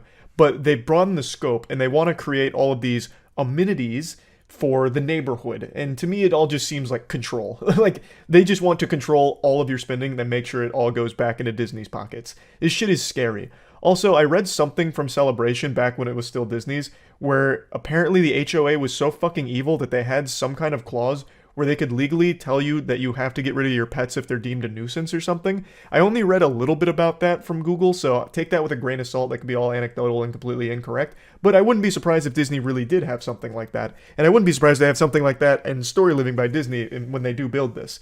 I really do think it'll probably be one of the most awful places to live, truly. Even as like a Disney adult, if you're a huge fan of Disney, I think living there would make you fucking hate Disney too. But yeah, anyway, I just want to talk about this a little bit. That's it. See ya. I want to start this video off by celebrating something important that's a little unrelated to the overall topic of the video, but one that calls for celebration. So let's pump our fists and wiggle our fingers together as we say rest in peace to James Corden's Late Late Show. That's right, it's finally over. We've survived the bubonic plague of bad television. James Corden's show is off the air officially, and I also love that now we have like some classified documents finally releasing that confirms what we all knew. That nobody fucking watched James Corden's show. It was a colossal flop. It was losing $20 million a year apparently before they finally decided to take it behind the barn and put it down for good, just execute it. There is nobody in the world that likes James Corden. I've said it for years now. He's like one of the only unifying things our planet has to offer. We all have our differences, but somewhere embedded deep in our DNA is this common ground of disliking James Corden. And for some reason, his shows existed for so fucking long now. It was always a mystery, and I thought maybe I was just boofing crazy pills and like he had huge fans, but clearly not. They were losing so much money on him, and now they finally decided to stop the bleeding. It's just such a breath of fresh air. Already the world looks more colorful and less gray now that the Late Late Show is dead and buried, just put 6 feet under in its coffin. No more carpool karaoke. I feel like the possibility for our species are limitless now. It's like in Gurren Lagann when humanity goes from living underground fucking cave-dwelling troglodytes to breaching into the surface world, and then they start evolving at a rapid rate. I feel like that's where we're at right now because carpool karaoke is no longer keeping us buried. You know, that was the single thing preventing us from reaching a Type 2 spacefaring civilization. It's so nice. Now let's get to the actual topic of today's video. Enough celebrating the end of the Late Late Show. I'm sure many of you have heard about this massive writers' strike that's going on right now, where the Writers Guild of America is protesting, so they've all stopped their work in the industry at the moment. There's a lot of reasons for it, but really the primary takeaways are they're not being fairly compensated for their work when it comes to streaming services. So right now they're paid a single fixed residual that aren't tied to viewer numbers and no additional payments that come through when the show shuffles between different streaming services. An example they give is one of the writers for Jane the Virgin is only receiving 1 to 2 cents for their residual checks, which is far from the norm or acceptable. And that's because streaming content has blown up recently, and for the industry itself, it's still pretty new. So they're not really getting the compensation that they should be, especially when compared to other aspects of the entertainment industry like normal movies or normal TV shows. So streaming is still in that weird gray area where they're getting face fucked when it comes to their compensation, and now they're protesting, looking for more appropriate compensation and fairer pay for it, which I think is totally reasonable. None of these shows happen without the writers. I understand the A-list actors and celebrities are always going to put asses into seats and make swamp-ass thrones as people are glued to it for these characters, but those characters are written by these writers, and without them, they'd be fucking flat and worthless. The effect of writers on the actual medium is severely overlooked by just normal viewers, I feel. I've seen real brain rot takes on this from Twitter about how the writers aren't even important to the shows to begin with, which is mind-boggling that we've reached a point where there's a lot of viewers that are unable to wrap their head around the entire show they watch is constructed by these writers. Without them, it doesn't exist, it doesn't happen, and it doesn't work. So it's super weird that people are trying to belittle their role in the industry and downplay their importance, even going as far as to call this whole strike a bunch of mumbo-jumbo, hocus-pocus nonsense and that they're entitled. It's so fucked up. Like, for some reason now people are taking up arms in order to protect billionaires in their right to exploit writers like this. I think it's fucking stupid. Like, again, the writers make the shows happen. It's not like your favorite actors that are in these shows go in there and fucking improv every single one of their lines. That's just not how it works. So yeah, I do agree that the writers deserve better pay, especially because streaming has blown up so much, and yet the pay for writers hasn't grown with it. This sector has exploded, yet for some reason the writers have been left behind when it comes to their compensation. So I think the strike is totally within their right to do. I think it's a good thing. And if you don't believe me that it's a good thing, how about I just show you some of the proof that's in the pudding right now? Get ready, because I'm about to give you a fucking enema of good news. This writer's strike has already been huge W's across the board for anybody with eyes, because since they're striking, a lot of terrible shows have had to go on hiatus, had to go dark. That includes every late night talk show, baby. Every single fucking one of these late night parasites have had to go off air because, of course, they don't write their own material. They're not like real comedians anymore. They don't make fucking jokes on their own. It's all fed to them by these writers. And now that they're striking, they have nothing. Thus, they've had to stop the programs. So no Jimmy Kimmel, no Jimmy Fallon. We're getting everything fucking purged right now and on break, and it feels so good to not have to have YouTube inundated with fucking god-awful late show talk clips. Oh my god, it feels amazing. So there's already a huge W there, already seeing some great stuff from the writer's strike, some good results. But if you want the best possible news from the writer's strike, you know what else is severely affected? Big Mouth. The worst show ever produced by human beings is currently getting hammered because of this writer's strike. It is unable to continue production as of the moment, and we can only pray, have our fingers crossed, that they will just shut down the upcoming season and call it quits. Just put the kibosh on the entire series, because Big Mouth fucking sucks. Just close your eyes and envision this utopia with me. No James Corden Late Late Show. No Big Mouth. That is a serene existence. That would actually unlock the full potential of our brains. It'd be like taking that pill from Limitless. We would fucking invent teleportation technology the next day. Now, even better news, even if Big Mouth does unfortunately continue, if we're cursed for another season of Big Mouth, it's the final season. So there won't be any after that, which, that's great news, but it's bittersweet because we could just not have that season air to begin with. So, regardless, though, Big Mouth on the horizon is soon to be finished, kaput, which is fantastic. I also forgot one other big one that's currently going dark. Another stinker. Saturday Night Live! Saturday Night Live is also affected by the writer's strike, so they're unable to currently continue as is. So just a lot of good W's all around here. Now, there is more to the purpose behind the strike. It wasn't all for the compensation. There is another component to this that I think it's worth mentioning here. They're also wanting to regulate AI when it comes to the industry. AI is also exploding, and it is evolving at an unbelievably fast rate, which is of course a legitimate concern here. AI is already fucking wild. It is frightening how good it's gotten in such a short period of time, and it's still very primitive. It is still very early on in this technology, so it's only going to get better and more refined. So what the Writers Guild is looking for here is some regulation where the AI can't be trained off of their works. Their works would be protected, so that way the AI can't be building models based around their scripts, can't be like generating scripts of their own based on their work, and also they can't really be using AI to go through and change some of their work or undermine it and shit like that. It's just looking for some level of protection for the writers. It doesn't seem like they're trying to completely outlaw it, make it illegal when it comes to AI in the writing room, or forbid it entirely, because AI can be used as a good tool for writers as well. It's just looking for some level of like regulation or just some openness to discuss how they can utilize AI in different ways there. At least that's how I understand it. I could be wrong, but it doesn't seem like they're just trying to get rid of it entirely from the writing process. So yeah, overall, wishing the best for the writers here with the strike. From what I can tell, it doesn't seem like the powerful suits out there are really responding at all to it in any meaningful capacity at the moment. It seems like the attitude's kind of just rub some fucking dirt in it, get over it kind of thing. But I guess we'll see how that goes when their biggest programs start to feel the effects of the strike, because the WGA is huge. They do a lot of writing. So I guess we'll see how everything plays out, but just want to talk about it a little bit. That's it. See ya.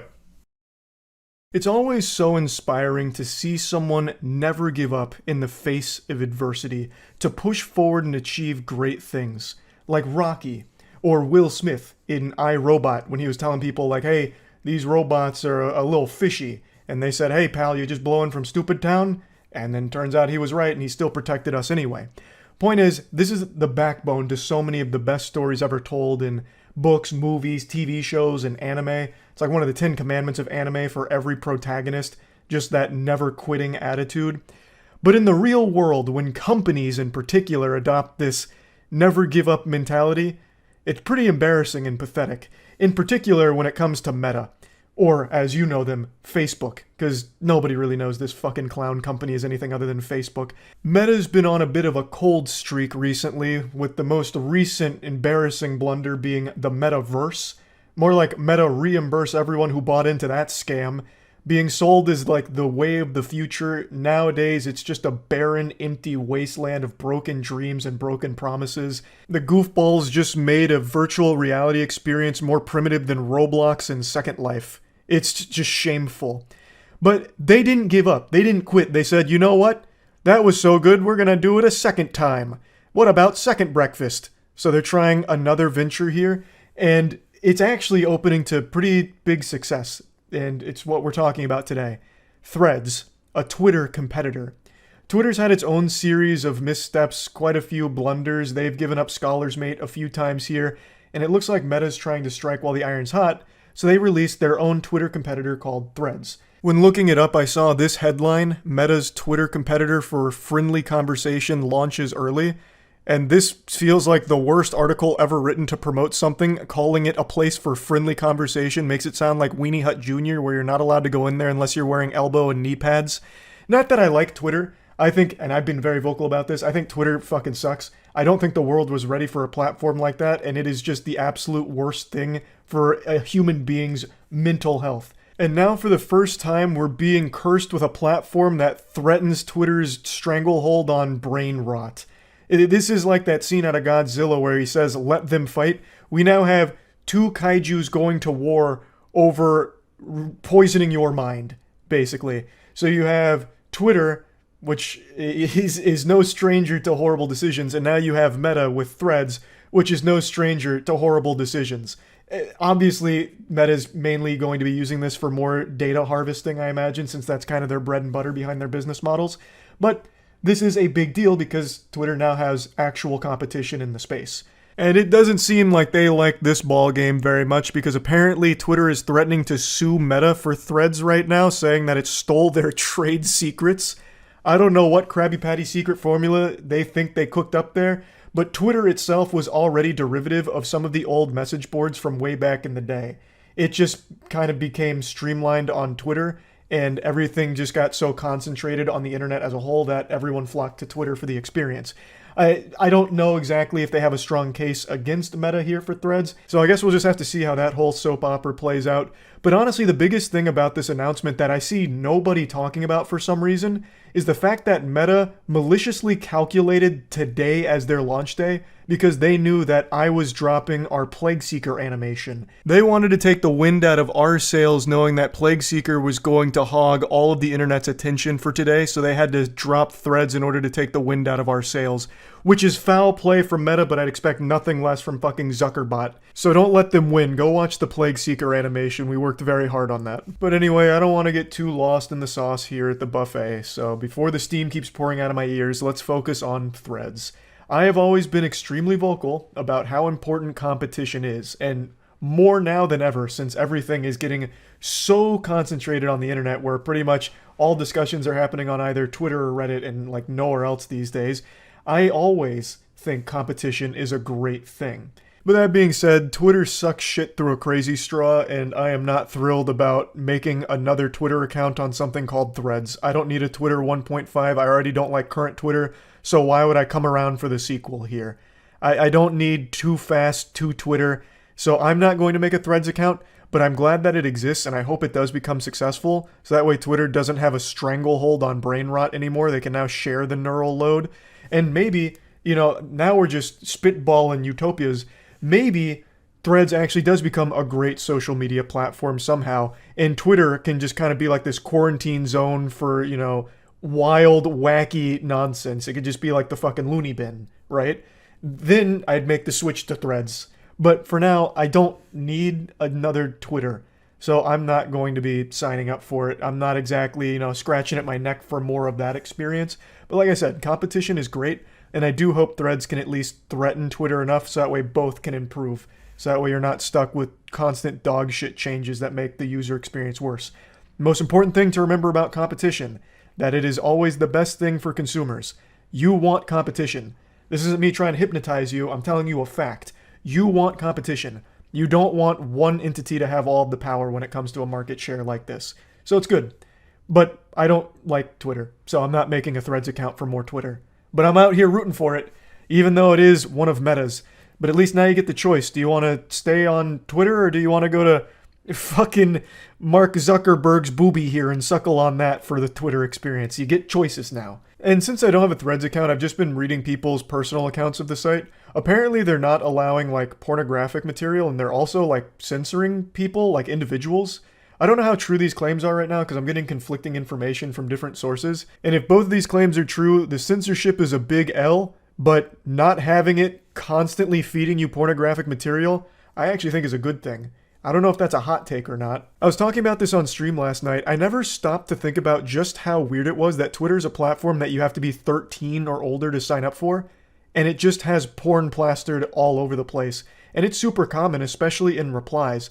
And this is a platform that is, again, 13, which is below the legal age for porn consumption, which is 18.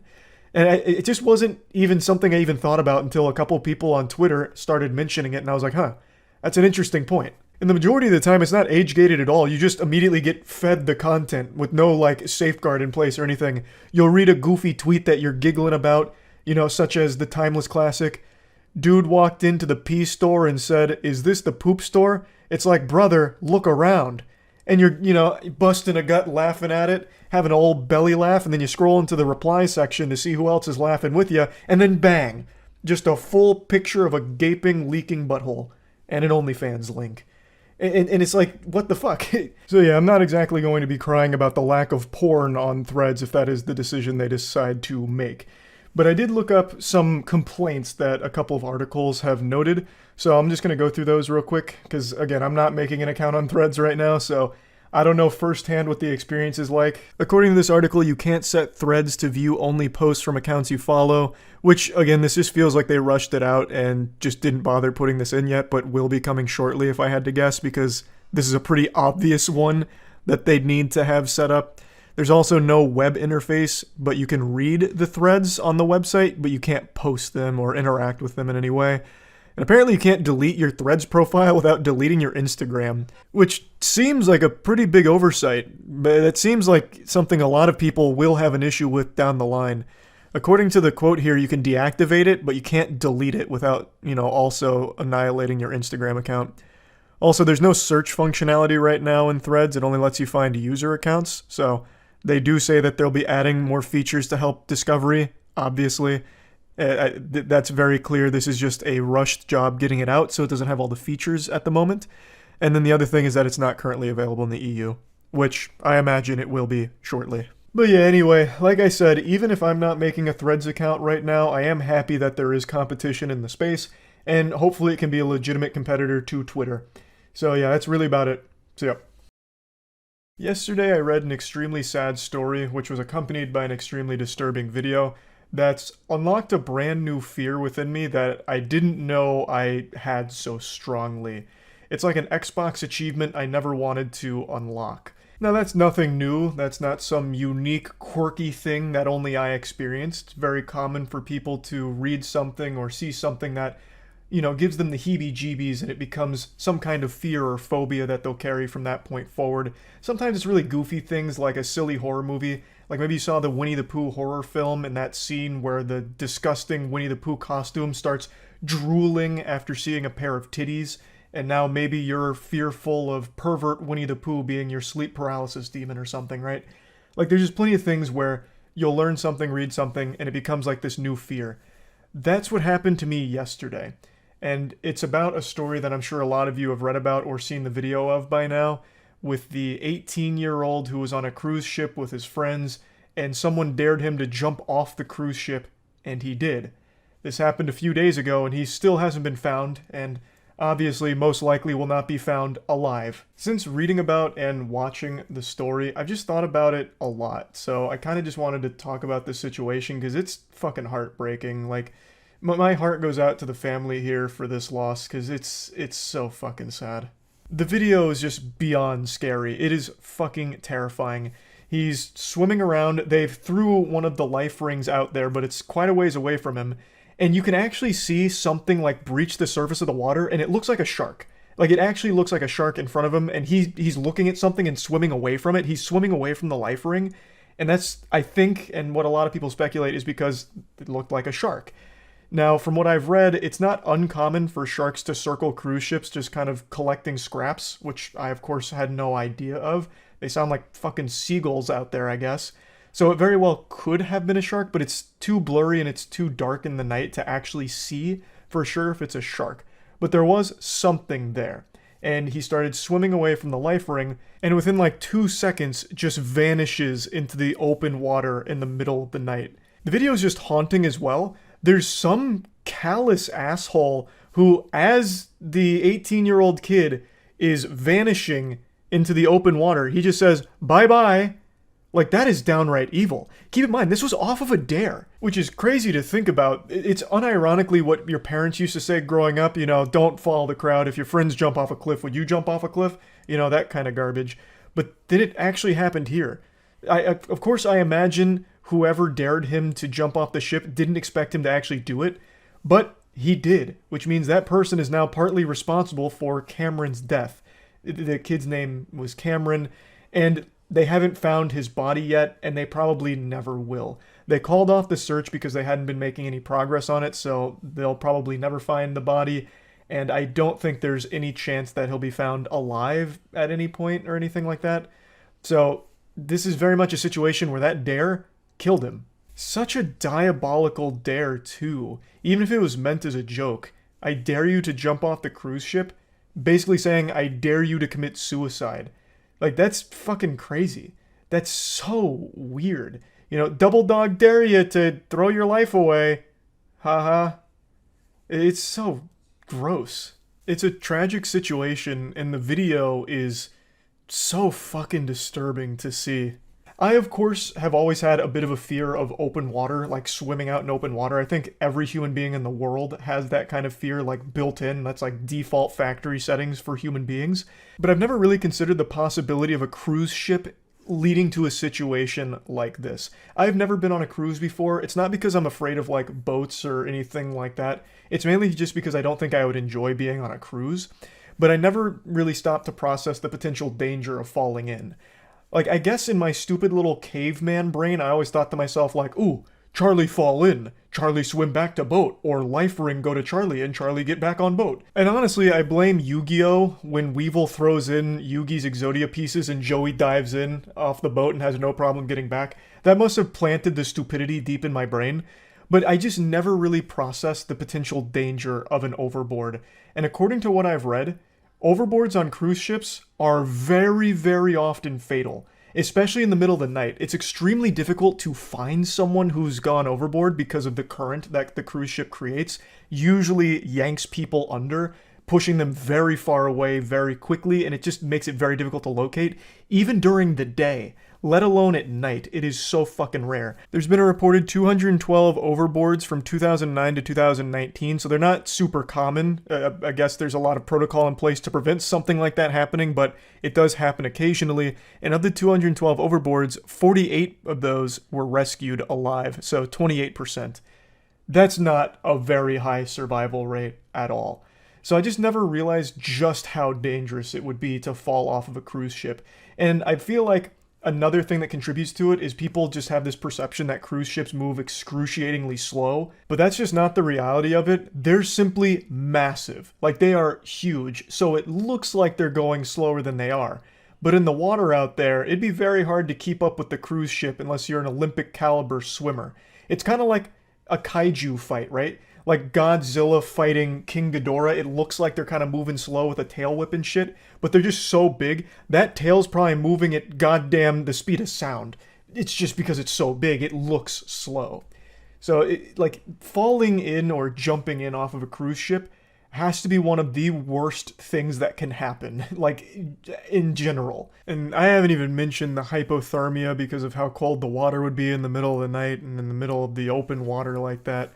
It is probably just the worst possible situation to find yourself in. It's heartbreaking. It's a super tragic story, and unironically, it has unlocked a massive new fear within me. Like, just picturing that whole series of events out there and then seeing that video. So yeah, I just kind of wanted to talk about this story a little bit, and yeah, that's about it. So yeah. Welcome to the splash zone. I'm just going to cannonball into the pool right away here because this story's got me heated. I am boiling right now. On YouTube, there is one unforgivable sin, an unwritten rule that every creator and user is aware of. It's kind of like a treaty, a truce that we've all shaken hands on and accept because it is inexcusable, slimy, and anytime someone tries to take a bite of the forbidden fruit, they rightfully get their cheeks disciplined, a very firm spanking from the whole community, and most of the time they end up pretty much losing their career from it, from their own self-destructive narcissism and greed. That is false copyright strikes. And unfortunately, that's what we're talking about today. A big YouTube channel named Magnates Media is facing termination because he received 3 fraudulent copyright strikes from another YouTube channel named Business Casual, aka Alex Edson. Now, Alex Edson is a special fucking malicious goofball. You see, this guy didn't even build the Business Casual channel from scratch or anything. He bought it when it was already extremely popular. So he didn't even put the fucking work in, which is an absolute goober move off rip, but you've probably heard of this channel recently because he had a viral video talking about why he's suing YouTube. And while there is some compelling points and evidence, there's also a bunch of dirty barnacles in here as well, with some shady claims and some claims that were just absolutely wrong, like provably false. But overall, like, the video did have a lot to it, which is why it was so popular, and it was well put together, it was high production, and made some good points and some not so great points. But overall, it was kind of odd. And a couple YouTubers actually pointed out a lot of it. In fact, Upper Echelon made 3 videos kind of covering all of it, which I think make very good points. Overall, the whole thing was odd, if nothing else. And now Alex is back from the septic tanks, he's risen from the sewers like the Teenage Mutant Ninja Turtles, and he's bringing bad news. He's striking down Magnates Media with what I and anyone with a functioning cerebral cortex will classify as blatant abuse of the copyright systems. So, he's issued 3 strikes to Magnates Media, which sets his channel up for termination in the coming days. He's already received a notice that his channel will be taken down because of these strikes from Business Casual. Let me just lay down the brass tacks here with the level of lunacy we're dealing with these claims. So, Business Casual is basically taking away Magnates Media's entire livelihood because he believes that some of his content looked similar to his based on an editing technique called parallax editing. So he struck him 3 times for 3 separate videos. The total content time of those 3 videos is over an hour and a half long. And of those 3 videos, in total, 10 seconds, roughly 10 seconds worth of footage, Alex is saying belonged to him. So in one of the videos, it is actually just a single image that lasts for like 3 seconds, and he's saying that he stole it directly from his video because the parallax editing technique was a dead giveaway. But Magnates Media has proven beyond a shadow of doubt that not only is that image a public domain image, because they were covering a similar topic, so of course they're going to have similar images because it's a fucking public domain image. So he proved it's a public domain image and that the parallax editing technique was done by his editor. And he has like a 16-minute video showcasing his editor doing the editing on that photo to prove he didn't take it from Business Casual. And they don't even look similar in any of these cases, but this is how outrageous Alex Edson's claims are. In total, about 10 seconds he has a problem with, saying that it looks similar to his work, thus it must have been stolen, and he has a right to terminate this channel. And Magnates Media channel will be terminated because of these 3 strikes as of right now. He's already received the notice that it's coming. It's right around the corner. That is fucking frightening and just downright evil from Business Casual. Upper Echelon made an incredible video going over this entire subject from top to bottom, inside and out. I highly recommend checking out that video. I'm going to put a link to it in the description. He does an amazing job breaking it all down thoroughly, as well as some other incredibly fucked up things Alex has done. If you read the other provisions of the DMCA Safe Harbor, Section 512, it's clear that Congress did not want parties to have to sue to enforce their rights. So while it may be that the system could be gamed on the other side, that's how Congress intended it to be. End quote. That right there is Business Casual arguing that simply because he filed some strikes, it therefore means that YouTube needs to terminate the entire channel without him proving anything in a court of law. That's what we just read, and that appears to be precisely what he's doing now to a channel named Magnates Media. What he was reading there comes from a completely different case, but just hearing that is beyond alarming. That is fucking chaos. That is the opening of Pandora's box in the worst way imaginable. So Alex Edson is an actual villain, and what he's doing here is completely unjustifiable. This is beyond fucking tragic. There's absolutely no argument he nor anyone could make on his behalf that would justify him taking down an entire channel, ruining the entire career and livelihood of that creator based on similarity of public domain images. Now, they made videos on similar topics, obviously. They did do that, but there's nothing wrong with that. It's not like Alex owns that whole topic or anything. And Alex even made a bold claim that Magnates Media stole his scripts from his videos, which is so laughably delusional.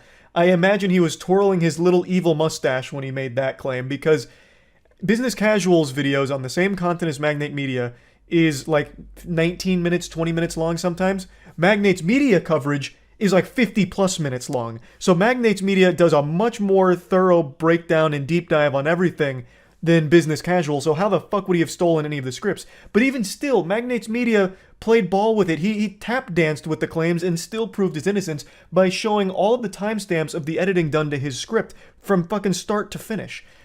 Alex tried to claim that he stole his scripts and plugged it into ChatGPT to generate a somewhat different script while still maintaining his video's DNA.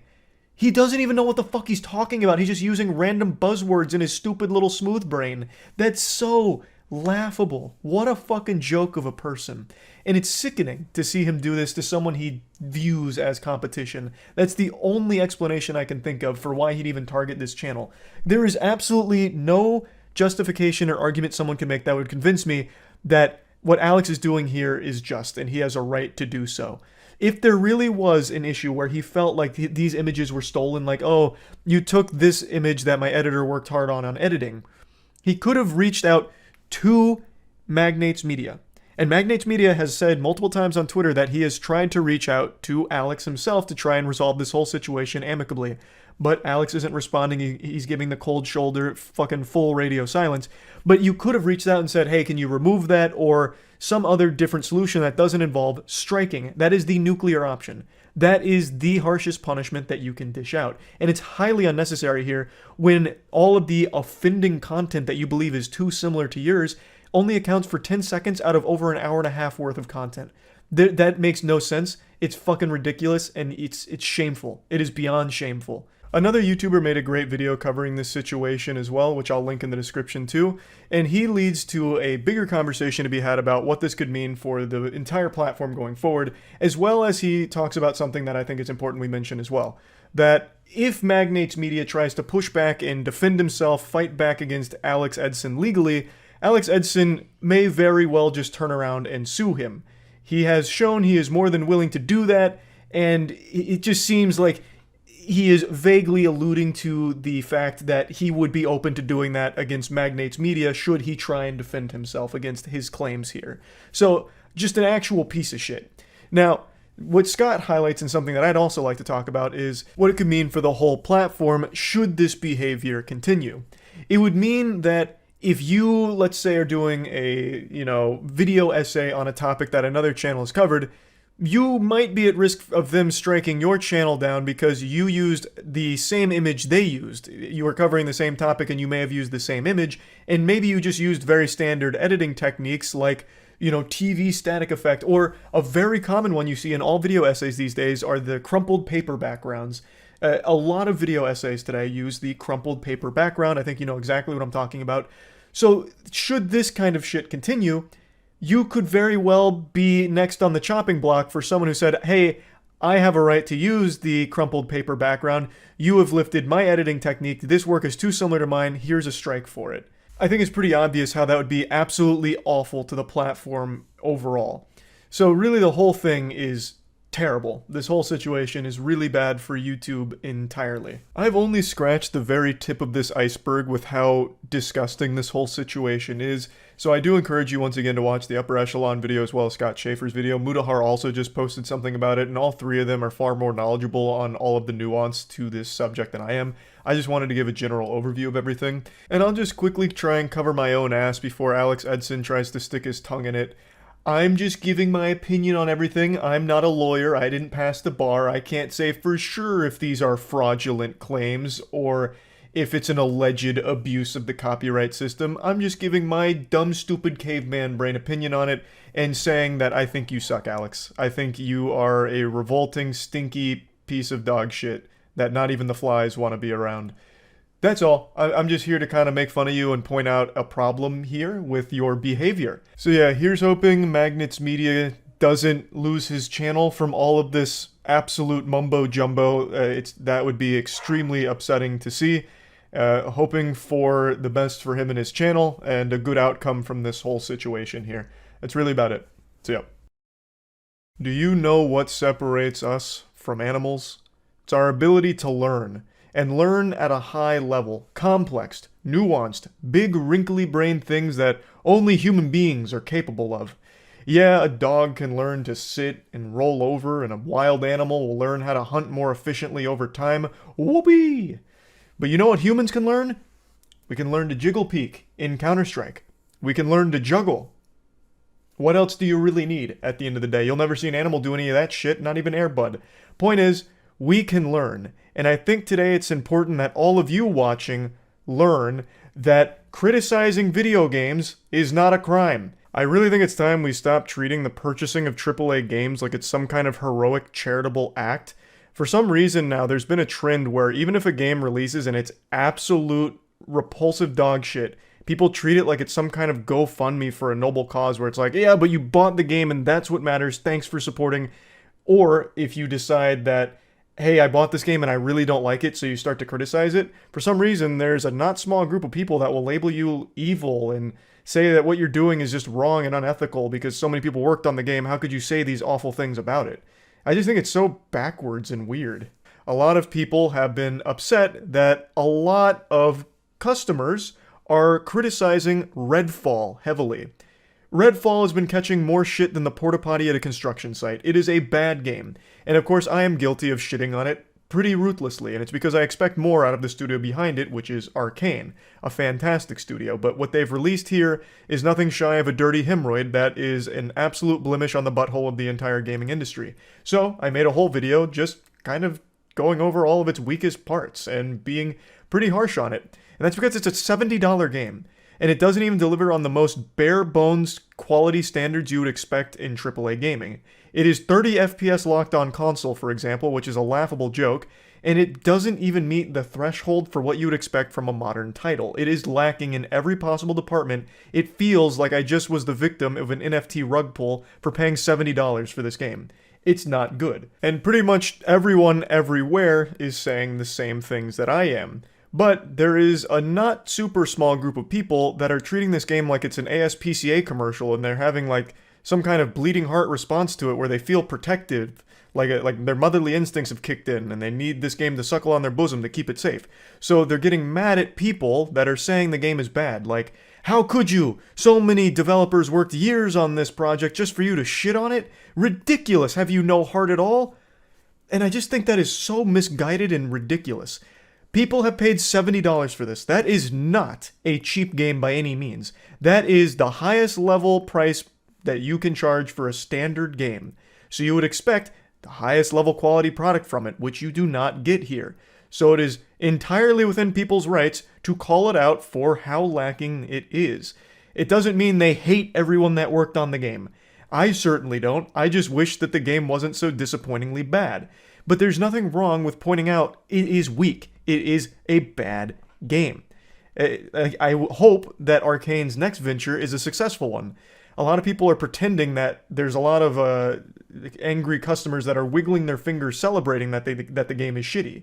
which I haven't seen. I don't know why anyone would celebrate a game being shitty after they've wasted $70 on it. I'm certainly not happy that I spent $70 on a stinker. I would have much preferred that it was a fun game that I really got into, but I didn't. Somewhere in the deep multiverse right now, there is a Charles White that is playing the fuck out of Redfall, and it's a Game of the Year contender because it was an amazing product.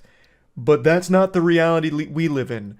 We got a little Weenie Hut Jr. Happy Meal shovelware game with Redfall, and they charge 70 doubloons for it, which sucks.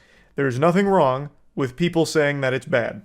So stop labeling people with these harsh, mean labels because they insulted the game. I don't see a lot of celebration that the game is bad. That wouldn't make any sense. No one likes wasting money.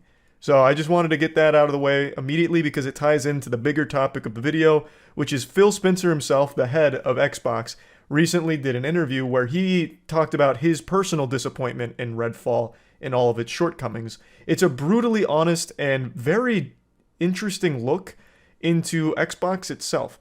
So I want to dive into all of it because he gets into more than just Redfall. He gets into Xbox in general and how it's like really not even a competitor in the console wars, which was shocking to see him say that out loud because there's still so much copium from people that swear by Xbox, you know, consumer warriors that will fight tooth and nail for their favorite billion-dollar company. They still believe Xbox is a very worthwhile console, even though there's no real exclusives, no real reason to own it. I'm not here to really get into the weeds of it, but it's something Phil Spencer also recognizes. Yeah, you know what, I will get into it real quick. Xbox has a laughable catalog of games.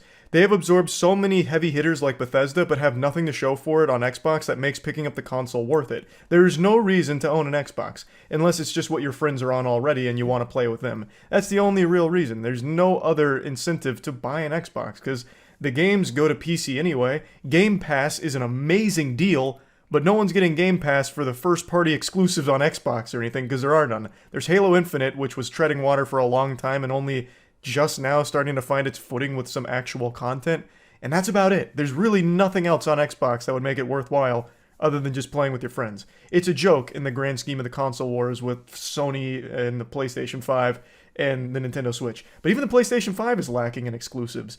It's just...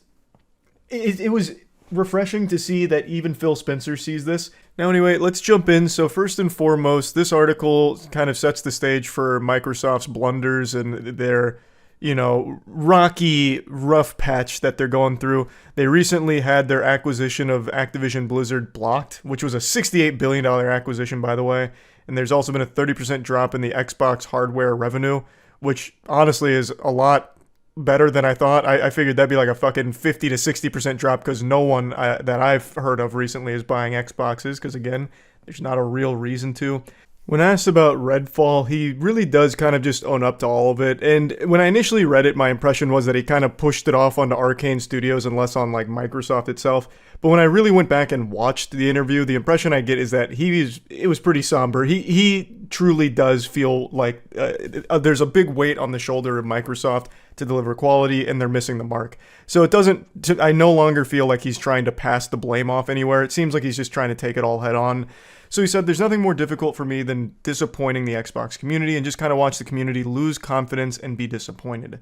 Disappointed, I'm upset with myself. I kind of revisit our process. I think back to the announcement of 60 frames per second, then we weren't shipping 60 frames per second. That was our punch in the chin, rightfully, a couple weeks ago. This is him talking about how Redfall isn't even 60 frames on Xbox. Again, a fucking joke. But they are committed to getting it there eventually, though I think it's inexcusable to release the game knowing that it's not 60 frames or even at the most baseline quality you'd expect for $70. He then goes on to sing the praises of the studio behind Redfall, Arcane, which is a studio I also like, and their pedigree really does speak for itself. They've made banger after banger, and now they haven't. I also wasn't a huge fan of Deathloop either, but at least the game had ambition and it did have interesting ideas. I just don't think it was executed super well. But now, I think Redfall, there is no way of explaining anything about it that could have even been remotely construed as good or well put together. He also said something that I found particularly interesting. He said, "We do mock reviews for every game that we launch, and this is double digits lower than where we thought we would be with this game through those." That's one of the disappointing things. We would never strive to launch a game that we thought was going to review in the low 60s. It's not part of our goals. This game does not deserve to be in the low 60s. It shouldn't even be cracking the mid 40s. It is not a good game by any metric at all. The only reason why it even might be even flirting with the low 60s is because people feel so bad for it and are remembering the good old days of Arcane and don't want to accept that this is a bad game and there's nothing wrong with calling it out for being such. In fact, I would argue that it's actually healthier for the developers so they can see where to improve and what not to do again. But yeah, anyway, what I found interesting though is the mock reviews. What fucking benefit is there to doing mock reviews if the reviews come from internal teams? Obviously, they're not going to go hog wild and say everything, you know, super bold. They're not going to be mean or aggressive with it, whereas in the gaming space, people aren't pulling punches. People are going to be brutally honest. So I really feel like mock reviews are kind of worthless. There's got to be a better system in place, and I think Phil does take notice of that. I think this has been a wake-up call for that whole process. But I just don't understand why they would have ever been under the impression that doing mock reviews with internal teams is somehow going to be helpful and a good metric of where reviews might end up in the real world. Because again, no one's going to be being that honest with their boss and their peers. No, it's just not going to happen. Everyone's going to try and sugarcoat things and be as gentle as possible, caress their cheeks a little bit, butter them up. They're not going to really give you the nitty-gritty, tough-to-swallow pills about the product. This next part is where things get very wild, so he said that we're not in the business of out-consoling Sony or out-consoling Nintendo.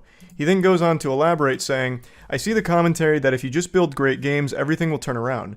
It's just not true that if we go off and build great games, all of a sudden you're going to see console share shift in some dramatic way. We lost the worst generation to lose in the Xbox One generation, where everybody built their digital library of games.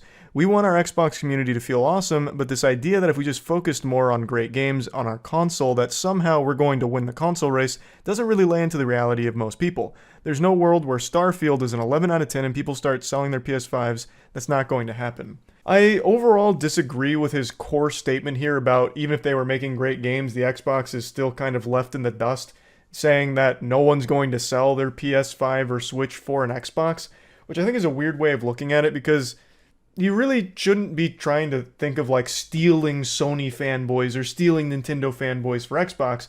You can be a fan of Sony, Nintendo, and Xbox. Like, you could just be someone who enjoys good games, and each console offers good games.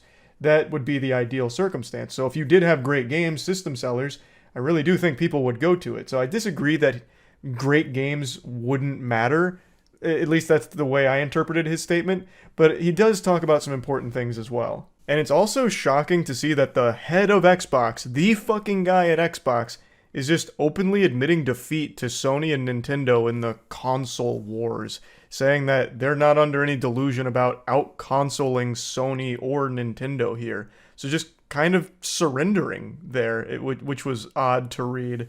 But Phil Spencer calls a very important attention to the last generation of consoles where Xbox was not even a player, not even in the conversation. People probably didn't even realize Xbox One existed because it was such a fucking piece of shit.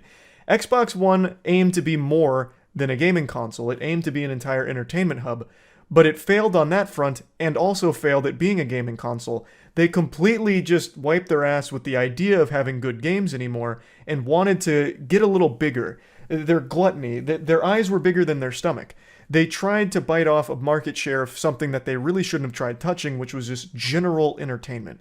They needed to focus on gaming, which is what made the Xbox 360 so special, because the 360 had an unbelievably stacked catalog of games. 360 fucking went wild with how many games and how many great games it offered, and then you went to the next generation, and the Xbox One had fucking nothing. Actually nothing. And the PlayStation 4 went really hard on getting these very strong titles for their platform. And of course, Nintendo always has incredible exclusives, so they also went hard, and Xbox floundered. And they completely lost that generation, and Phil Spencer recognizes the severity of that because it got people off of Xbox and made them Sony customers or Nintendo customers, and people just kind of forgot about Xbox even making games, and it was really hard to try and claw that back. So now, with the Series X and everything, they tried to make these big strides of acquiring so much talent in the gaming space, acquiring very well-respected studios, getting fucking Bethesda, of all things, under their umbrella to try and really pump up their catalog of games because they recognize what a disaster it was to abandon that. But they're playing catch up and they're not really making ground right now. The best thing Xbox has done is Game Pass. But it's also not exclusive to Xbox because you can access it on PC as well, which is usually just a better experience, like in the case of Redfall. You get 60 FPS on PC, you don't get 60 FPS on Xbox. So why the fuck would you even use Game Pass on Xbox for something like that? You wouldn't. You'd use it on PC. So they're just having a really hard time of getting strong titles and making it a good catalog that makes people want to get the Xbox Series X. But Phil Spencer says that even if they did have an incredible catalog of games, no one's switching at this point, which I just wholeheartedly disagree with. I feel like if Xbox did have an incredibly stacked catalog like the 360 did, people would be more than open to checking out the Series X. They would be more than open to considering getting the Xbox and playing those games. That's just the way it works. No one is playing the Nintendo Switch for third-party games. No one's getting the Switch so that way they can play fucking Elden Ring or anything. It's not happening. The Switch can barely run mobile games. The reason people have the Switch is because their catalog of exclusives, their first-party games, are so good, so people get the Switch for that and nothing else. So if the Xbox had incredible games, just like the Switch does, that are exclusive to the Xbox, I don't see why people wouldn't get it for it. Again, I think the Switch is the perfect case study here. That is an outdated, archaic piece of hardware. It fucking sucks when it comes to its technical aspect. But no one cares because the games on it slap. The first-party games, rather, and nothing else, not third-party games. I would be shocked if anyone ever played a third-party game on the Switch on their own volition. They're only getting it for the first-party games. So if the Xbox, which does have great specs, if they had good games on there, I really don't see why people would just be like, ooh, yucky, I'm not getting an Xbox, even for those incredible games. I feel like they'd be more than willing to. So yeah, unfortunately that's not where we're at right now. Xbox is just printing things that no one wants. Fucking Binky Moose Knuckles, Grand Adventure, Redfall. Like, no one's going to be getting an Xbox for any of that at all. It just becomes completely worthless. But if they turn it around and start making great games, I don't see why they couldn't at least make themselves less of a joke in the console wars or the general gaming space. So yeah, I just want to talk about this because I actually really appreciated Phil Spencer's honesty here with everything and how willing he was to be open with all of it, because I imagine as the head of Xbox, that's a really hard thing to just take on the chin. Just come as the fucking face of this company, which gets spit on a lot because it's not doing super hot against the other consoles or anything, and the games haven't been great. And just come forward and just be really open and honest with it. That takes a lot of guts. So I applaud him for that. I appreciate the insight, and I really am hoping for a turnaround for Xbox. I would love to dust mine off and have a reason to play it, but right now, I don't. But hopefully in the future there will be. So I just kind of wanted to go over all of this. That's about it. See ya. I remember the days when I was a young, naive little gremlin, still believing in things like the tooth fairy and the boogeyman and chocolate milk coming from brown cows. Which, by the way, according to a survey conducted by the U.S. Dairy Innovation Center, about 7% of Americans still believe that chocolate milk comes from brown cows, which comes out to about 16.4 million Americans believing that. Of course, take that information with a grain of salt. I don't know how that data was collected, but I certainly wouldn't be surprised if it's accurate. Go on the platform formerly known as Twitter for more than 5 minutes, and you'll realize that we have truly entered the stupid dimension. We are all citizens of Doofusville, and we're only getting more and more new neighbors coming in here. But what's causing all of this? It's like the Space Jam basketballs out there sapping away all of our intelligence. There's an idiot virus spreading, and it's infecting the minds of so many. Where's it coming from? I'll tell you, goddammit. It's the darn internet, the cyberspace. They tried to warn us about Y2K, but we didn't listen. While it may not have been the end of the world, it was the end of all rational thought. What I want to talk about today is a story involving an 11-year-old who followed a YouTube fake kidnapping challenge prank and got herself arrested. And this is a very serious offense. It's a fucking felony that this child believed was just a good, fun prank because they watched it on YouTube. So I want to talk about that story and then expand the scope a little bit bigger to, internet trends and internet content genres that are legitimately just poisoning people's minds and setting them up for failure for the rest of their life. Since kids have unfiltered access to the internet because most parents don't want to do their job of being a parent anymore, they just put that responsibility on the internet to raise their kids. The onus of raising a child is now on the internet to make sure that it's perfectly curated so a kid can just endlessly scroll through the iPad while their parents do something else and they expect the kid to grow up to be some successful, well-adjusted person, which I don't think is going to be the case. Which is just a sad situation all around. I don't even blame the kids. It's not their fault that their parents are absent and just sitting them in front of a screen for hours upon hours every day. But anyway, let me go ahead and get into the actual story here, and then we'll dive in a bit more. The 11-year-old girl in this police body cam video is in a whole lot of trouble. She made a fake phone call to 911 saying her friend had been kidnapped. She later told cops she thought it would be funny. Well, they didn't laugh, admonishing her to never do this again. The classic fake kidnapping prank. I can't believe the cops weren't laughing. Humorless, I tell you. Soulless, in fact. So, the fake kidnapping prank is a timeless classic on the internet. YouTube pranksters have been letting that one rip for many years now. For those that don't know, if the name wasn't a dead giveaway, you fake a kidnapping. Now, what a lot of kids don't realize is those pranksters that are doing that are faking the fake kidnapping. Everyone's usually in on it. The whole prank is fake. Most pranks online on TikTok and YouTube are faked for views, but children don't know that. Kids will believe pretty much anything they see or are told by someone that's older than them. You know, like St. Nicholas wiggling his ass down the chimney to deliver presents, you know? Like, kids aren't thinking that hard about what they're consuming online. So when they see a prank like that, they think that it's real and just like a good ha-ha, you know, side-splitting comedy thing, so this 11-year-old saw it and thought it would be a fun prank to do on their own. She's accused of faking a kidnapping. I'm not gonna do this again. She thought it was funny and it was a joke and she couldn't get in trouble for it. Police say the girl texted 911 to say that her friend had been abducted by a stranger in a white van. Obviously, upon receiving texts about a kidnapping, the department responded, and it was all a complete fabrication. It was all a fib, a lie, a ruse, which is really detrimental to like the entire community there because it's wasting valuable resources from the department. Should an actual emergency come through and they already have like fucking 20 patrol cars deep looking for this kidnapping victim that doesn't exist, you've got yourself a problem. Now people that are in desperate need of help might not get it because the department's already occupied taking care of this fake situation. It's something you just don't fuck with, really.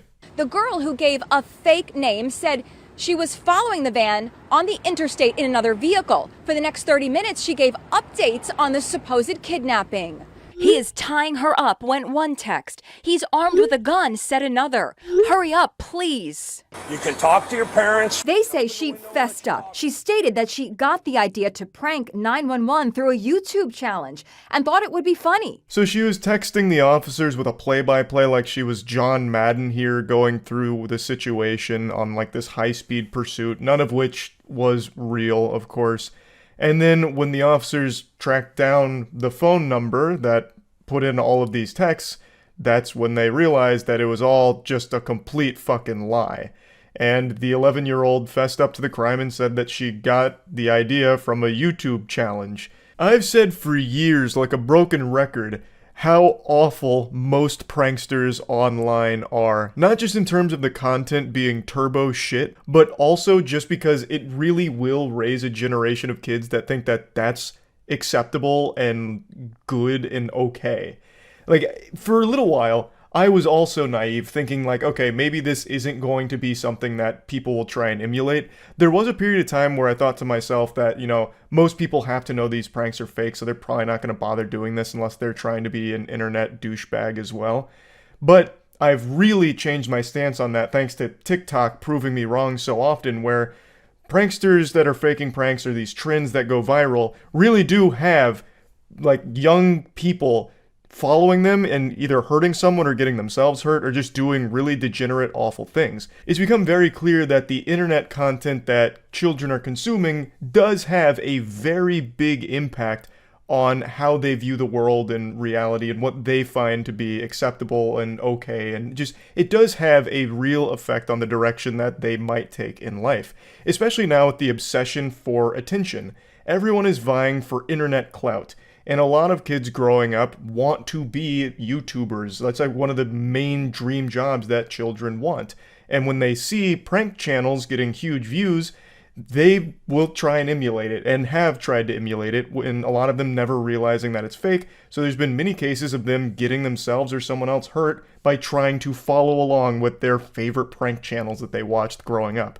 It's just an awful fucking cycle. I understand every internet prankster isn't a terrible person doing horrible things. I know this isn't every internet prankster, but you are eating some cinnamon toast cope if you don't think it's the majority of them. The vast majority of internet pranksters are like the orb of confusion from SpongeBob. When SpongeBob flips that bitch on and it just makes everyone around them dumber, that's most internet pranksters. Just this presence that makes everyone dumber for just even being exposed to it. Her father was really upset. You're going to take this as a lesson at 11 years old that if you do something stupid in the future, you're going to enjoy those cuffs. I'm not going to do this again. Volusia County Sheriff Mike Chitwood. We had a massive police response. What happens if we crash into somebody and somebody loses their life? The dad seems to really understand the gravity of the situation. He's not making any excuses for the behavior, at least not in this very short clip here. But he is right. This will be a lesson. And actually, I've mentioned this on stream before. This is a lesson I also learned when I was young, but not because of any prankster or any challenge that I followed when I was a kid. There was a point where we went to a pool for a field trip and there was a payphone nearby, and we were just doing like fake calls to our friends and saying silly things. It was all make-believe. But what I didn't realize is 911's free on a payphone, so I dialed 911 and immediately started going into like silly things and making claims about the pool being like haunted or on fire or something. And they did show up. And boy, let me tell you, I felt fucking horrible. That was... My jaw has never hit the floor harder than when the police actually showed up with a fire truck. That was a huge lesson to me. I didn't mean to dial a false report, and I certainly would have never done that on purpose or some kind of joke. I was dumb and had no idea that 911 was a free call. Point is, the dad is right. This will serve as an invaluable lesson, I imagine, and hopefully she'll never do any kind of shit like this again, and hopefully anyone else that sees this story will realize that it's just completely unacceptable and that pranks shouldn't just be, you know, taken at face value and followed along with at home. The child was charged with making a false police report, which is a felony, and misuse of 911. That's a misdemeanor. So it does actually sound like they are charging her with a felony and misdemeanor for this situation here. So this is a very big deal. That's a lot of trouble to get in over a YouTube challenge. Now, interestingly enough, this isn't the only fake kidnapping that happened even just over the last 2 weeks. A massive case of a fake kidnapping. I talked about it on stream, but I haven't talked about it in a video. I was waiting for like the whole thing to kind of wrap up, but I'll just go ahead and mention it here because it's very much in line with what happened with this. There's a woman named Carly Russell who led police on a wild goose chase about a kidnapping that never happened. She stated that she saw a toddler on like the side of the interstate and then like pulled over to try and, you know, help save the toddler, and then ended up getting kidnapped for a couple days. And it turned out to be all just complete baloney, just absolute horseradish. Nothing about it was true. She even admitted it was all a lie, but she hasn't been charged yet. So I'm wondering when those charges are going to come, especially now since the precedent is being set that any kind of like false reports, especially something that requires a massive department response like a fucking kidnapping, is going to be a, you know, no punches pulled kind of situation. Like they're charging the 11-year-old here, so I imagine she's also going to get charges as well. It's just a matter of time. But this is just a fucking crazy situation we're in, where so often now these YouTube challenges and pranks and trends are getting people hurt, killed, or ruining their lives. It's fucking sad. So yeah, I just kind of wanted to talk about that a little bit. That's it. See ya. Why can't I get this timing even a little bit? Like this one feels good, but it's too late.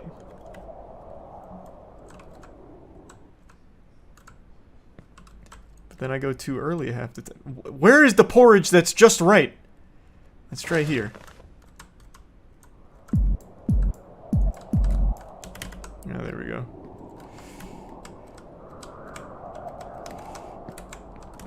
You still doing Cork off Perfect Waifu? No, I'm retiring Cork entirely. Perfect Waifu, we still go Pirate Hat. Education breeds confidence. Confidence breeds hope. Hope. Whoa, that's never happened. That was sad. That's probably never happened in the history of running this game. Let's see how the first waifu launch of the night goes.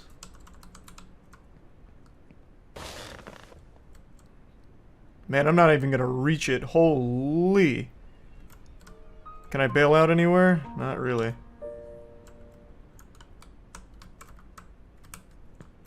Oh.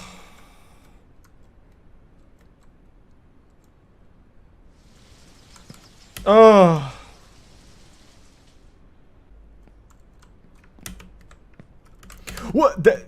What is happening? Did this game get like a hotfix tonight? Why is he not grabbing that anymore? That's 2 times tonight, and that's never happened before until tonight. What is going on? He is straight up refusing to grab that. When I've never had that issue. What? What is going on?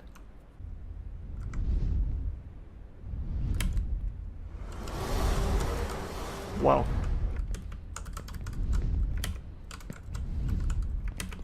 Actually perfect.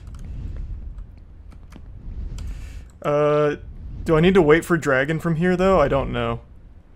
I will just to be safe. I don't know if I need to or not. I've actually never hit that. Because he goes around, and I'm not doing the speedrun route, so I think he hits me if I go for it. Yeah, he definitely would have. Because I'm just going to do normal route since I haven't practiced this, and I think I actually might still be able to sub hour.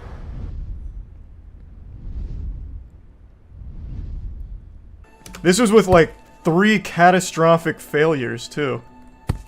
And it's actually still in the cards potentially.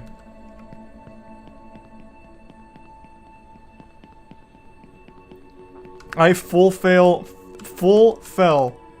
3 times. Oh shit, I don't make that. Yes I do. Cause I'm fucking clutch. This might be a little tough though. Nope.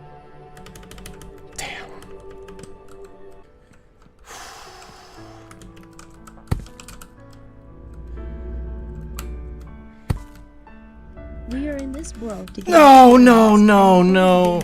Fuck. I got the last little dinky hitbox on that.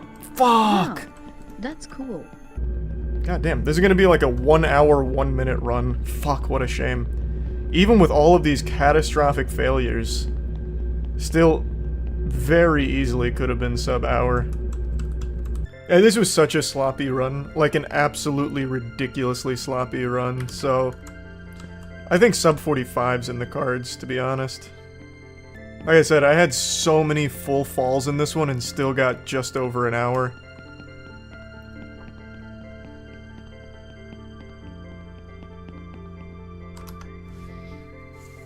We take that. First run was 2 hours, 54 minutes. Second run is an hour.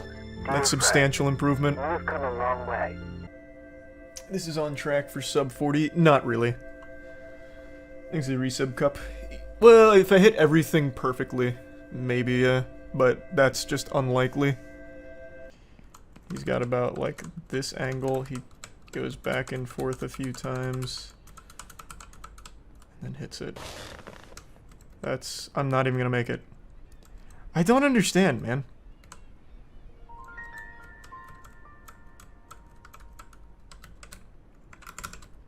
Ugh.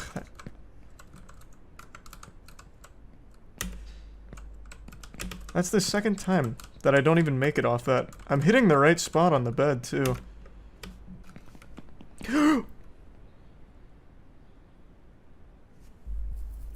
1057. Just remember that. We'll add it to whatever this is. When I put my fingers back on the keyboard after stretching, I accidentally hit the timer pause key. Just add 11 minutes to whatever I finish this with. So legitimately this was a sub 13 Earth, which is actually, I think, my best time. I got every single trick first try. Yeah. Yeah. Oh, just climb it! You little asshole! Alright. God, this pace is actually so fucking good too. It is a shame that it's sullied a bit by me accidentally restarting timer. Just add 11 minutes to what are you doing? Climb it! Just add 11 minutes. This is by far my cleanest run here though. That is a 1530 Jesus hand.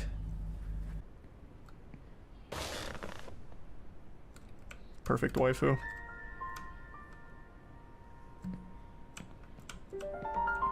This run is so nasty. This is a sub 20.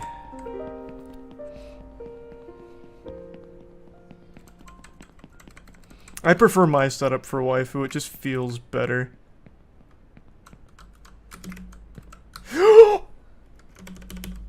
What just happened? What hitbox did I land on there? Huh? I jumped and then hit something on the way down. What? Oh.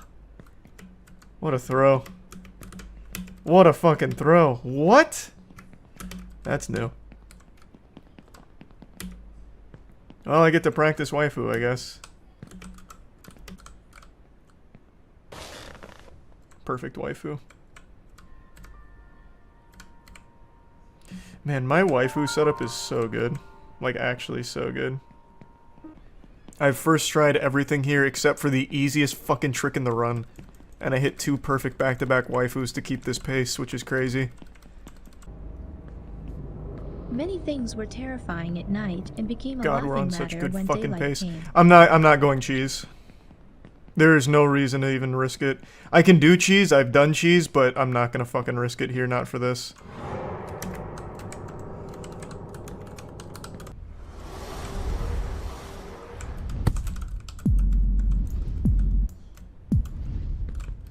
Oh, tragic.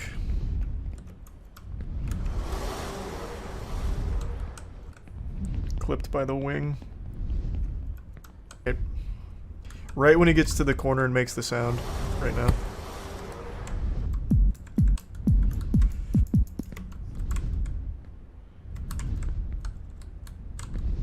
Yep, I think that's gonna be the strat. Then I get over his wing hitbox. Sub 4. Whoa! What? Wait, that's never happened! Wait, what?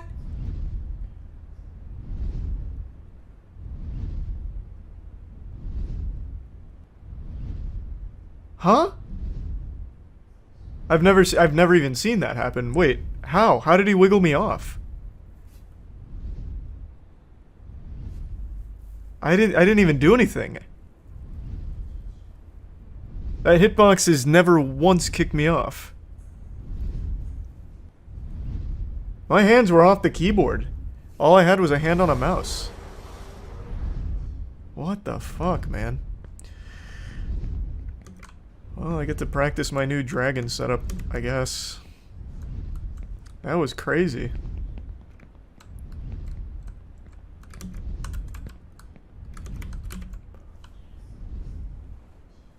Whoa! What is going on?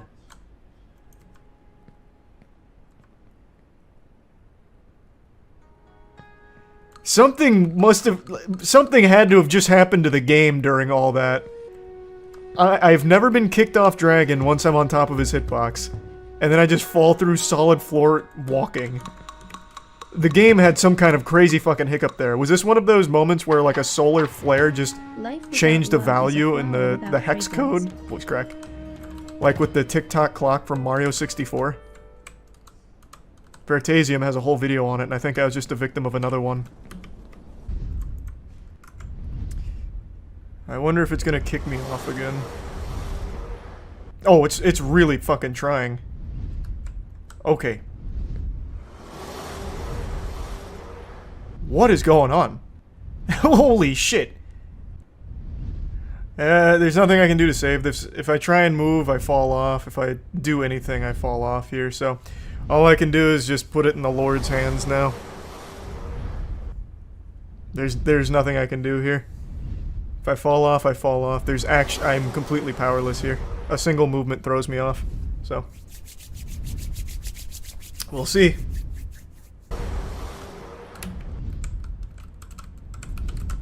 Oh my god, that was clean. Holy shit, that was so clean. I still think I have to wait for Dragon to go around or I'm gonna get clipped. I still think I have to. Or I can try the speedrun route. Which is this, which I know I won't get hit in. Oh my god, I'm not doing that ever again. I almost fell. If I still sub-hour after all, like, this cacophony of disaster and sadness, I will be elated. And a little disappointed that this is my sub-hour, if it is.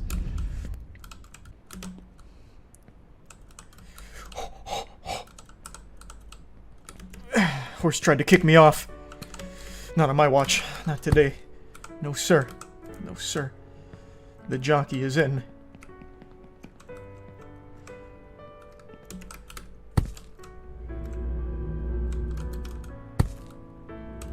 We are in this world to gain experience, and in order to gain experience, we need to move forward. So the meaning of life is in life itself. Well... Yeah, I'm smelling something real stinky. Yeah. Woo!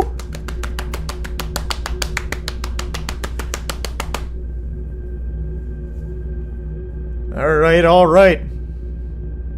No, timer's wrong. Right now we're at 51:52. Well, a little less than that, like...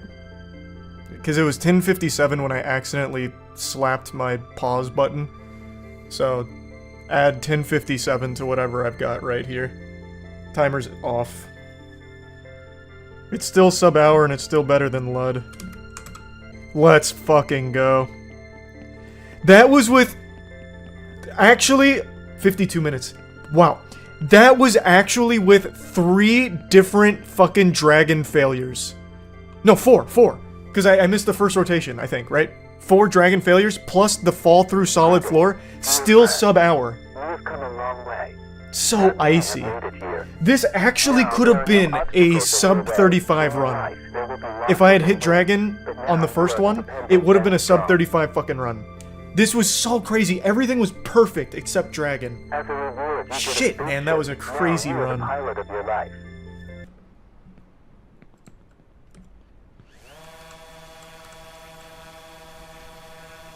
Things are insane. Oof. Wasn't paying enough attention, I guess.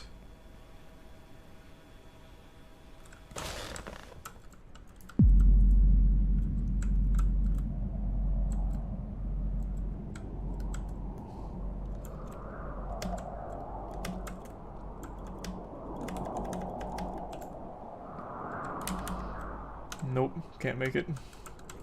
Wires. I didn't get far enough up.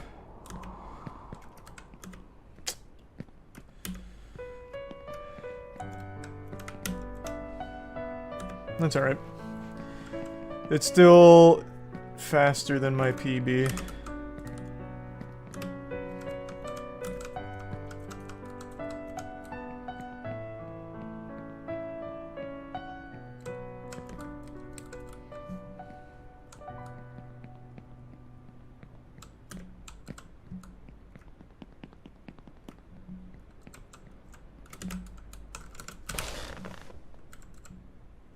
I have been lights out with this. I haven't missed that once tonight.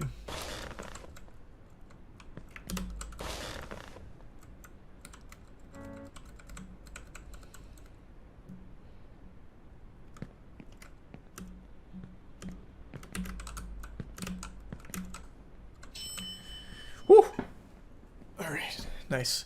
Actually ahead of PB time. I was at 10:57 at elevator here. Or leaving elevator here. So we're making up ground on what was an incredible run.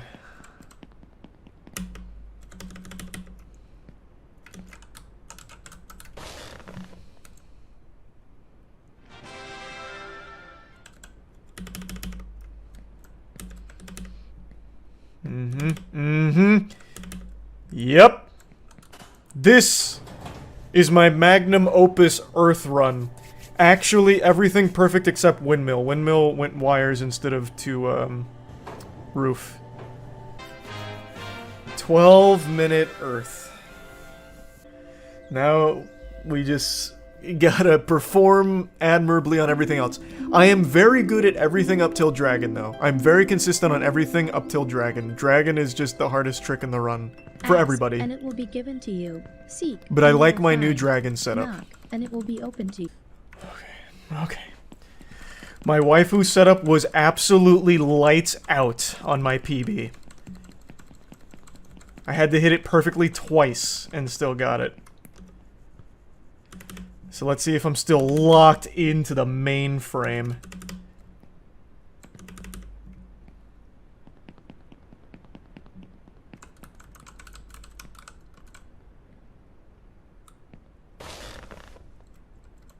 Nope. Damn! Shit.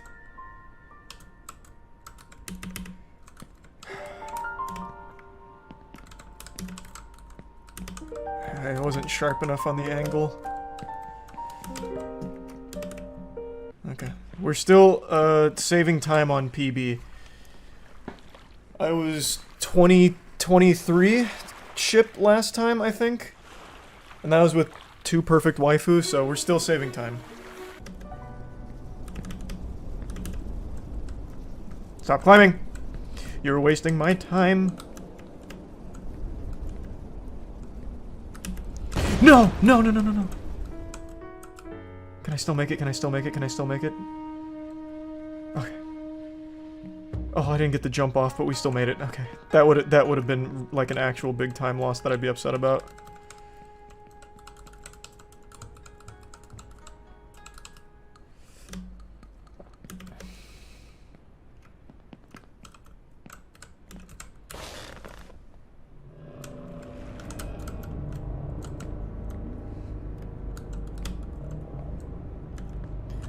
Oh my god, just let me up.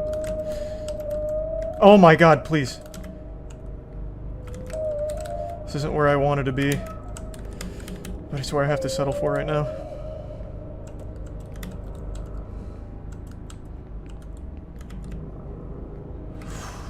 Oh my god, this pace, this pace, this pace! This fucking pace, I'm not going cheese. I just don't want to risk it. I am very confident in my cheese, but I'm not risking it. It's not worth risking. Not with this pace. I really like my cheese, but it's not worth it.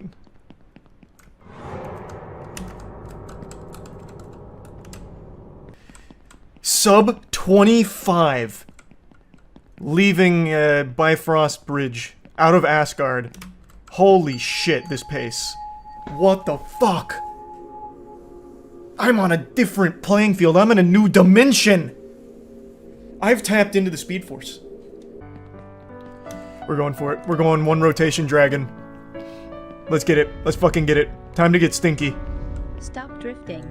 Run to the finish line. Give up your hopes, and if your well-being is important to you, be your Nope, own I'm already too savior slow. while you can. Why did he start so early? Going for it anyway, we're full sending.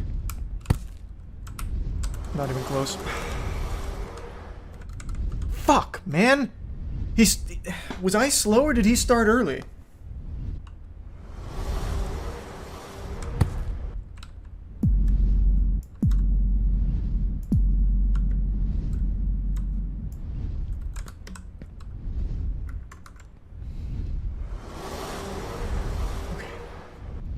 Come on now. Don't kick me off. Don't kick me off. This is a really good position. Don't kick me off. Don't kick me off. Okay, I think we're set. I think that's the only spot it can kick you off if you have a bad spot. Alright. Now we just have to execute at a high level. Does he full send after Dragon? Or does he wait for Dragon to go by? Tell me now. I need to know now. He full sends. Okay, then I'll do the same.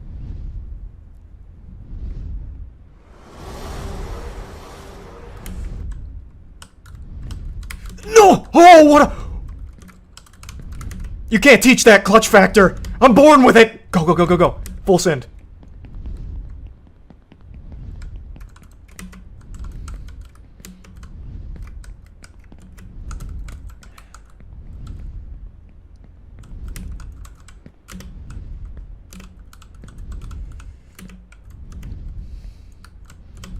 No, no, no. Time loss.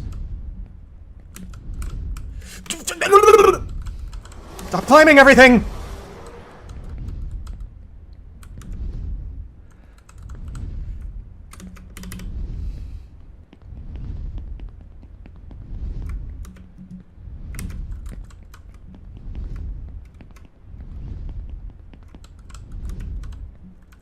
What are you doing with the pig? Get off his ass!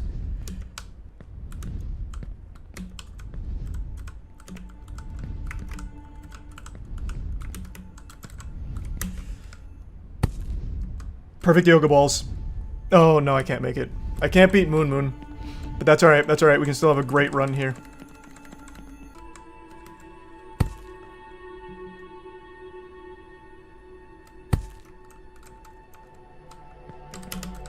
No, I shouldn't have done that. I should have played it safe. Okay, I got greedy. I got greedy. I got greedy. I had stars in my eyes.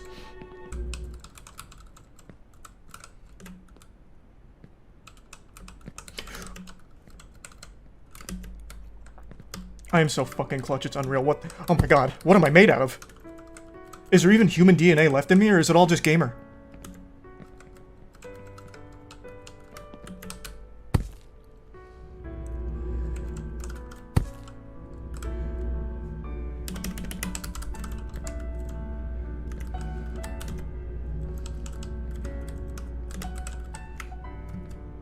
We are in this world to gain experience. Woo, baby! To move forward. What a run! Life is in life itself. Well, that's cool. Just barely missed Moon Moon here. But what a fucking run regardless. Holy shit. I am a weapon. I am an actual speedrunning weapon. MK Ultra was designed to try and find a specimen as powerful as me, and they failed. You had to wait for millions of years of fine-tuned evolution to reach something like this. Wow! Wow! Thanks to the Prime Skizzy and the resub Gauge.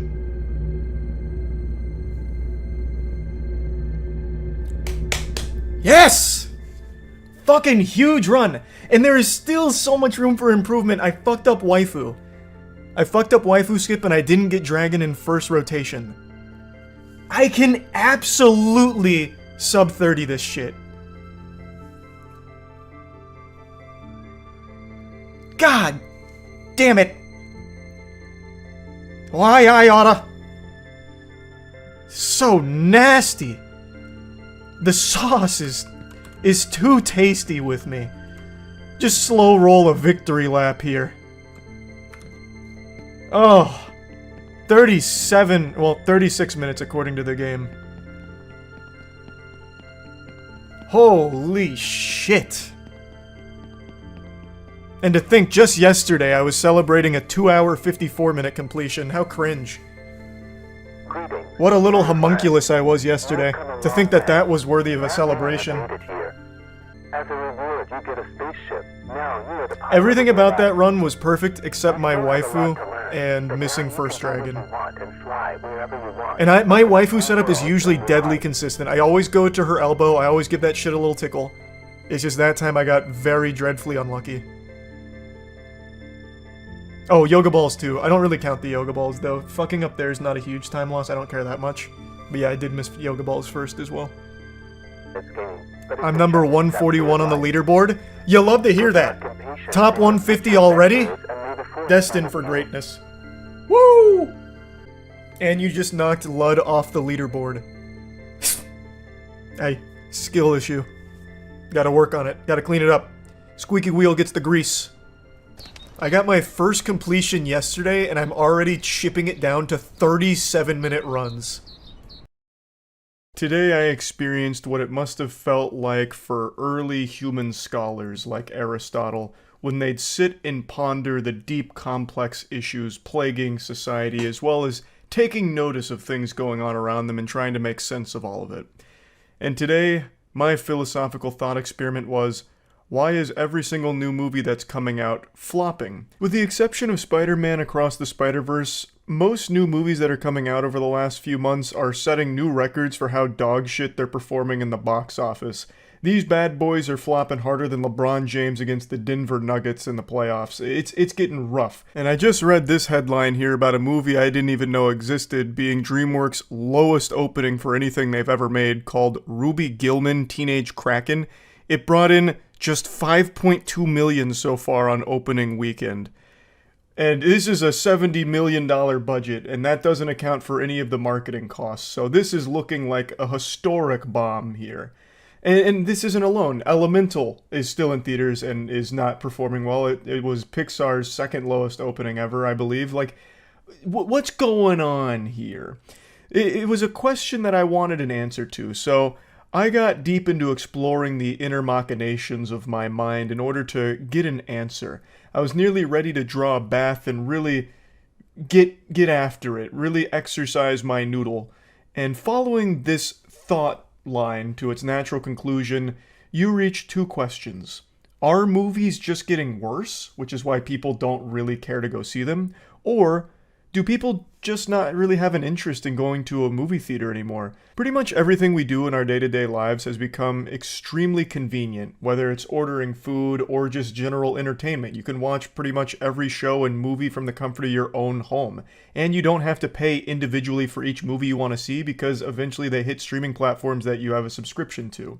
So going to a movie theater is inconvenient. You have to drive to the theater. It's also expensive because the ticket prices just keep increasing exponentially. And God have mercy on your soul if you get a little appetite or a little thirsty and decide to buy something from the concession stand, because then you're out another $50 buster, because that shit is outrageously priced. It is downright criminal how expensive things are at a movie theater. I went to see a movie today. I saw the new Indiana Jones. I'll get to that in a moment, but it's what put this discussion top of mind for me. And I bought a water bottle. And not only did they have the gall, the fucking chutzpah, to sell me a Dasani water bottle, but they charged me $8 for the Dasani water bottle. That is sewage. Dasani is literally sewage in a bottle, and I paid $8 for the sludge. I really would have rather paid $8 for each employee there to spit into a cup and I'd drink that. Not only would it taste better than Dasani, but I'd feel less scammed. Point is, it's expensive going to a movie theater and it's inconvenient. So, is that the reason why a lot of people are choosing not to go, leading to so many box office disasters recently? It's a lot of questions that I've been looking at answers for the last few hours since coming back from the movie. And I wanted to just kind of talk about it because I find it so interesting. So let's dive into the first question. Are movies just getting worse? And is that the reason why people aren't bothering to go? Because it's not worth their time to see it? I think the answer to that is probably no. But I do think movies are getting less original. Because the budgets for films have gone up so much, like most films are like $70 million plus budgets. Most of the time even going north of 100 mil, 200 mil, and in the case of like Indiana Jones, 300 mil. These are, and it's an outrageous amount of clams in order to produce a modern blockbuster. So when you're gambling with that amount of money on a movie, most of the higher-ups like to make sure that it's the safest possible investment they can make with it. So they choose to either make sequels or reboots or remakes, something that they know has a built-in core audience. So that's why you see most of what hits theaters these days is kind of derivative of other properties or just straight up a sequel. And I think that leads to a lot of people feeling like they've just kind of already been through this song and dance before. You're not getting a ton of unique experiences from huge blockbusters anymore. And I think that does play a role in it, but I don't think that necessarily means the movies themselves are worse. They're just so much safer. They just play everything super safe and by the book. Now, that's of course not talking about every movie that hits theaters. There's still a lot of companies that are doing lower budget productions that are far more creative and original. Of course, things like A24 and production houses like that. But on the whole, most of the big blockbusters are very generic, and it's food that you've had before. You're basically just getting junk food that you know isn't exactly like the best thing there is, but it's still good enough for a lot of people, and it has been that way for a long time. But I feel like at this point, people are just losing that sweet tooth. They don't really care to just keep seeing the same shit over and over again. Like superhero movies. Superhero movies, even the worst ones, used to still turn a massive profit. It was an infinite money glitch for a while, but now it's been patched. Superhero films aren't guaranteed to make you money. Case in point, The Flash. The Flash came out, and it had a crazy marketing campaign behind it. They had all kinds of celebrities singing its praises, celebrities that you would think would hate it. Like Stephen King was going crazy about it, talking about how good it was. Tom Cruise really loved it, saying, you know, this is a certified semen siphoner. It's gonna make you nut, trust me. Kojima just posted a tweet talking about how great it was. Just so many celebrities talking about it being great, which I still believe was some kind of like paid marketing campaign that they haven't disclosed. I still find it so hard to believe after seeing the movie that all of these celebrities lost their fucking mind over it. Like, it's a fine film, but nothing that I think really changed the whole landscape. But they were talking about it like it reinvented the whole superhero genre. And it still bombed in the box office. Now, of course, there are other factors at play, like Ezra Miller and the crime spree Ezra Miller went on that went completely unpunished. There are certain things like that at play with The Flash, but I still think even if that wasn't the case, the movie probably wouldn't have been a glowing success then either. I think there is legitimately superhero fatigue because most people are assuming that they've already seen all of this kind of shit before, so probably aren't going to bother going through the inconvenience and the extreme cost of driving to a theater, paying for the tickets, when instead they could just wait for it to conveniently drop on their favorite streaming platform and watch it from home without spending a fucking dime, really, aside from the subscription cost. And to extend this a bit deeper for today's experience, like I mentioned, I saw Indiana Jones and the Dial of Destiny. It's the 5th entry into the Indiana Jones franchise. I actually saw it with my parents. This is the first movie we've seen together since the Avengers movie, the first one, back in like 2012. So we decided to go to the theater and see it together because we all really like Indiana Jones. And it turns out the film is really struggling a bit with a $60 million debut. Now, this isn't exactly like a hard turbo flop or anything, but it's opening to less than what Kingdom of the Crystal Skull opened to back in 2008. And for a lot of people, that movie is considered a legitimate abomination in the Indiana Jones franchise, so I think there is a chance that people just wrote off the franchise after that one and maybe didn't even bother giving this a chance. I'm really not sure.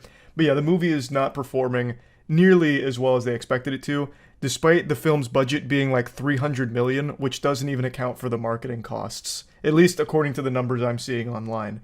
So this is a movie that needed to generate huge buzz, tons of doubloons, in order to turn any semblance of a profit, and it's not looking likely at the moment.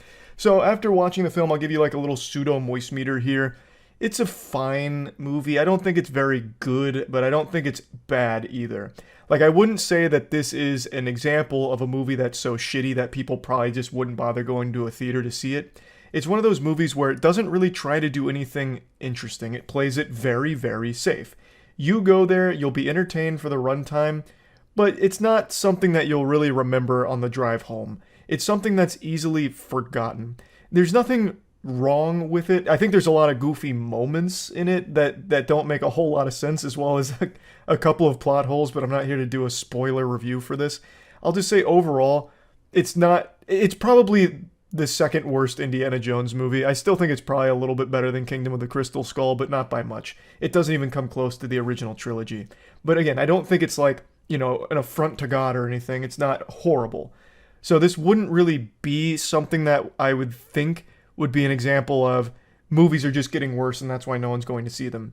But I do think this is an example of this is a very safe, generic movie that most people probably wouldn't bother to see. In movie theaters, that is. This would be something you'd flip on when you're, you know, just perusing your streaming platform of choice. And you'd throw it on for, you know, some background noise.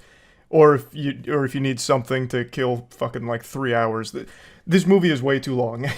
I'm not just going to give a whole Indiana Jones review here, but point is, I don't think this is a movie that's so bad that it's scaring people away from going to see it. It's just, I do think it's not a movie that would get people excited to go. They tried to revive a beloved franchise again, and that bet is no longer working these days. Most people have seen through shameless cash grabs that just try and like piggyback off the goodwill of a great franchise that they knew and loved. And I think that's one of the big things that people are now just being kind of more conscientious of, like, I know it's probably not going to be as good as the originals, so I'm not going to go out of my way to pay a ton of money for the tickets, and I'm certainly not going to pay a ton of money for the drinks and food.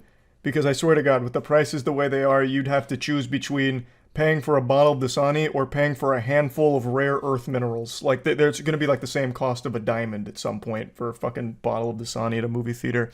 But yeah, I don't think that the main deterrent for people going to a theater is movies getting shittier, but I do think them refusing to take big, like, blockbuster risks on new IP or, like, more bold creative projects is definitely something that is not doing them any favors. But I think by far the biggest contributing factor is it's pricing people out, and it's just not convenient anymore, whereas everything else in the world is just getting more and more convenient, whereas going to a movie theater is going the opposite direction. It's getting less and less convenient and more expensive.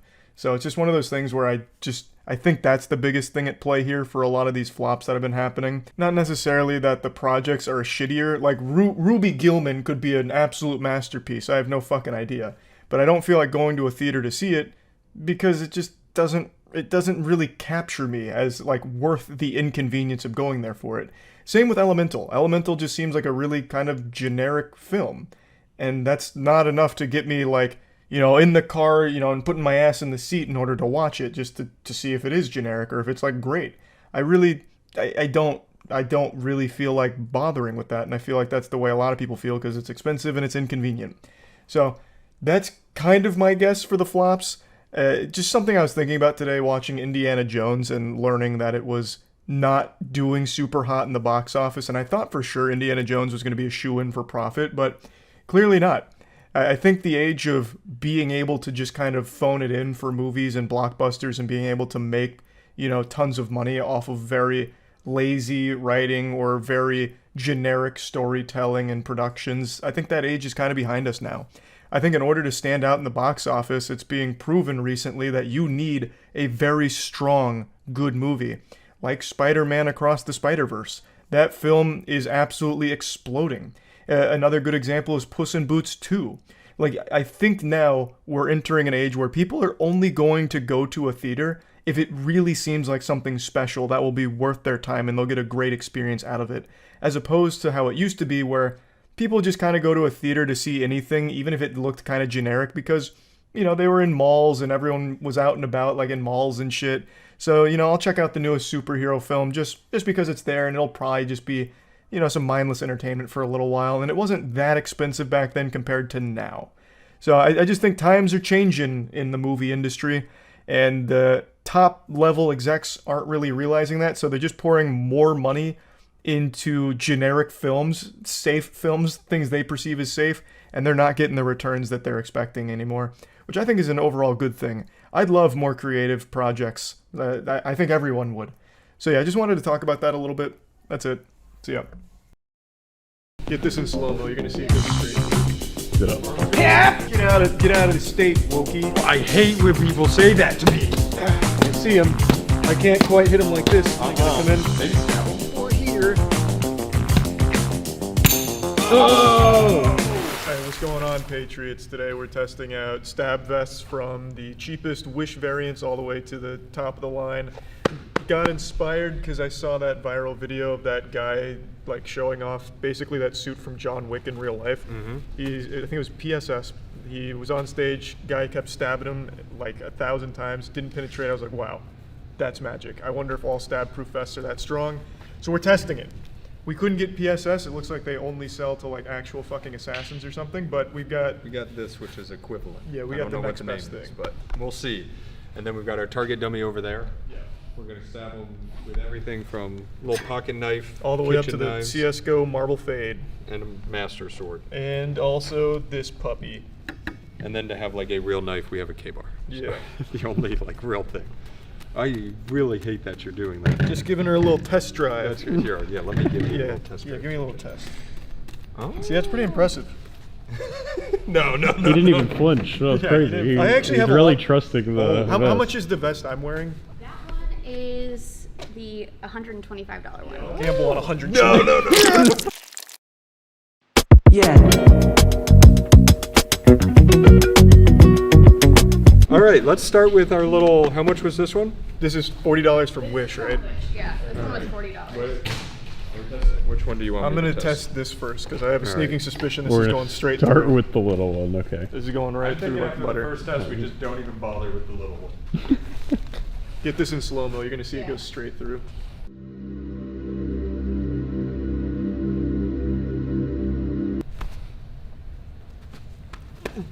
Go in. Yeah. Wait, did it actually? What Yeah. the fuck? Here, I can keep it going too, I think. Oh, jeez. Yeah, that's just like actually straight through. You wouldn't be able to prevent a knife assault from a Smurf, I guess. This is actually worthless. Well, maybe you're just getting Should no we fabric. wait? Should No, should we do a control test where there's no vest and you see what it's like to just go into the actual bag? Yeah, but he did get. Oh wait, you're I'm actually just all straight the way through. With this. Chelsea, is this advertised as stab proof? Yeah, yeah. Can you pull up the... Here, I'll pull up the... Is this the wrong side? Let's do a real knife. Yeah, I understand. Here. What the Ready? We're gonna do a cut. Okay. There's a little cut there. That's in the bag, for sure, in the bag. That is absolutely in the bag. This actually seems like it's flimsier than flesh. Yeah, It, that's. like, it accepts the blade more than your skin would. It wants to be stabbed. Yeah, it's like a stab magnet. Oh my god. The newest U.S. Army military tactical vest, anti-stab, hard self-defense clothing, bulletproof security equipment, min, tactical vest, bulletproof vest, and mountaineering vest. That's this line. Oh my god. They're killing our soldiers with these. This is their latest and greatest. That's what $40 And they advertise bulletproof. I got through it with this.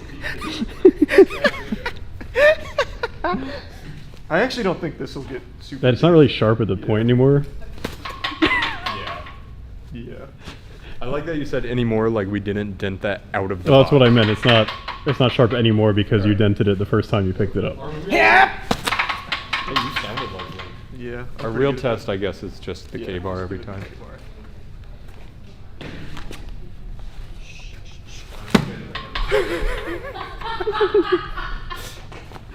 Okay. I mean, Oh, he's coming in with the kitchen knife. This is gonna be like actually a knife sharpener. Yeah. All right. Well, I wouldn't recommend getting your safety equipment from Wish. I don't think. Yeah.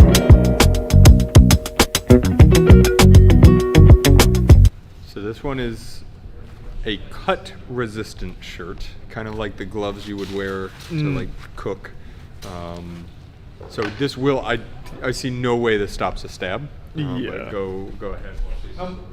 How much is this one, Chelsea? This one was $84 on Amazon. This is 84. Yes, and It's just a shirt. It feels like just a shirt. T-shirt is what it says. What? 5. Wow. Out of how many levels though? 100. How many levels are there? Do you know? I have no idea how many levels, but yeah, it says like it's level 5 stab proof, slice resistant. Hold on, where did it just go?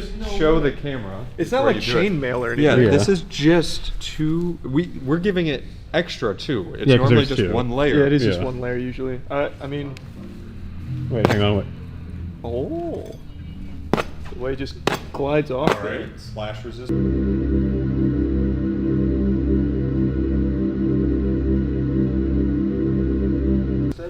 Okay. Just leave that in there. Maybe level 5 is up to age 5. This is a level 5 K-bar. Okay, yeah. So we'll slash. It's slash resistant. I'll give it that.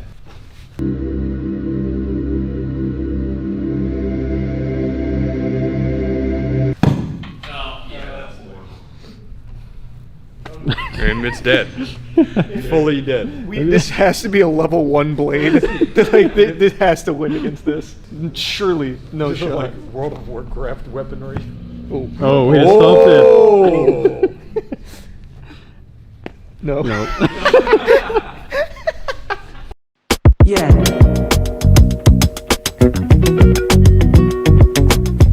feel more sturdy? Well, you gave It yourself does. a little test. Yeah, so. no, this one I actually think will stop most of it, not all of it. So we'll start with the small knife again on this one, because I have hopes that this can stop the small knife. It will. Oh yeah, there's a little something in there. It's like gel almost.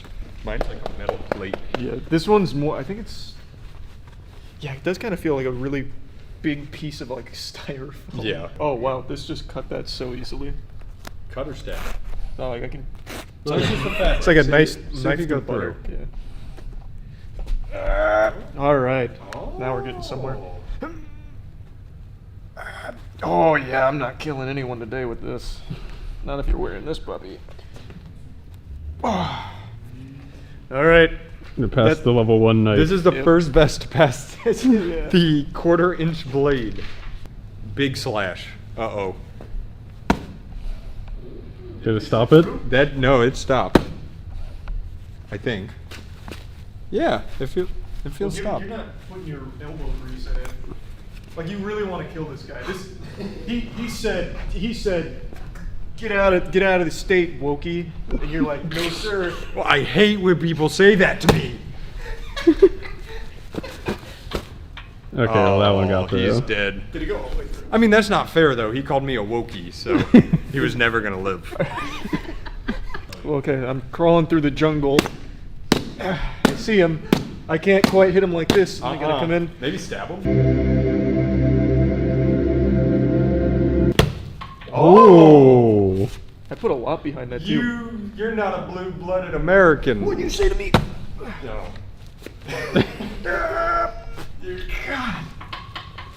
I don't know. Maybe you just found like the one Maybe I did. small Here, wait. weakness in there. Where did you go in? Was it like over here? You went in right here. Yeah, so I'm gonna go in okay. your area. Yeah. Call me a Wokey again. It really gets my Hey, blood pumping. blue hair. Whoa! I hate blue hairs.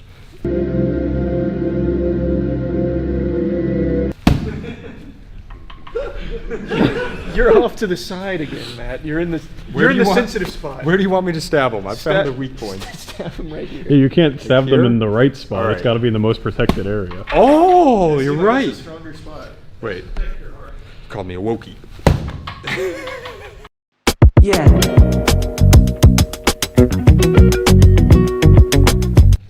Oh, this. Yeah, there's no way I'm gonna be able to like.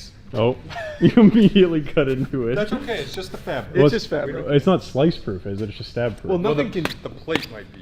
Yeah, Yeah, nothing yeah. can really be stabbed. Wow, I'm really kind of getting. Yeah, you're like really wrecking that bad boy. I'm filleting it. You see that knife work? It honestly looks cooler. Okay. All right. Oh.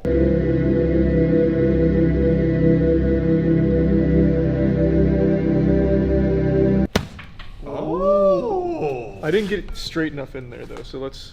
Look, it's taunting you. Angle of azimuth. That's pretty good. That's actually very good. Here, you try. All right. I got a little more in that time. Yeah, it looked but like not you did. bad. I don't think that went through. Maybe it did. I don't. That's think pretty so. good. I don't think it did it? Yeah, should we drop it to the floor and let Charlie mount it? Well, I don't. Oh wow. Go don't think ahead. that's- Charlie, get on him. Okay. Fuck him up. All right. Get out of my house, Wait. burglar. You won't find what you're looking for here.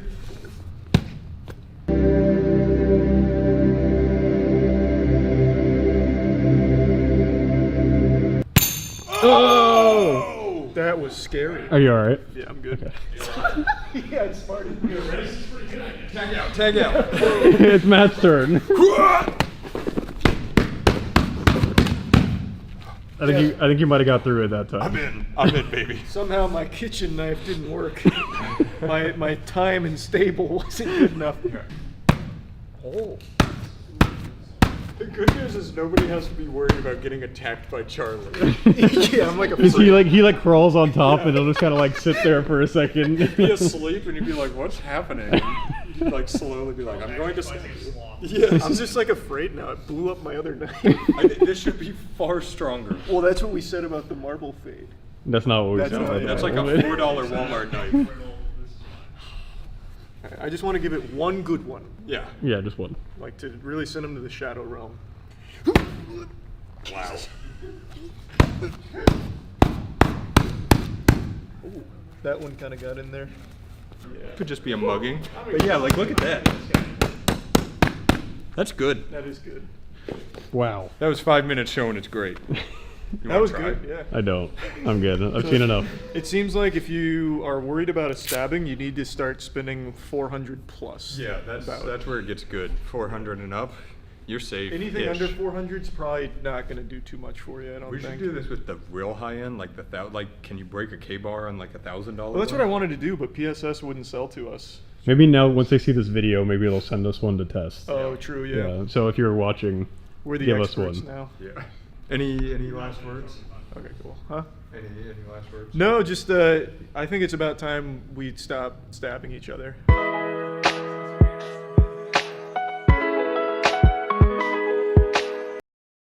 Are you a gamer? Me too. And as a gamer, I have intricate, deep knowledge of all of our strengths and weaknesses.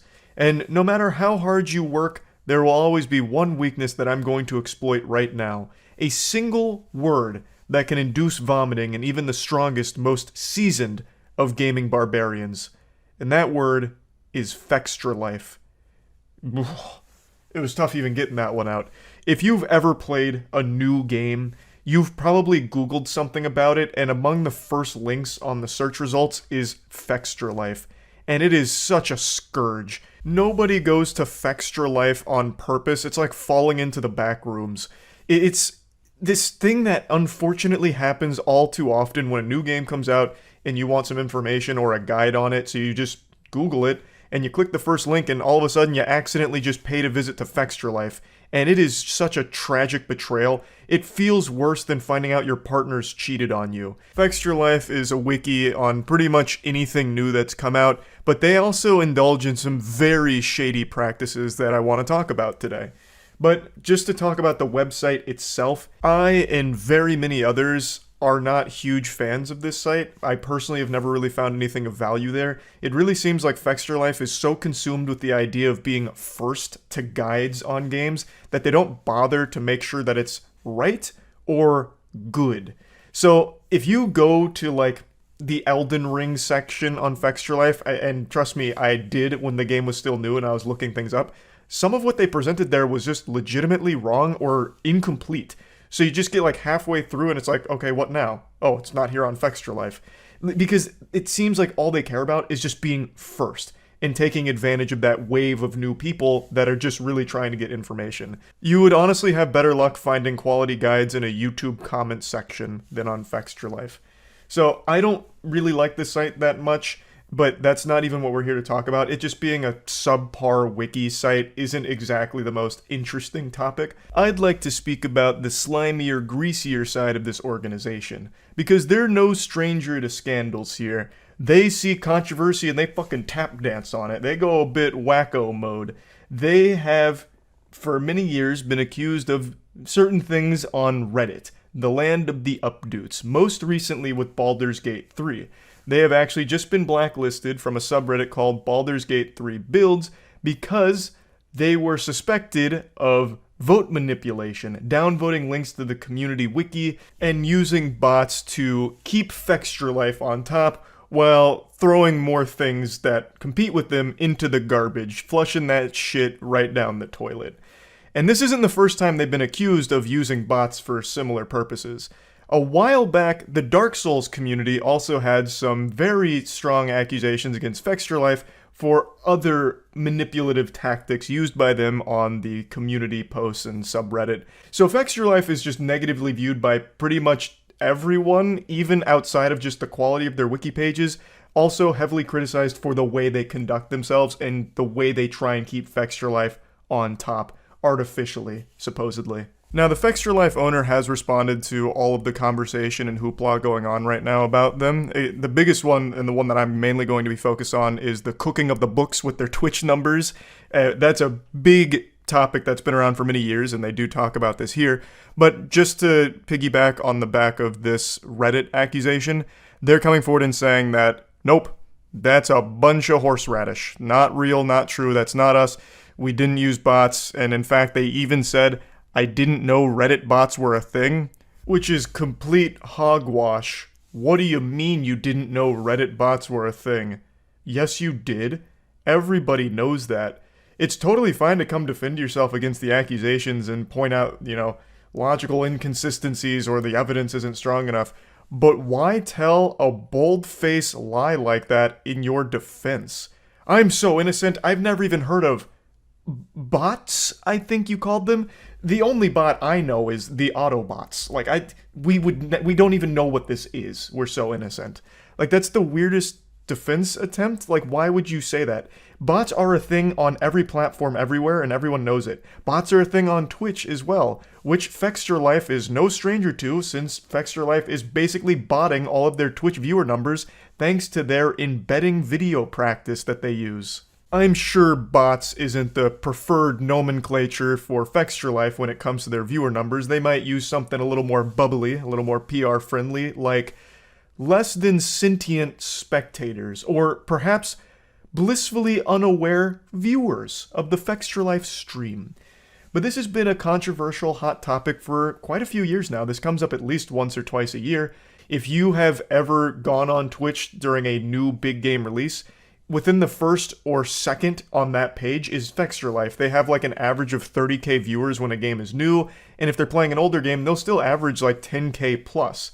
But if you ever click on their stream, you're gonna smell something a little fishy in there. It gets a bit stinky in the swamp, because there is no chat activity. Maybe 2 or 3 people chatting to each other in a 30,000 person stream, which is very odd. 30k is huge. They are among one of the biggest channels when it comes to concurrent viewers, at least when new games are present, and no one's talking. 30,000 viewers on their stream, but their chat is a goddamn ghost town. It's an absolute barren wasteland. You'd find more life in Chernobyl than you would in a FextraLife 30,000 plus viewer stream. So how is that possible? It has to do with a very controversial practice they engage in called embedding, where they embed their Twitch stream on their wiki site. And not just on the front page, on every single page of their site. So, let's say you open the Elden Ring FextraLife page. You'll see that the stream is in the top left. They're currently offline as of me making this video, but when they're online, it would be right there. And now let's say you want to go deeper, you're looking at build guides or something. If you go to one of those pages, the stream is also embedded there. It's on every single page of FextraLife, their stream is embedded, meaning no matter where you go, you will count as a viewer for their Twitch stream.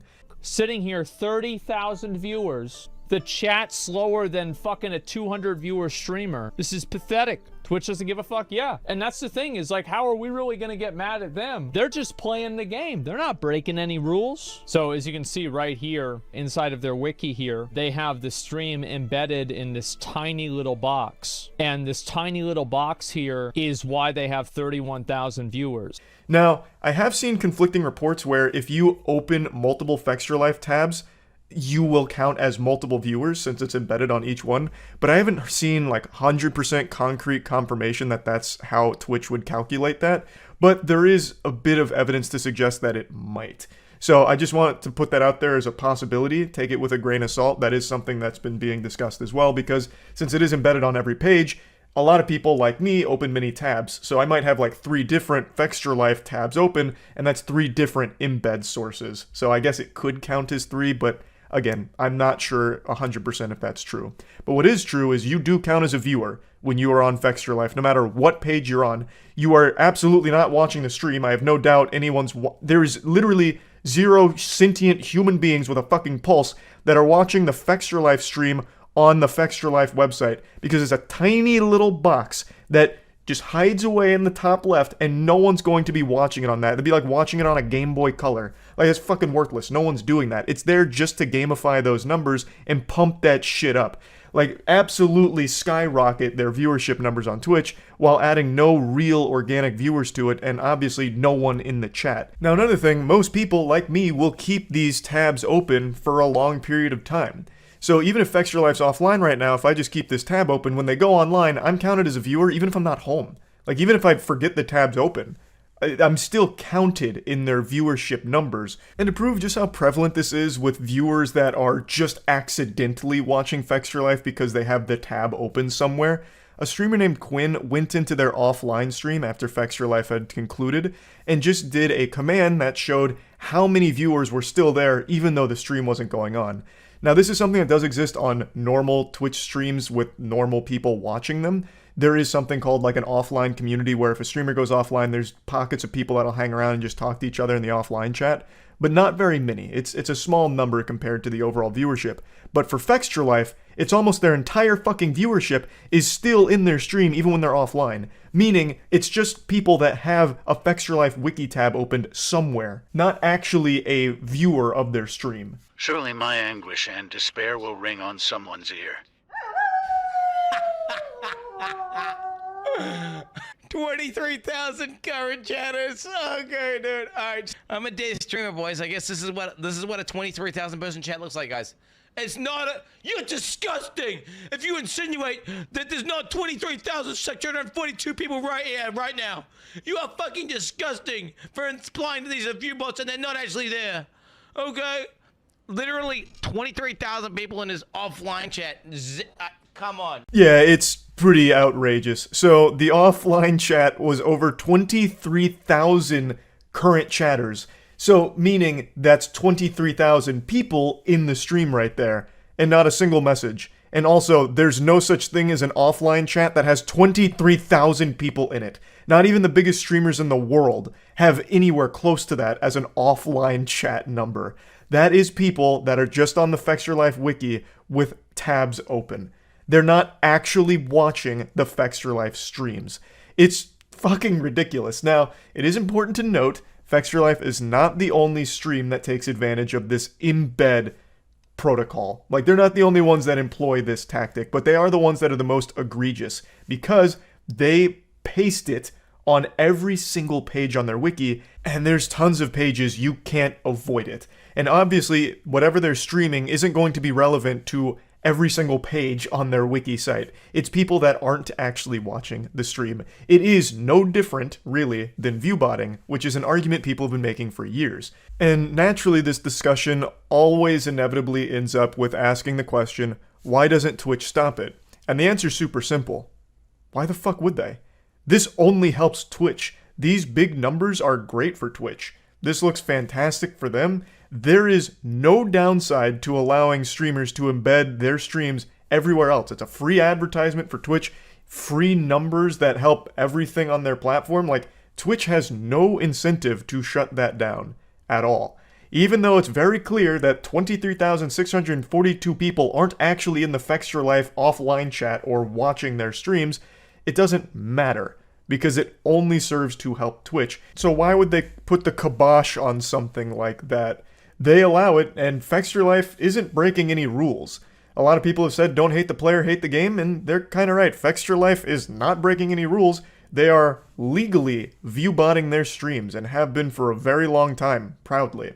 So this has obviously been controversial for a while, because, as you might imagine, this doesn't help other streamers, because Fextra Life will always take either the number 1 spot or the number 2 spot in a brand new game release, and they're not actually having people watch them. It's fake, phony numbers because of the way they embed their streams on their site. So it takes those spots away from streamers that deserve it more, who actually do have communities that watch their streams. They no longer have those slots that Fextra Life takes up. So obviously it makes a lot of streamers, when a new game comes out, mad because they can't compete with Fextra Life viewbotting, fundamentally. It's been that way for a long time, and I don't see it changing, but a lot of people are talking about it again, so I thought it'd be an interesting topic to discuss again, especially considering this time around the owner has spoken about it. So this is their response to all of the viewbotting allegations. They state that a viewbot is when you use artificial and non-existing browsers to inflate views on Twitch, and that does try to fool advertisers because A, it plays an ad, and B, nobody is watching. Real quick before continuing, they're getting a bit lost in semantics here as opposed to making real arguments on how what they're doing is different. Fextra Life streams often have sponsors, and sometimes very big sponsors. I imagine they sell their streams with their concurrent viewer average, which is like between 10 and 30,000 viewers. It's huge. But most companies probably aren't going to really look into that, so they're going to assume their ad is being seen by 10 to 30,000 people. It's not. As is very clearly illustrated, 23,000 of those people aren't actually even in the stream. They're on Fextralife with the stream pulled up muted in some tab, not even aware that it's going on. So these companies aren't actually getting their ads placed in front of 30,000 viewers. They're getting it placed in front of, I have no idea, maybe a few hundred, maybe 1,000. There's really no way of knowing because there's no real activity in their stream to judge it on or anything remotely like that. So it really isn't different than a viewbot. When you do play an ad on Fextralife, nobody is watching. Same way as if you would play an ad during a stream that is just completely viewbotted in the traditional sense. Nobody is watching the Fextralife ad that the company has paid for, even though there's 30,000 viewers. I would love to see the back end of a return on a Fextralife sponsorship, because I imagine it has to be unbelievably low since most of the viewers are from the embedded Twitch streams. So it is misleading to advertisers, which is another criticism a lot of people have put forth, and I think it's very valid to say that, because again, most of the viewers are not actually watching the Fextralife stream. They then say embedding is an advertisement of the stream to real people on real browsers on an external website. Like any integration, the objective is to get people to click and go to Twitch. No advertisements are played on the embedded unit, generating zero revenue. Embeds are part of the intended code of Twitch and are intentional features that anyone can use, and many content creators besides us do. These are real people that we have worked tirelessly to build up into our community. What community? You tirelessly built up an imaginary community. The Fextralife community you refer to is more made up than the Tooth Fairy. There is nobody in your Twitch streams. Nobody. Like, I can't tell if they're being intentionally delusional here or if they actually think that what they're doing is somehow totally, the same as just building up a normal community. It's not. Your embedded Twitch streams are not driving your Fextralife wiki readers to your Twitch stream. There is no call to action to it that I've ever seen. It just automatically is playing whenever you're on any page on Fextralife. How the fuck can you possibly make an argument saying that what you're doing is just an advertisement to get those people on your wiki to the streams? Because it's not. The streams aren't even relevant to what your readers are reading. What's being streamed is completely separate from whatever they're on your site to read about. There's no chance that the two could even connect most of the time, unless of course it is a new release like Armored Core, then I'm sure there is some crossover where someone went to Armored Core, Fextralife, got some bad information, but saw you were streaming and was like, okay, maybe I'll check it out. That's possible, but that's clearly not the goal. If that was the goal, you would only embed your streams on the newest releases because they'd be relevant to each other, as opposed to just having it embedded on every single page where it makes no sense. Why would an Armored Core 6 Fextralife stream be playing on my Dark Souls 3 Fextralife wiki? And how the fuck would you possibly think that I'm on Dark Souls 3 wiki but might want to watch Fextralife streaming Armored Core 6? It's just, that is a nonsensical statement to try and say that your embeds are only there to try and get people from your actual wiki to your streams. That's not the goal. The goal is just to artificially inflate your numbers because it's automatically playing and they count as viewers. What embedding does for me is make my website audience aware I'm a person, I'm streaming, and I can show them games that I think they'd be interested in. Again, that argument doesn't work when the website is all about game information. It's not a personality-driven site. They're not going to Fextralife hoping that they'll see that Fextralife is also live on Twitch. They're going there because they're looking for guides and information on the game that they are currently playing. That doesn't make any sense. What embedding does for Twitch is give them free advertising for their platform and an ongoing conversion from our website to Twitch. These new people were not on Twitch otherwise, and they're still not on Twitch. They're not going there. They're not going to Twitch. You can tell because there's no one in your chat. I don't know why they keep trying to say that. Yes, it is a free advertisement for Twitch. It's free numbers for their metrics, absolutely. But they're not actually getting new people to Twitch that weren't already endemic to Twitch. They're not bringing new viewers there. They're just idly on the Fextralife wiki and it counts as a view on Twitch. And then they say they hopefully come back and become part of the Twitch ecosystem. It doesn't happen. Our embed is by no means a secret. It's very visible. In fact, it's the best possible spot on our website, and there's even a command for it on our channel. And as part of the channel rules, the idea that it's a fraud is also absurd. Our sponsors are aware of the embed, and it's a great deal for them to be able to promote their content on both Twitch and to our site users at the same time, particularly in the prime location that the embed has on our website. So this is very interesting to me. The sponsors are aware of the embedding. That's great. Are they also aware that the vast majority of your Twitch metrics come from that embedding? And are they also aware that that means it's muted? That means that their sponsorship package, the ad read, all of it, the vast majority of those numbers that it's being put in front of aren't even aware it's going on because it's muted and it's not visible. It's a very tiny box. Do the sponsors know that? I certainly hope so, because that would be very shady if you didn't make the sponsors aware that their ad read is going to be muted for the vast majority of the audience, and it's not going to be seen by them either because the box is too small and the viewers aren't actually on Twitch. I would hope you'd make them very well aware of all of the shortcomings of doing an ad with Fextra since most of the viewer numbers come from a fucking tiny embed on a completely separate site. That again is also muted. So hopefully you have made all of your partners aware of that. The owner does continue going on to other criticisms people have put forth against Fextra, such as like AI-driven content or it being lazy, stuff like that. But that wasn't the focus of what I wanted to talk about today. The statement is still very much up if you want to see how they defend themselves against other claims. But these were the main things I wanted to talk about in regards to this situation, because this is a conversation that comes up at least once or twice a year. And it is a very interesting one about embedding, viewbotting. It is an interesting topic that I just wanted to talk about a bit since a lot of other people are also discussing it. And I think it's something worth going over. So that's really about it. See ya.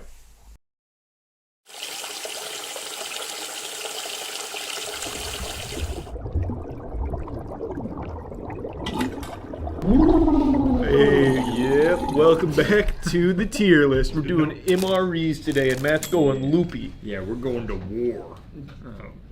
What kind of? In our own way. Yeah. Let's just fucking run it. Start with the crackers. We've got a bunch of packs and cheeses and jalapenos. All right. Is there any special preparations for it, or do I just eat it? I think we just eat it. Well, no, I know MREs sometimes have some wild tech to them where you make a fire out of it and then you eat. He's never been in the military. I've never had astronaut food. Have you really not? No, I haven't. Wow. All right. Cheers. Is this what they call hardtack? No. Wow. That's like if you took one of those, what is it, the Toll House crackers that come in the big green tin, and you sucked the flavor out. That's like what I eat in a dream, where I don't taste anything. Yeah. It's like the idea of a cracker. Yeah. Wow. It's like it's impersonating it, but not very well. It's not bad. It's just fine. It's just there. You want to bump it up with a little cheese spread? Oh yeah, absolutely. This is a fascinating thing of nothing. Yeah, it's quite literally nothing. It's like a tangible ghost cracker. They're fascinating. Yeah, give me a little cheese. It's like my brain wants to learn more. Oh. You have an inquisitive mind. Yes. Excellent spread. This just must be the same as Easy Cheese, right? Cheese Whiz, you mean? Cheese Whiz. Yeah. I would think. Yeah, that's Lunchables cheese right there. Mm-hmm. That's government cheese. Literally. We're off to a strong That's start. pretty fucking good. Yeah.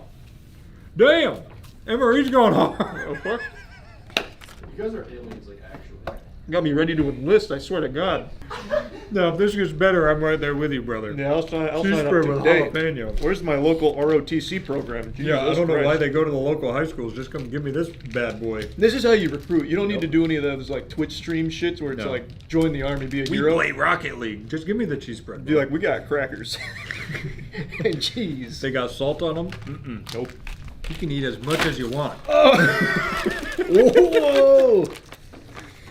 These things, I think this is what they put in the vests because these things are fucking bullet. They're pretty hard. All right, you ready for this? Is this a different spread? Yeah. It's cheese spread with jalapenos. All right, give me a little dabarooski. Yeah.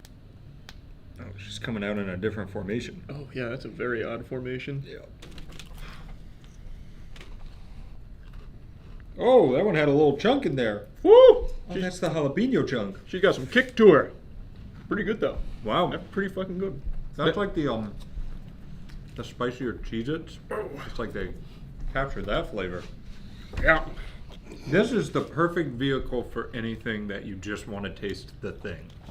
It's just a great foundation. It's like when you spray perfume on your wrist and you take a sniff, that way you get the actual essence. Yeah. That's good. That's an S tier. Both of them are S tier, honestly. Yeah. And the cracker, the entire meal was That an S whole tier. meal was S, I agree. Great job, Uncle Sam. Wow. Yeah, Uncle Sam really I put guess his the best foot government forward. doesn't actually make the MREs. This is APAC, made in the U.S. God bless. Do they have ice cream? I don't think they do. That's No? the astronauts. NASA gets that big budget. Yeah, okay. Inspected and passed by Department of Agriculture. So this does pass through the hands of the government.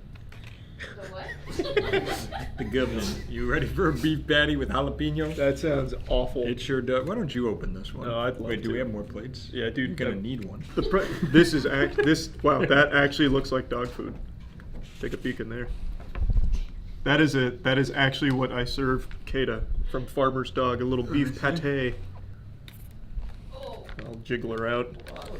Show me. I'm getting a phone call. That looks like actual baby shit. I'm gonna let you handle this one today, bud. The perforations don't go deep enough. Don't go. Here you go. I got I'm speaking gibberish today. This MRE's got me acting up. No, I can probably just cut it with the fork. No, I can't. That didn't move at all. Look, let's give them the benefit of the doubt. They did a great job on the cracker. I counted them out on the cracker, and they proved Yep. me wrong. Is it cooked? I don't know. Have you had this before as well, Chelsea? You said, mm-hmm. No. Your dad didn't come home with like a big bucket of beef pate. He from didn't the say, MREs? put down your cracker and eat the real food. Okay.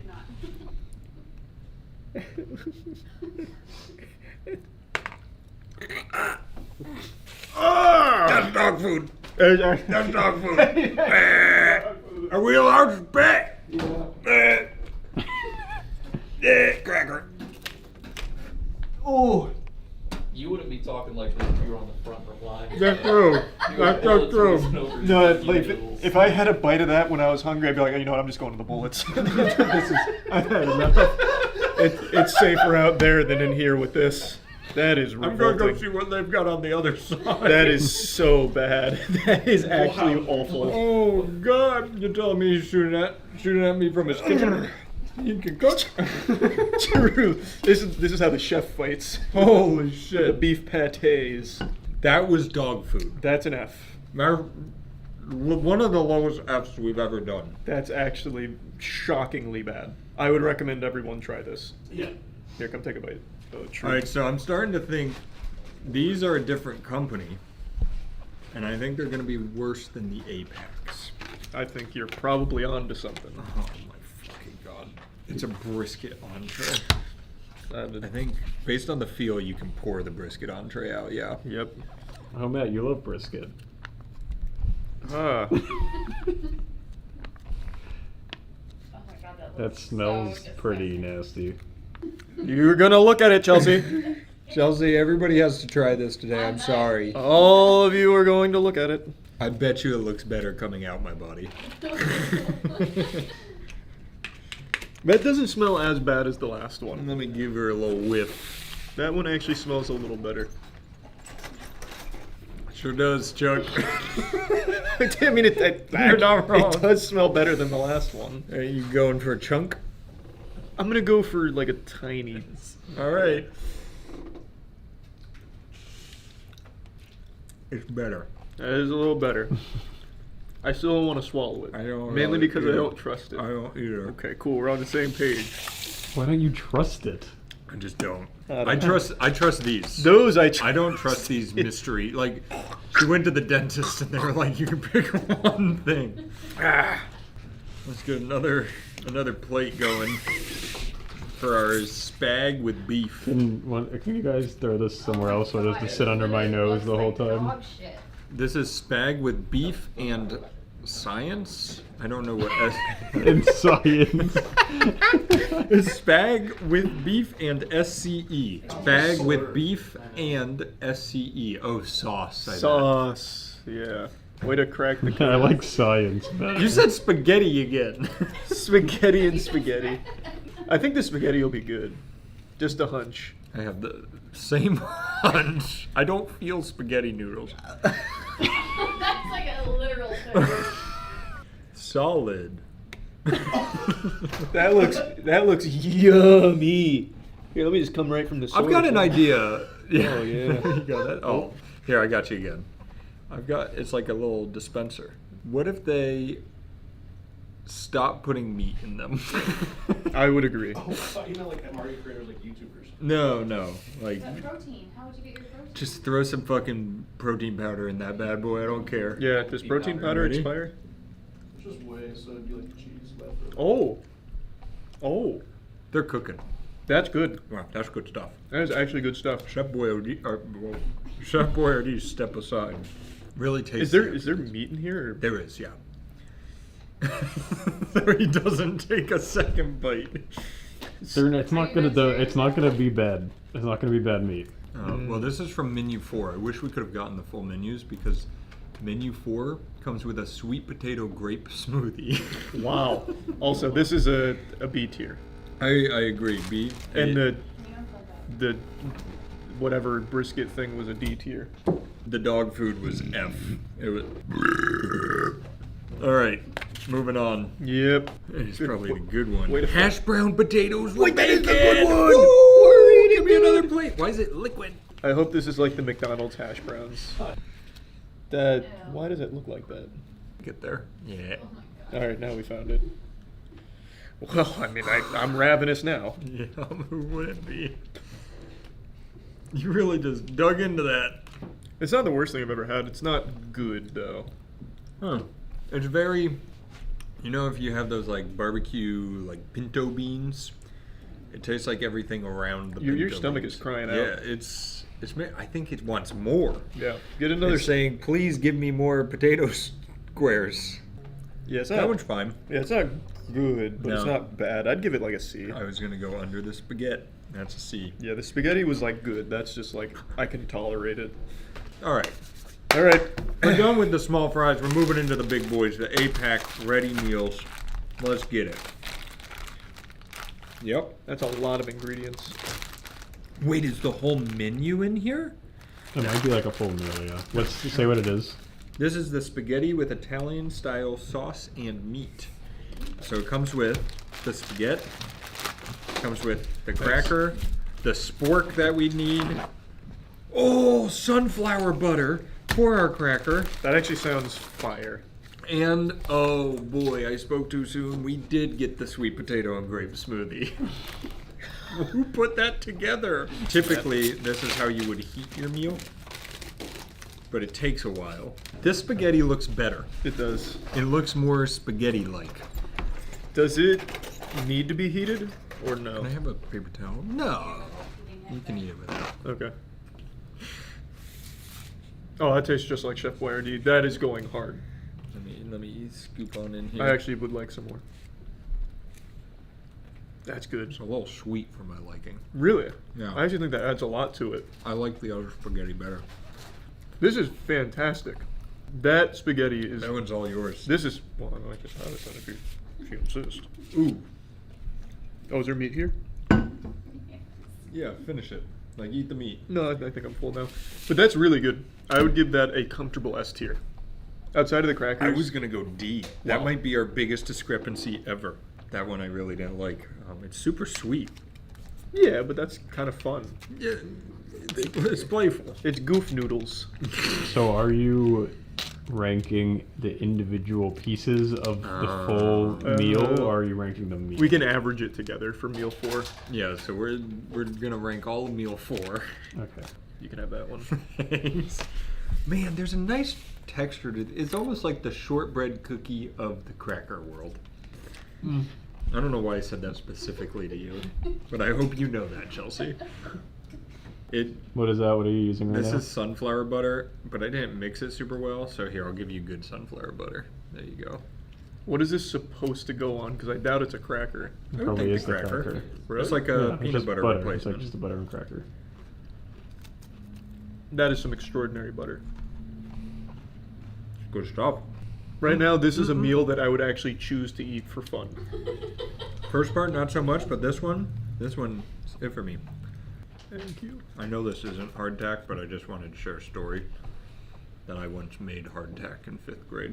I did too. They made us spend the night in the school, and then in the morning we made hardtack and little tinfoil stoves with a candle to cook an egg in.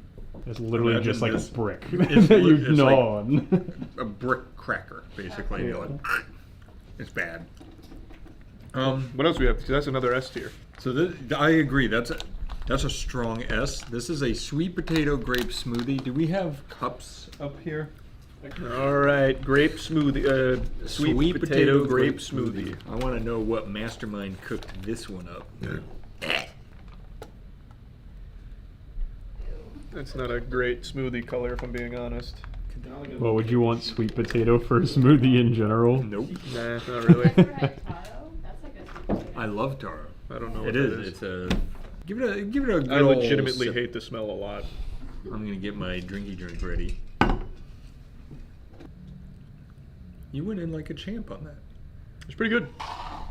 That's actually pretty good. I don't know if you're fucking I'm with not- me or not. I'm not Whoa! fucking with you. That's like Thanksgiving came alive with grapes. That's pretty good. Yeah, it's just it's very viscous. It's like baby food. Yeah, it's actually like baby mush. Oh, yeah. The grape That's pleasant. comes in with a little punch of sweetness. Yeah, I don't know how it's not bad, but it's It pretty smells good. bad, but that reminds me of when the rat in Ratatouille. Did you see everyone correcting you on that? It's No. not a grape, it's a strawberry. They're watching the new version. They've got the common Yeah, version. yeah. I watched the Snyder original. cut. So that whole meal is an S tier. I actually would eat everything in there again. I was going to put it at A just because I wasn't a big fan of that, but I would have to say menu 4 came out swinging. Yeah.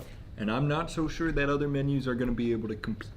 That's kind of what I'm feeling too. We've got our little vegetable stew cooking over there. What? Theoretically. Theoretically, yeah. Don't burn yourself. It's not getting warm. All right, so right now, menu 4, It's just delicioso. Let's go to menu 6. The smoothie in this one, banana and, oh wait. Oh, they're different options. Some have banana and apple, some have sweet potato and grape. I don't know which one this has. That's the fun of MREs. It's like a Cracker Jack box. You never know what you're gonna get. That's so exciting. What was the actual meal of this one, not just the smoothie? Oh, sorry. Pasta with garden vegetables and tomato sauce. No meat? No meat. No meat! Meatless! Let's go! Yeah! I feel What's safe. this? Chocolate crisp protein and energy bar.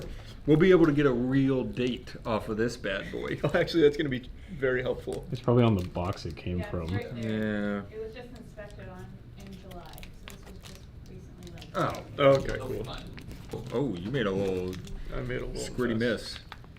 Oh, there's corn in that puppy. There is, and That's not good. I think on the front line you Macaronis. probably don't have great sewage systems, and your body doesn't digest corn. There's just corn.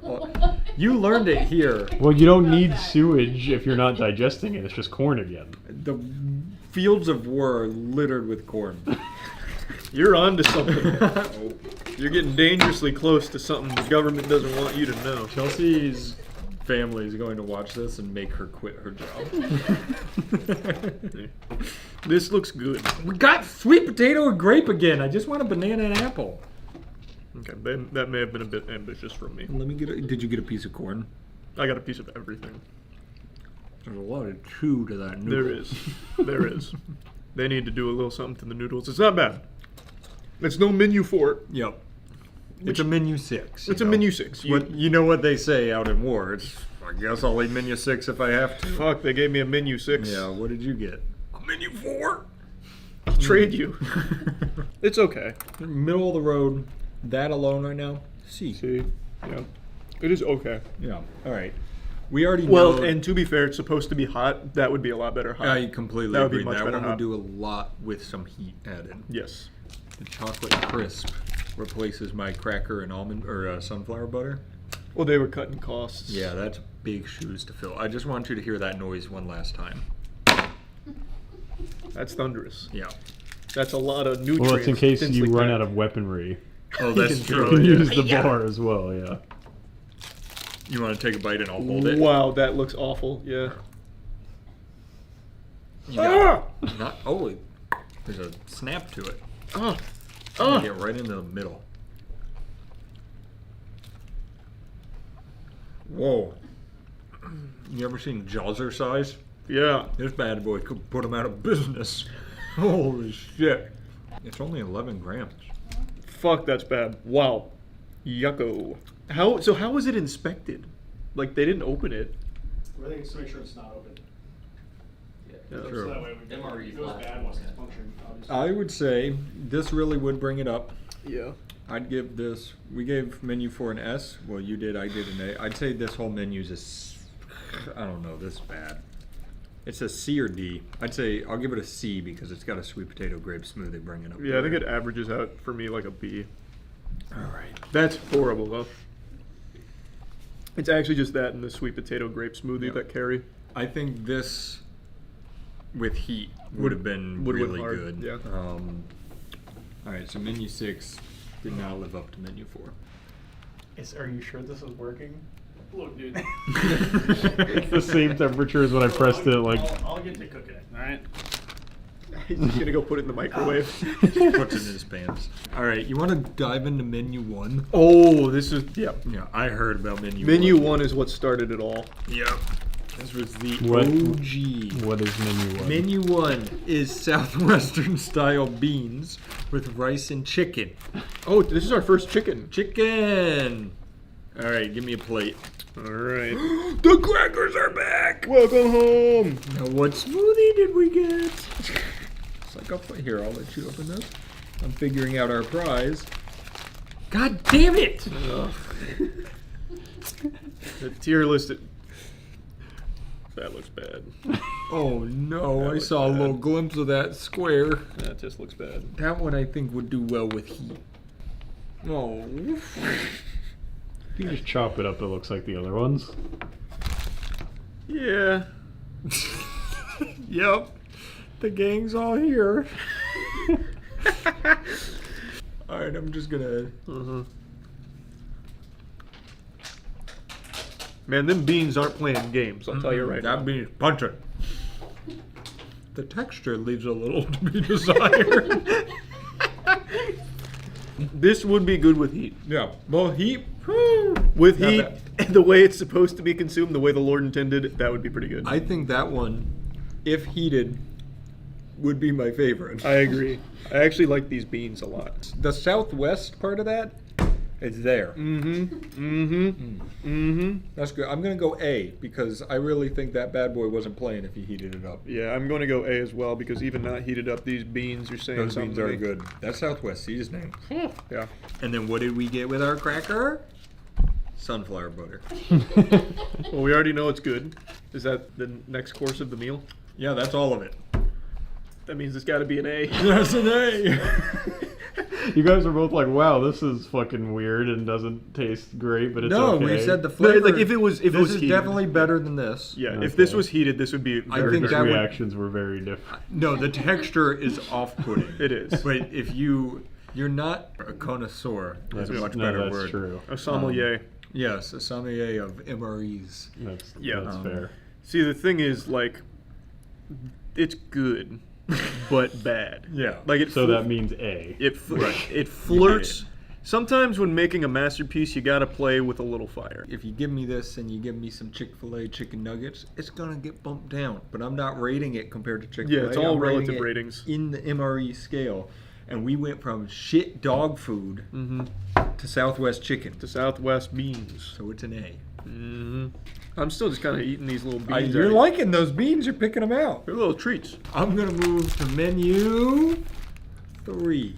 Okay. Home style vegetables in sauce with noodles and chicken. Perfect. And we got another shot at the elusive banana apple smoothie. This is our last chance. Go ahead with the vegetable with noodle chicken. Noodle chicken vegetable coming right up. What's happening? And here, I'll ruin our surprise. We got a cracker with sunflower butter. I would be done by day 3. I would need something else. Oh, no. I actually don't That mind looked a that. little cat foodish from what I saw. I don't mind Oh. that color. Wait. That's like it's not dog food color. Good golly, Miss Molly, I'm excited to jump into this one. At first it looked like a scab, but then as it came out, I was like, you know what? Actually, that's not discolored. It's just it's got It's the color. it's got some weird characteristics is all. All right, let's get in here. That sweetness is back. Yeah. Hey, is there sugar in it? 62 grams of sugar. Oh, that's the whole menu. Okay. Yeah, that's, I don't really like that. It's not dog food level, no, it's definitely a little better than that. but we put this in C, right? Yes. Because that means that's got to be a D in my head. Does that make this a B and that a C? You're getting into weird quantum calculations. Yeah. Mine's more simple. I don't like a whole lot about it, but I don't hate it either. That's kind of where I'm at. Like, I could eat that one. Yeah. Which is why I feel bad giving it a D, so I think it's a C. Yeah, also I think I'm like gonna have to that give more. this one a C as We'll well. just run C. You're not going to believe it. We didn't get it. We got a sweet potato grape smoothie. We are chasing our Charizard, and we're not finding it. Well, how did it get so hot so quick? Bro, literally, I had no idea. It's fucking heat. All right, come plop her down then. This is our last menu item. This is menu number. Wait, what were we ranking this overall menu? We had the C. sweet potato and Didn't we grape. give it a C? Well, that's C, but then you got the cracker with Oh. sunflower butter and the sweet potato, which I think has to bump it to To a B. Yeah, natural. Yeah. You It's use slope intercept form. Yeah. Good call. Good call. Yep. Found the hypotenuse. Yeah, but did you go home and look at math stuff last night? Well, no, and then we found the hypotenuse, and there it was. You wouldn't understand. These are very advanced calculations, No, I Chelsea. would not understand them, actually.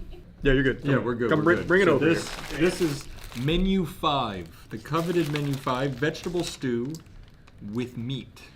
Do you feel heat coming out of it? Man, it's government heat right there. She cooking. Do not overfill. Oh, you overfilled it. You actually did. No. Put the fire out the second one up. So how is it supposed to work? Here, you wanna plate her up? Is it? Oh, it's okay. Could we throw this away later tonight? It just explodes. I'm just gonna put it on top of this, so we stop wasting so many plates. That is just What? okay. Whatever. Well, if you think about it, there's enough there that we can pull off the top and we won't be touching the bottom. I'm done questioning. You you pick guys. off the top of the mountain because the top of the mountain hasn't muddled with the rest It's of it. actually an architectural approach where you build up instead of out. Yep. It's like ants. Yep. Stew? Oh, garbanzo beans? Oh. Well, hello there. Do you hear my stomach? I hear this. It's I not hear a this great- right now. It's saying some stuff. It's saying some pretty nice things to me, actually. What is this again? I don't know. Your stomach is really. It's not feeling good. It's very vocal today. I think it's the Vegetable stew with meat. Wait, That, oh, God damn it. What? You thought there was no meat? Yeah. You asked for it to be heated because it had meat. You're right. That was your choice. You are right. Yeah, get back to where you were though. Ignore your fear. That's pretty good stuff. It is pretty good stuff. Now you eat another meat bite. Look, with everything we do, if you die, I die. We know that by this point. Okay. All right. Jesus. The only meat you shouldn't have been worried about is chicken, and both of you went into that with no question. Yeah, it's chicken. Yeah, I never met a chicken I didn't like. A. All right, let's dig into menu 5 some more. Oh, I'm seeing she's giving us something playful. Oh, yikes. We're back to these. I don't know if we need another plate, but just in case. This one's grand. I literally waited for Danny's face. This is the highest level of irrationality I've ever seen in my life, from just on all facets. You just don't understand the process. That tastes like a Laffy Taffy, or not, or Now and Later. Kind of tastes like an Airhead. Yeah, it's like candy. Yeah. That really is like candy with protein. That was pretty good. I don't like know that why one. they're not selling more of these. Okay. Come on, baby. That was good. Give us apple and banana. PSA 10. Sweet potato grape smoothie. God damn it. God damn it. Maybe they discontinued it. They must have. It was too good. So you got stew, sweet potato grape smoothie, candy bar. Probably an A. Yeah, I think that all rounds out to an A. Yeah. We've got one more, the one I'm really not looking forward to. It's pork. Pork? Pork. Pork with sauce and rice. I mean, technically, you don't have to eat that. We got another cracker with sunflower butter. Mm-hmm. Should I ruin the surprise now? Or... Just do it now. Please, please. Oh boy. Well, wash it down with some good old-fashioned pork. You ever just cut your sauce and rice like that? That's Uncle Ben's rice in there. You always say that anytime there's rice. You're right. I just really like Uncle Ben's rice. Oh, you So too. when there's good rice, I'm You just saw like, me eating when you came in. That was a big bowl of Uncle Ben's. fuck yeah. That's good. That is good. That It's is got a a- little kick to it. It's Yeah, nice. That's actually really nice. That's well seasoned. It is well seasoned. I don't think I got any of the pork. I don't know if there is any pork. I didn't get any either. Maybe it's like super fine. I mean, Like super shredded, you mean? yeah. Pork's a delicacy. Yeah, that's what I've always heard too. I don't eat pork. I also don't eat pork. Yeah, that was good. It was good. That would be A. I was gonna go A, and then we've got these, and we've got the smoothie. It's another A. Same old routine. Yep. It's all an A. A. Just we hide all the good food in the MRE bags. It's a shame, really. I was pleasantly surprised by the quality of the food today, I thought actually. I was gonna be puking. We started off slow. We started off bad, and we went up. Whoever's making these, like the meals, is Yeah. doing a much better job than whoever's selling the under the table. Yeah, just the beef individual brisket. bags. Those sucked. These were good. Yeah, So, agreed.